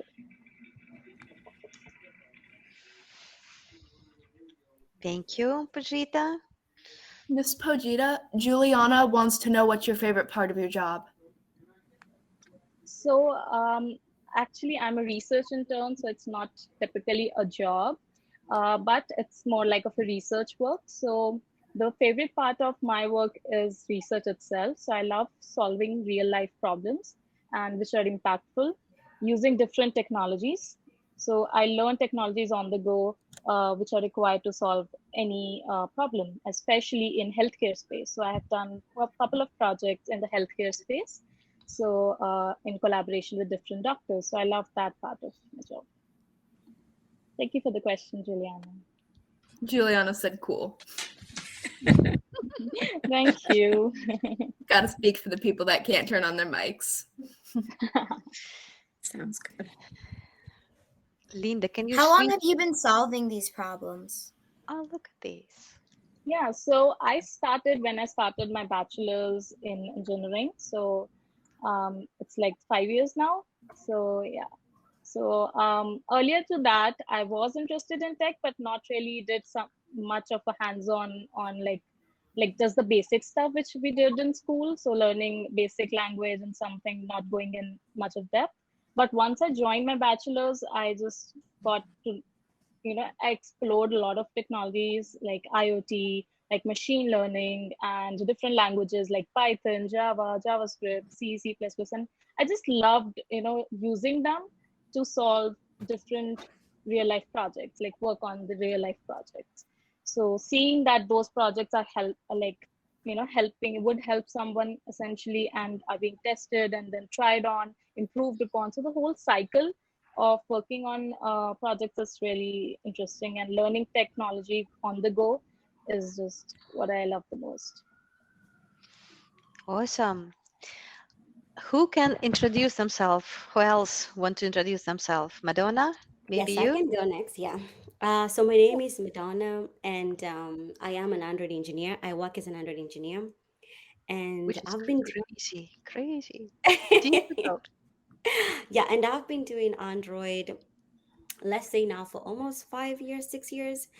And one thing that I would like to say, because of our audience today, is I never started my career wanting to be like an Android engineer. I started my career, not my career, but my dream was to become an aeronautical engineer. I really loved like understanding how the planes worked or like how they were flying. But then something changed in me and I decided to pursue software. And when I started software, I started as a junior Java developer. And over like 1 year, I discovered that I didn't actually love doing Java with what I was doing, which was more like building inventory systems. And I decided to look what I can do with it. And I actually had a nice phone, and I was like, how do they make these apps? Like it was pretty intriguing because I think to me, what I've always been interested in is I'm very curious, and I think my curiosity has always led to me finding out how things work. And I decided to dig deeper into my phone. Like I had a Nokia and I was like, what? I see apps here. And I remember the first app was a snake. I don't know, we have a nice theme of snake today, but that was a very famous app, like a snake always like eating. And I was like, how do you Yeah, make an app? it's still a So I pretty was very, popular game. it is very popular. And that's what made me start researching what I can do. And then I learned actually that I can use Java to build Android apps. And that's how I got into Android. That's how I've been building Android. And that's what I do right now. I'm also a GDE, which is more of, thank you, Juliet. Explain what's it. Yeah, so GDE is Google Developer Expert, which is a title you're given when you give back to the community a lot. So I've given back to the Android community a lot, and that's why I got that title. And I like it. I cannot say I'm an expert myself because I feel like every day there's new things to learn. So if you're a learner, somebody who loves learning, try mobile, try Android. It's super cool. I love it so far. That's me. Awesome. Can I ask Ruchi, what was your personal career journey and why the road is less traveled in tech for women? Absolutely. Hi, I'm Ruchi. My name is Ruchi Kunsel. I am a first generation American Indian. I grew up down in Maryland, and academics was very important to my family. So that's why my parents immigrated here. But my favorite subjects in school were math and astronomy. And I remember going to camp when I was probably in 8th grade, although I started programming in BASIC, which you guys probably don't even remember, back when it was on the Atari 400. So I was gaming very early, and I started coding like very, very early, on both the Mac 2 SEs and the Atari 400, playing Sega games like Pac-Man, which is kind of like your Pokemon, and doing a lot of fun gaming. So I've gamed all my life. I think it's probably been because there's a thrill associated with it, and there's a lot of fun, and it's connecting with people, especially when the 3D games came out. So I got into tech as a result. I did computer science from University of Maryland, and I was probably one of the very first computer science enrolled so-called engineers in the department. And I decided to make computer science fun. I was coding in BASIC. Went in my earlier years in high school, and coding in C and C++ when I entered into college. And throughout my journey, you know, I've been coding a lot up until recently, where I'm doing a lot of data analytics. I'm a customer success engineer, and I basically evaluate products, and I work with medium to large size clients to really give them ideas about what you can do with different types of products like the iPhone, which I'm sure you're familiar with, what users don't like, what, you know, what is successful, what is not successful. So that's kind of like, you know, overall, but some of the fun projects that I've worked on are, I helped build the Tickle Me Elmo applet for Sesame Street. Sesame Street. Yes, and I started my career at IBM, doing some federal aviation administration testing. So, you know, looking at like these really boring monitors and trying to understand how to not make two planes crash. So, you know, I had to learn how to really figure out how code works and how we can do simulation programming. And then I have grown into a lot of different career paths. You know, my interest was always very creative, and I landed up opening up my own company called Mona Media, and I have consulted to Google. I'm currently working with Apple, and I love it. So I'm so happy to be here with you guys, who are such a wonderful, wonderful group of women. This entire conference has been such a pleasure to be part of, but I'm happy to talk to you about anything, do a share. And What's the business that you started? What's it about, the Mana Media?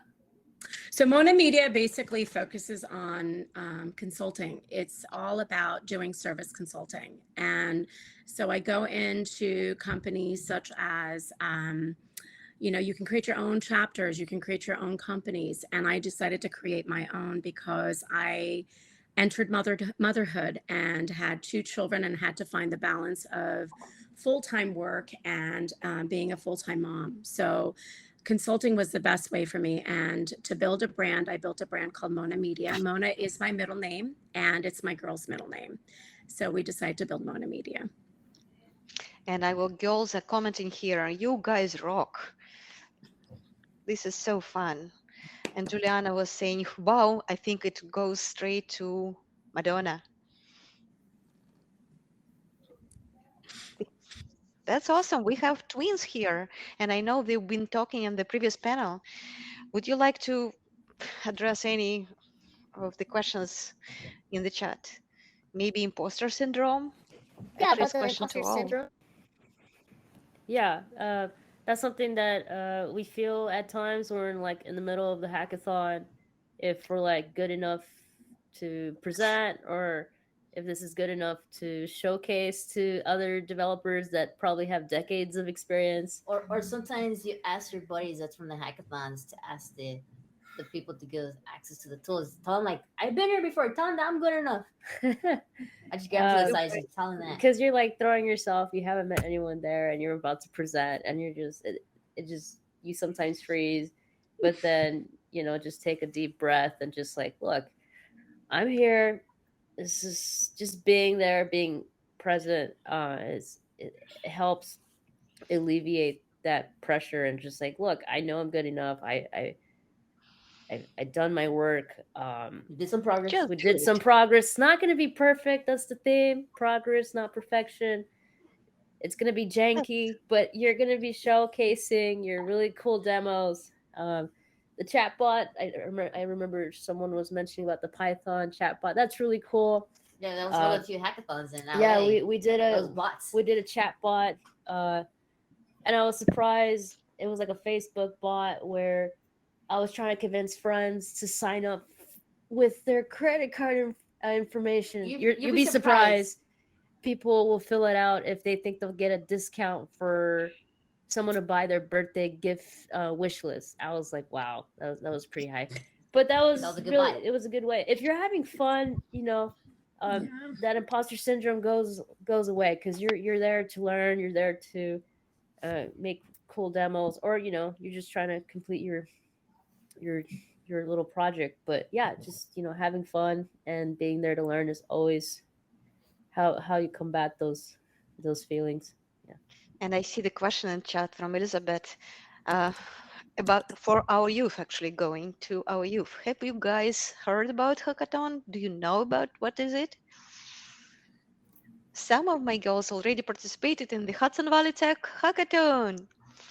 The Yeah, only nice. My rule as a woman in tech is always present. Maybe my hack isn't ready.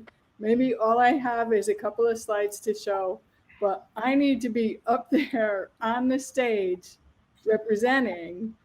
And, you know, maybe it's not really a shot at first place, but I'm still gonna show what I did, show my creativity, and be seen and be heard. So that's my rule. Always present. Just take that time, take that shot. I mean, One if thing you're that gonna judges decide, right? Don't decide for the judges. I'm sorry, go ahead. Yeah. I mean, if you're going to spend so much time, you might as well present. Like, don't spend like 3 months on a project and then never show anybody it. Here's my Alisa, right here. Yeah. I also want to add for the imposter syndrome, like one of the main reasons for having this feeling of imposter syndrome is also when we like compare ourselves or our journeys with our fellow mates or our team members or something like that. So in that case, always, and we think that okay, we don't belong here, but they do. So sometimes this competitive feeling is what leads us to have feeling like an imposter for that particular platform. So in that case, always remember, reflect upon your own struggles, your own journey. Always remember that, you have done a lot of hard work to be there where you are. And always think of this as an opportunity to learn from your fellow mates. So if you think that they know more than you, then okay, then learn from them. That's the best opportunity for you then. So I think it's a very psychological thing, and the cure to imposter syndrome is also psychological. So you need to, change your mindset at that point when you're feeling like an imposter. I also feel like I have the imposter syndrome all the time. And so when you're young, like, when you're at your stage, it's very natural, especially if you're going to a hackathon. But my rule is just partner up. Like today, seeing all of you being part of the conference today has made me feel even more comfortable. I'm probably so new to the GDG organizing committee, and it's been such a pleasure working with everybody here. But I feel that partnering up with your peers, your mentors, your teachers is very important, and that'll eliminate a little bit of that feeling of like and turn it into I can do it. So definitely convert that energy into that. And Can I also add? Oh, sorry. I wanted to just add a little bit. I know a lot has been said. What I wanted to say is, I like to just put this phrase out there: is that you got this, and you can do it. I love you got this, and you can do it. Yes, well said. And I see the comments in the chat. Sophia, do you want to unmute yourself? Would you like to participate in hackathon one day? I think Alisa will take this opportunity. She will not miss it. How about others?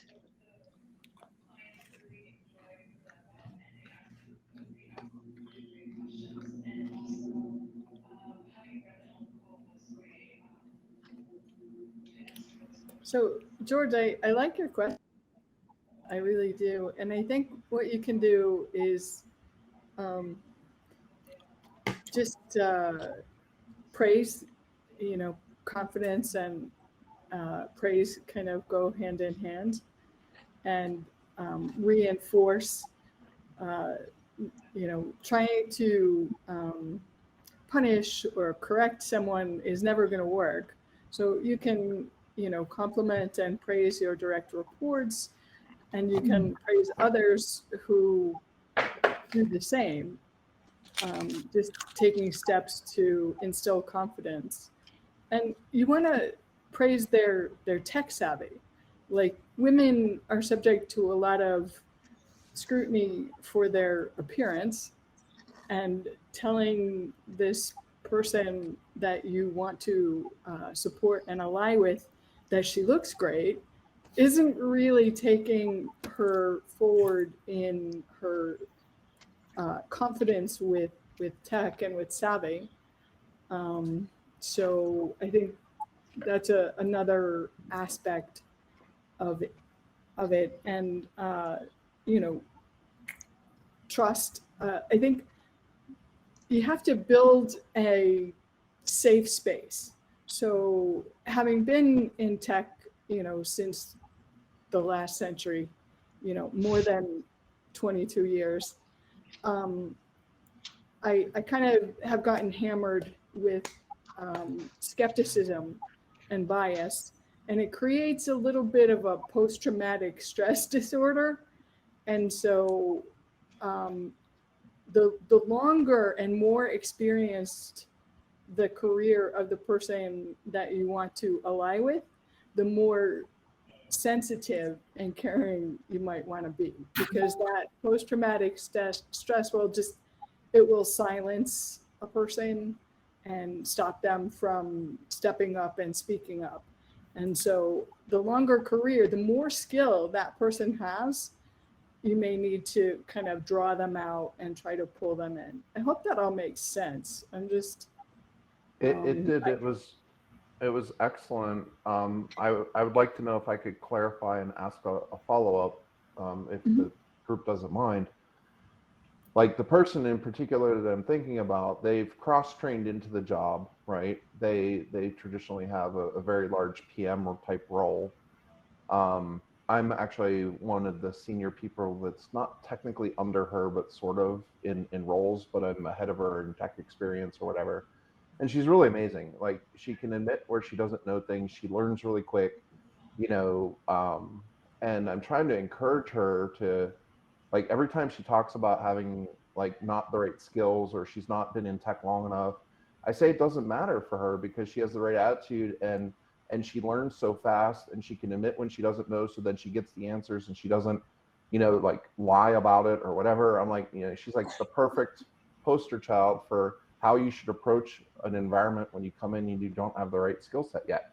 And I use the word yet intentionally, right? Because I have no doubt that she has the ability to do so.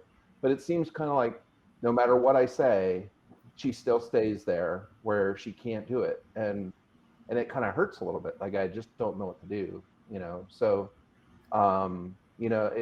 it's and I've been a diversity ally for many years, and I really encourage people. But again, I'm kind of that majority, right? So so yeah, those are really good points. And what I can suggest is small groups are more comfortable and safer. And you can offer, instead of contradicting her and telling her she's trainable and she can do it, just say, maybe we can spend some time, maybe we can schedule some time and go over it together or in a small group to create that safe space that I'm talking about, that safety and that trust. She'll build that with you, and then that will reflect in her confidence with others that you work with. Great. Yeah, I want to kind of echo that too. I think these are really great questions, George, and I think what Elizabeth has also mentioned.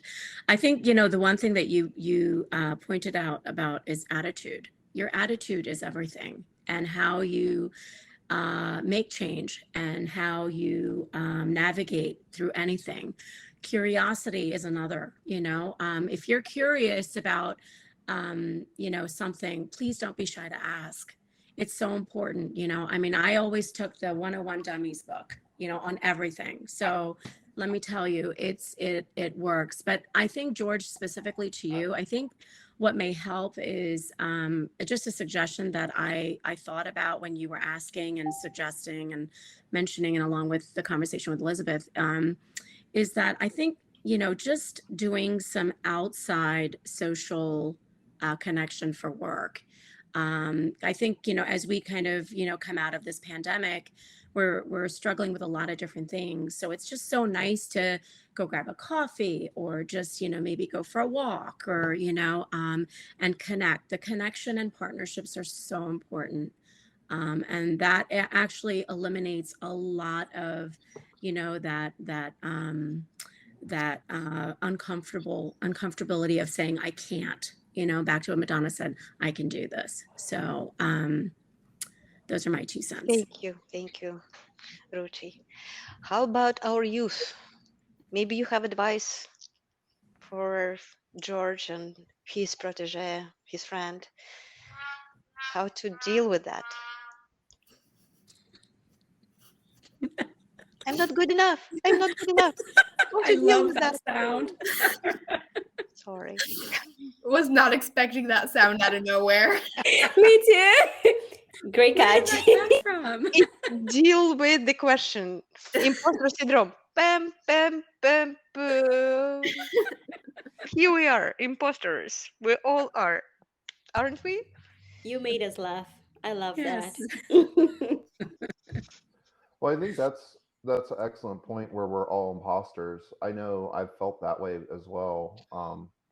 And one of the things that I would encourage all of you to do that is guys will apply, and it's been said multiple times by multiple people, women who've shared this experience. Guys apply for anything, no matter if they're qualified or not. So I encourage you ladies, if you think you're only 70% qualified, go for it. Because then as a hiring person, I'm one of those people, right? As a hiring person, at least I have the opportunity to look at that 70%. And then if you're honest with me and you're like, look, I don't know anything about NFTs. I know that's in my 30% I don't know, but I'm excited about it. I just, saw the twins and I'm all excited about it. And in fact, I've already started reading up on it. Me as a hiring manager, I'll look at that and go, okay, she doesn't know about NFTs, but she has all this other background. She's excited. I can give you that job. I can't give you the job if you don't apply. So I encourage you, if you think you're 60% of the way, 70% of the way, don't wait till 110%. Just shoot your resume in there and then own it. Own that own where you, because we're going to ask you, what can you work on? That's a standard interview question, right? What can you improve? Then own that 30%. But I encourage you to all apply. Thank you, George. Excellent advice. And I can refer to this and I can say that I'm hiring people based on their attitude. Isn't it cool hitting the problem and just facing it with the joy? It is cool. Let me dig into this. Let me hug it. This is the problem solving attitude which we are all looking for. That's it. You can do it. I mean, technically, if you think about it, really every single human being is technically considered an imposter because no two people are the same. That's true. Look at That's my girl. A great point, Alyssa. Big groups of people, but you can't profile people because everybody's different. Mm-hmm. It's my girl. I'm so proud. My girls with the scratch. You have to see what they did. They did real surveys. They did the real serious stuff to address the mental health, to address all kind of social impact problems out there. With such a kiddish things like scratch, really, they're game changers. Yeah, I actually really like the way you're thinking, Alyssa. That was a really great comment and thought to share. Also, I'm excited. Linda, Anna, time check. How are we doing? Hey, recognizers, are you there? Would you like to introduce yourself and say how cool you are, how you're dealing with your imposter syndrome?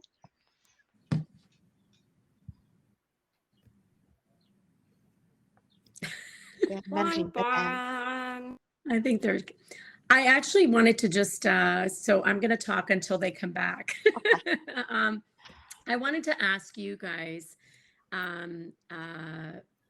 about what you're interested in the area of tech. I know that's a question for us, but I wanted to ask you, why did you get involved in tech? Sophia, Alyssa, Julia. Who wants to start? I'll start since I have my mic already unmuted. So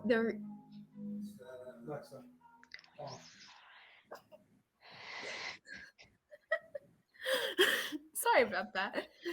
Thing in the background. Yes, she is. The thing's always on standby, always listening. So the reason I really got into tech was my uncle actually has a business called Wagner Technical, and people in my family do coding. So I'm like, that's cool. I want to try that. So I started coding and I instantly fell in love with it. And I think that coding is a good way for me to show my skills as well as make people aware of the issues that are going on.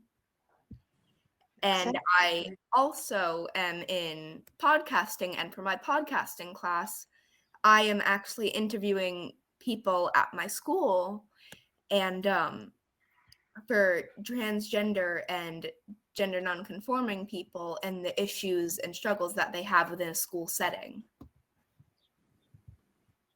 Isn't it cool?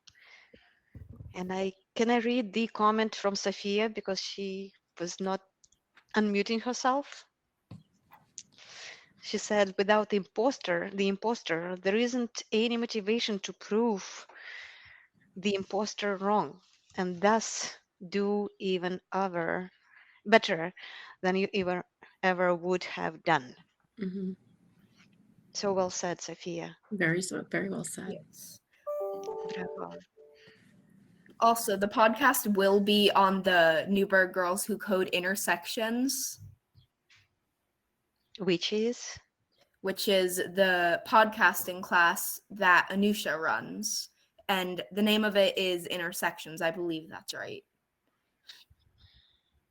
And once it's all done and set up, feel free to listen to it. We will be bragging. Yes. I am so proud by my girls. I am proud too.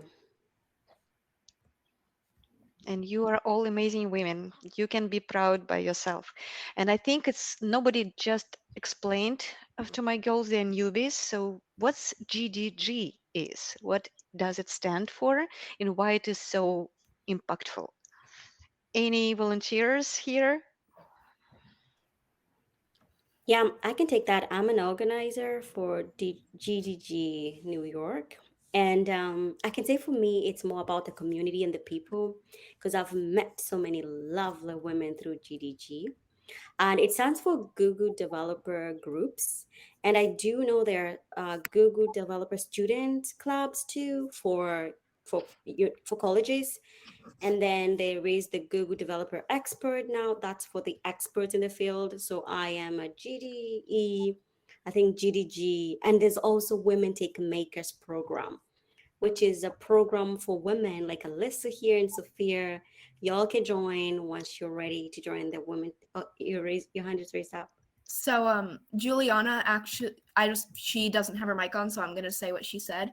Okay. So Juliana, the reason that she started tech is because her dad really loved coding and encouraged her and her brothers to do it. To try it out. To try it out as well. And she really liked it and has been doing it ever since. And she also said, great job, everyone. I like that. Sweet. Yeah. So as Julia's mentioned there, Women Techmakers is also a very nice program. I think Elizabeth is. Many of us here are part of the Women Techmakers too. So yeah, that's what GDG is.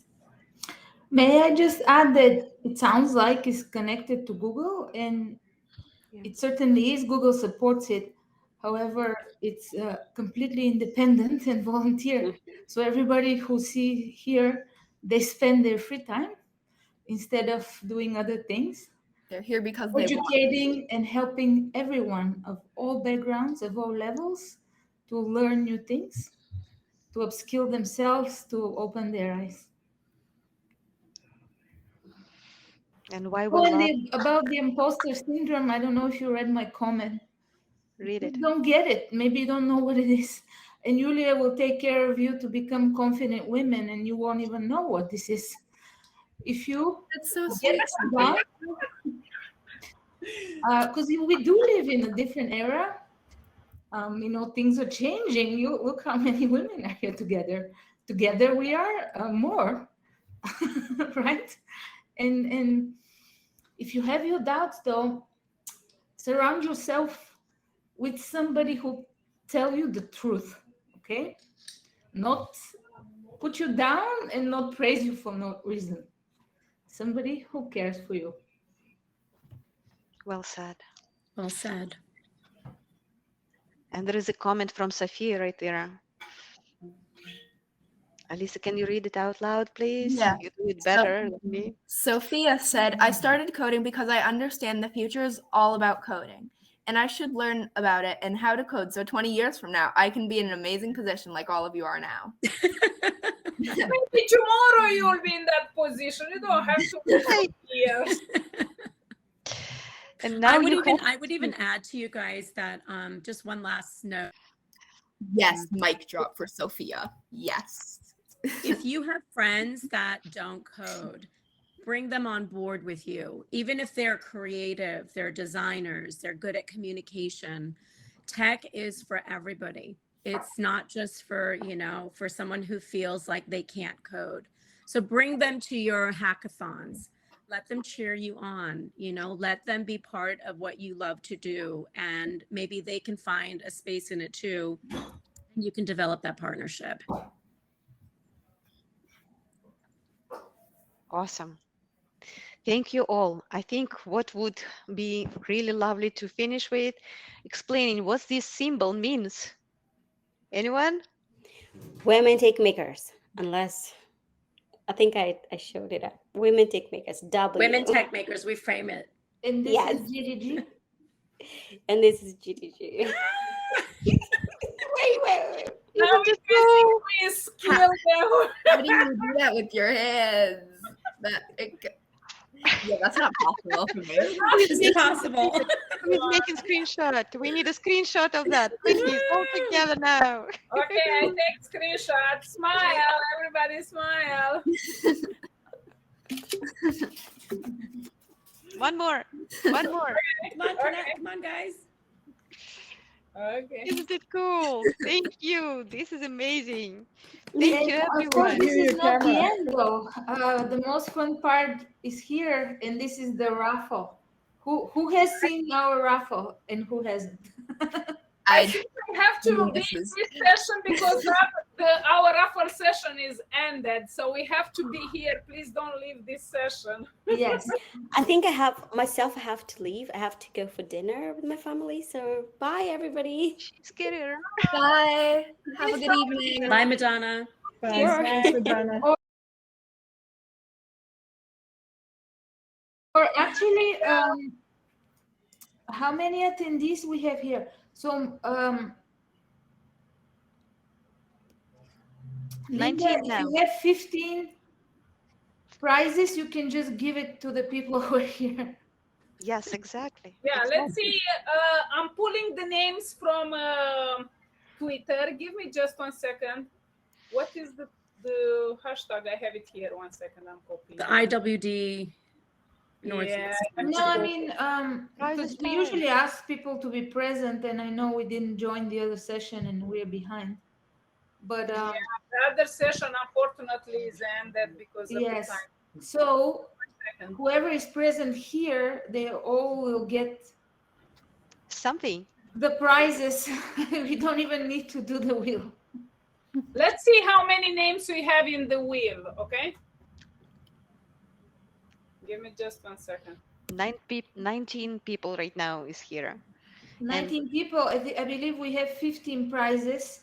I can okay. exclude myself We are already. organizers. So- Yes, we extract The ourselves. wheel does look fun. So we take BLV, right? We take, this is Roman, right? Yeah, that's me. Take me out. Or you can leave me if you want. We take myself out. What else? Do you see any other name that? I think that's it. There is anyone organizer here? No. Wait, what's the prize? I might want to stay in. I don't know if you took me out. Everybody else can be in the list. So let's see, 1, 2, 3, 4, 5, 6. Well, you should add the girls who are here. They just joined after school. Even if they didn't tweet, they are here at the end. So please. Yeah, I think we should give it to the girls. What do we You got? can take me out, Linda. Well, I don't know where is you. Ruchi, Ruchiji. Take me out. Ruchi, here. Really, Rosie? And okay, so can someone put the other names in the chat so I can copy and put here? Can you write your name in the chat so I can add you, please? So these are the prizes for today. So we have 10 O'Reilly ebooks or books and 5 ROI vouchers for Google Cloud certification training, associate engineer, professional architect, and data engineer. So do we have the names? Let me see. 1 second. I'm checking the chat right now. So, okay, Sophia. Let's add Sophia. 1 second. Yeah. Or whoever wants to be added, just put your name in the chat, please. Do not be shy. That's what we talked about until now. Yeah, so we have Emma. I'm adding Emma. Oh, somebody is asking, no, our event is over. If you leave, this is it. Yeah. Please. So if you stay here, you can see the raffle. Otherwise, there is no more session. This is the last one. Alisa. And who else is here? Juliana, Cindy. I wish I could copy all of them, but it gives me all the other stuff in it. Cindy. Let's see, Cindy. Pikachu? I need some help.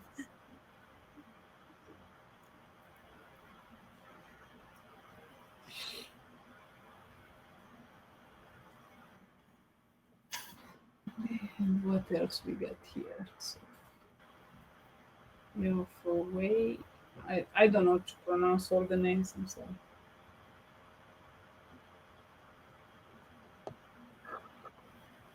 Manual is not so fast like.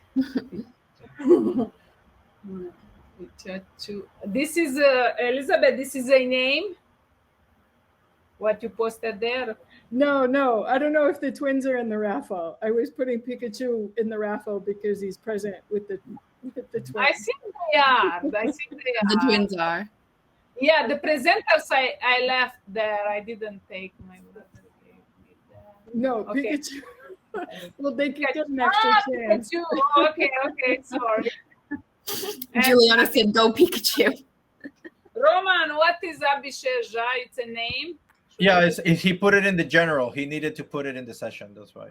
Okay. Thank you for checking the general chat. Okay, so I think I put all the names, right? Yes. Sophia says Pakeko. Let's add it to Sophia. So just in case.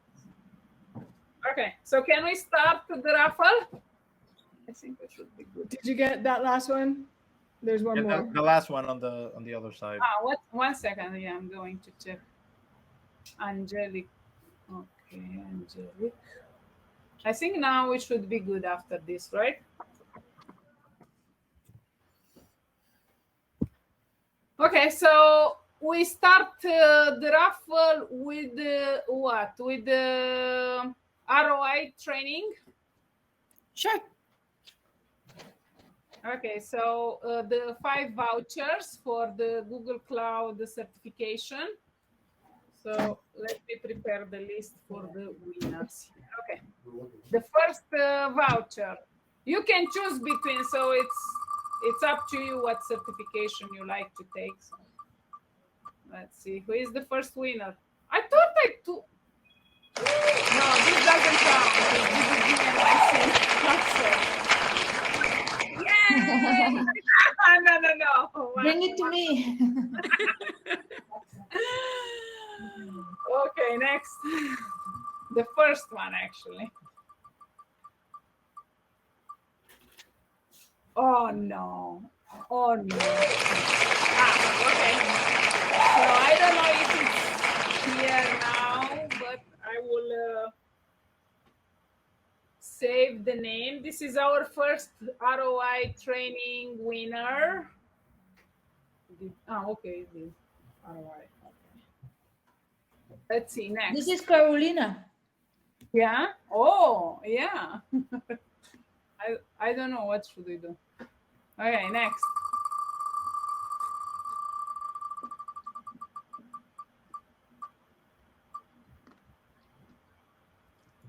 Hey, Alisa, you got the second voucher. Let's see here. A voucher for a teaching thingy. Yeah, please keep in touch with us to redeem your voucher, okay? The third... But, Linda, what does it mean, keep in touch? We need the email address. I think I will... Yulia can probably put that, right? Yeah, with Yulia, I will connect to get your email address, okay? Yeah. The third voucher. Let's see who is the winner for ROI training. I think it's a user from Twitter. 1 second. I'm saving everybody. Next. Fourth ROI voucher.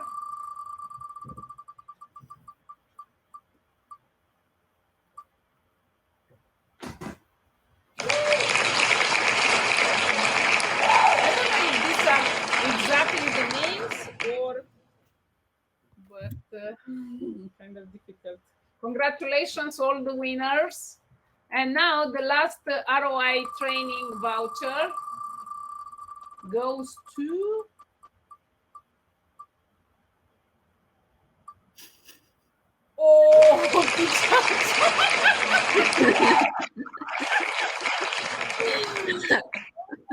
Oh my God, what a fantastic Twitter handle. Now let's Yeah, Pikachu, I choose you. Oh my God. Okay, next. So now we go to 10 O'Reilly books. For the first O'Reilly book, let's spin the wheel.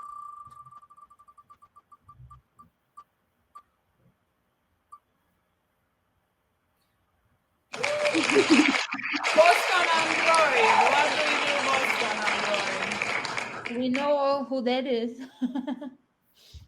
But it's not here. What should we do? Boston Android is Elizabeth. So I should remove it, right? No, of course not. What? Okay. So this is the, you can choose between a book and ebook. Book, if you are in United States, you can get a physical book. If you are outside of United States, you can choose a ebook. So let's go to raffle the second ebook, O'Reilly book.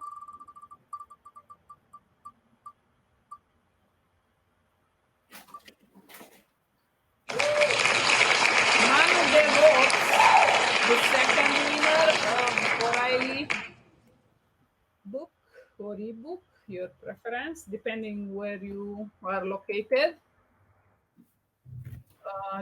This is the third book.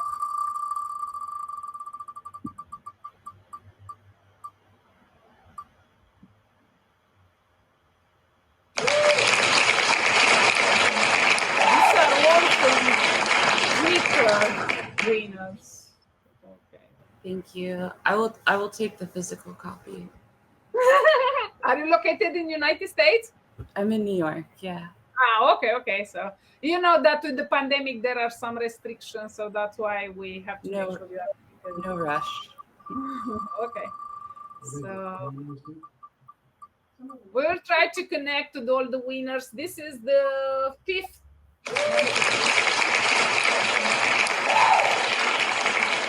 Did I miss a name? I have. Okay, so this is the fourth book. Okay. Fifth book.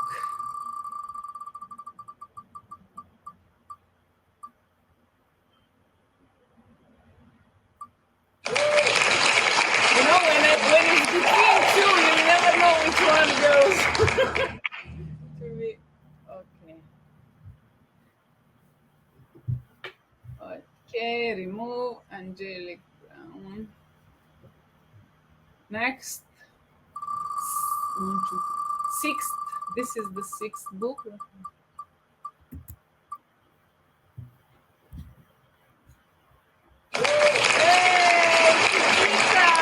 I think it's our speaker, right, for today. Congratulations, everybody. Thank you so much. No. This is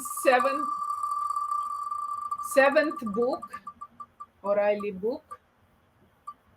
Okay.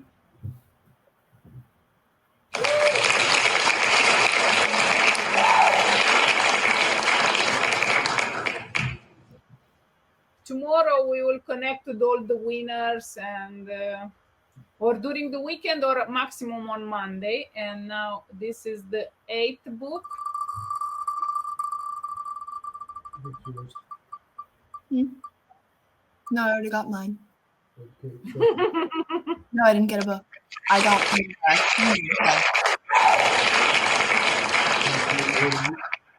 yeah. Google Cloud Architect Training, $500 value. Nav isn't here though. That's Nav. I don't think he's here. So does he get it? Yeah, we connect with them on Twitter because these Okay. are all from Twitter with the Twitter handle. So now I think it's the last one. That was the first prize. 8, 9. No, they're doing the second prize now, which is the book. Yeah, who won the very first? I don't know. But that was also $500. Yeah. It's like not physical, it's for Okay, so Moonlander is the next winner of a O'Reilly book. Oh, 1 second. I think I didn't copy it. I have 2 keyboards here. I hope so. I took all the names. Okay. And this, I think, should be our last book. 6, 7, 8, 9. Okay, last O'Reilly book.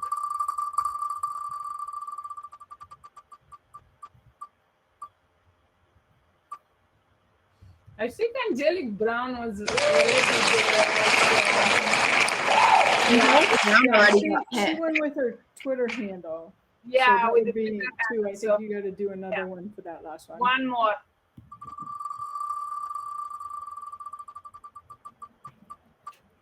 One more spin for O'Reilly book. Okay, so congratulations for all our winners. Thank you for joining us today. The next days, maximum on Monday, somebody, I will try to connect with you and get your details to get in touch, to get your prizes.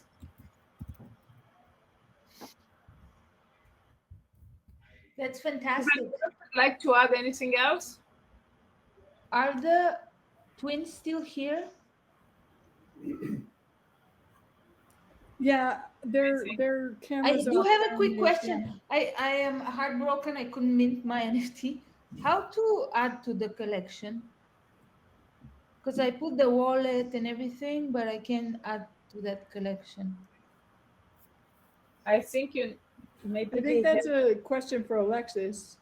But Oh, Yeah, okay. I thought they may know since they're Yeah, maybe she has in the to. space. Yeah. the twins are the experts, but could we add to that collection? How would that work? Is it through OpenSea? OpenSea, Yeah, yeah. I'm on OpenSea. I created the profile and the NFT. Just can't pull the collection to add to it.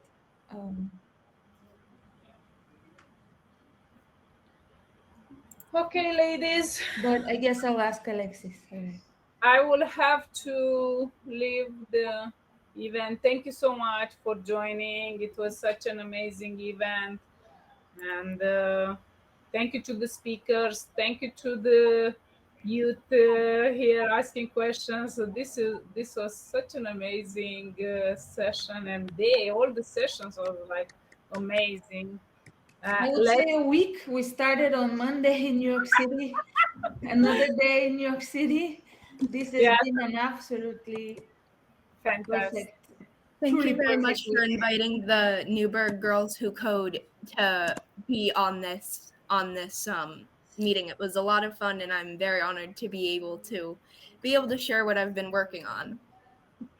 Bravo! Yeah. Very Remember, nice to meet all of you. there is always progress, never perfection. So don't worry, don't beat yourself up. We do it often, you know, but at least remember that. Good job, everyone! Congratulations! Congratulations, everybody. Thank you. We'll Thank you have so your much. girls again. Thank you so soon. much. Thank you so much, everyone. Great session. Bye, everybody. Bye. Bye.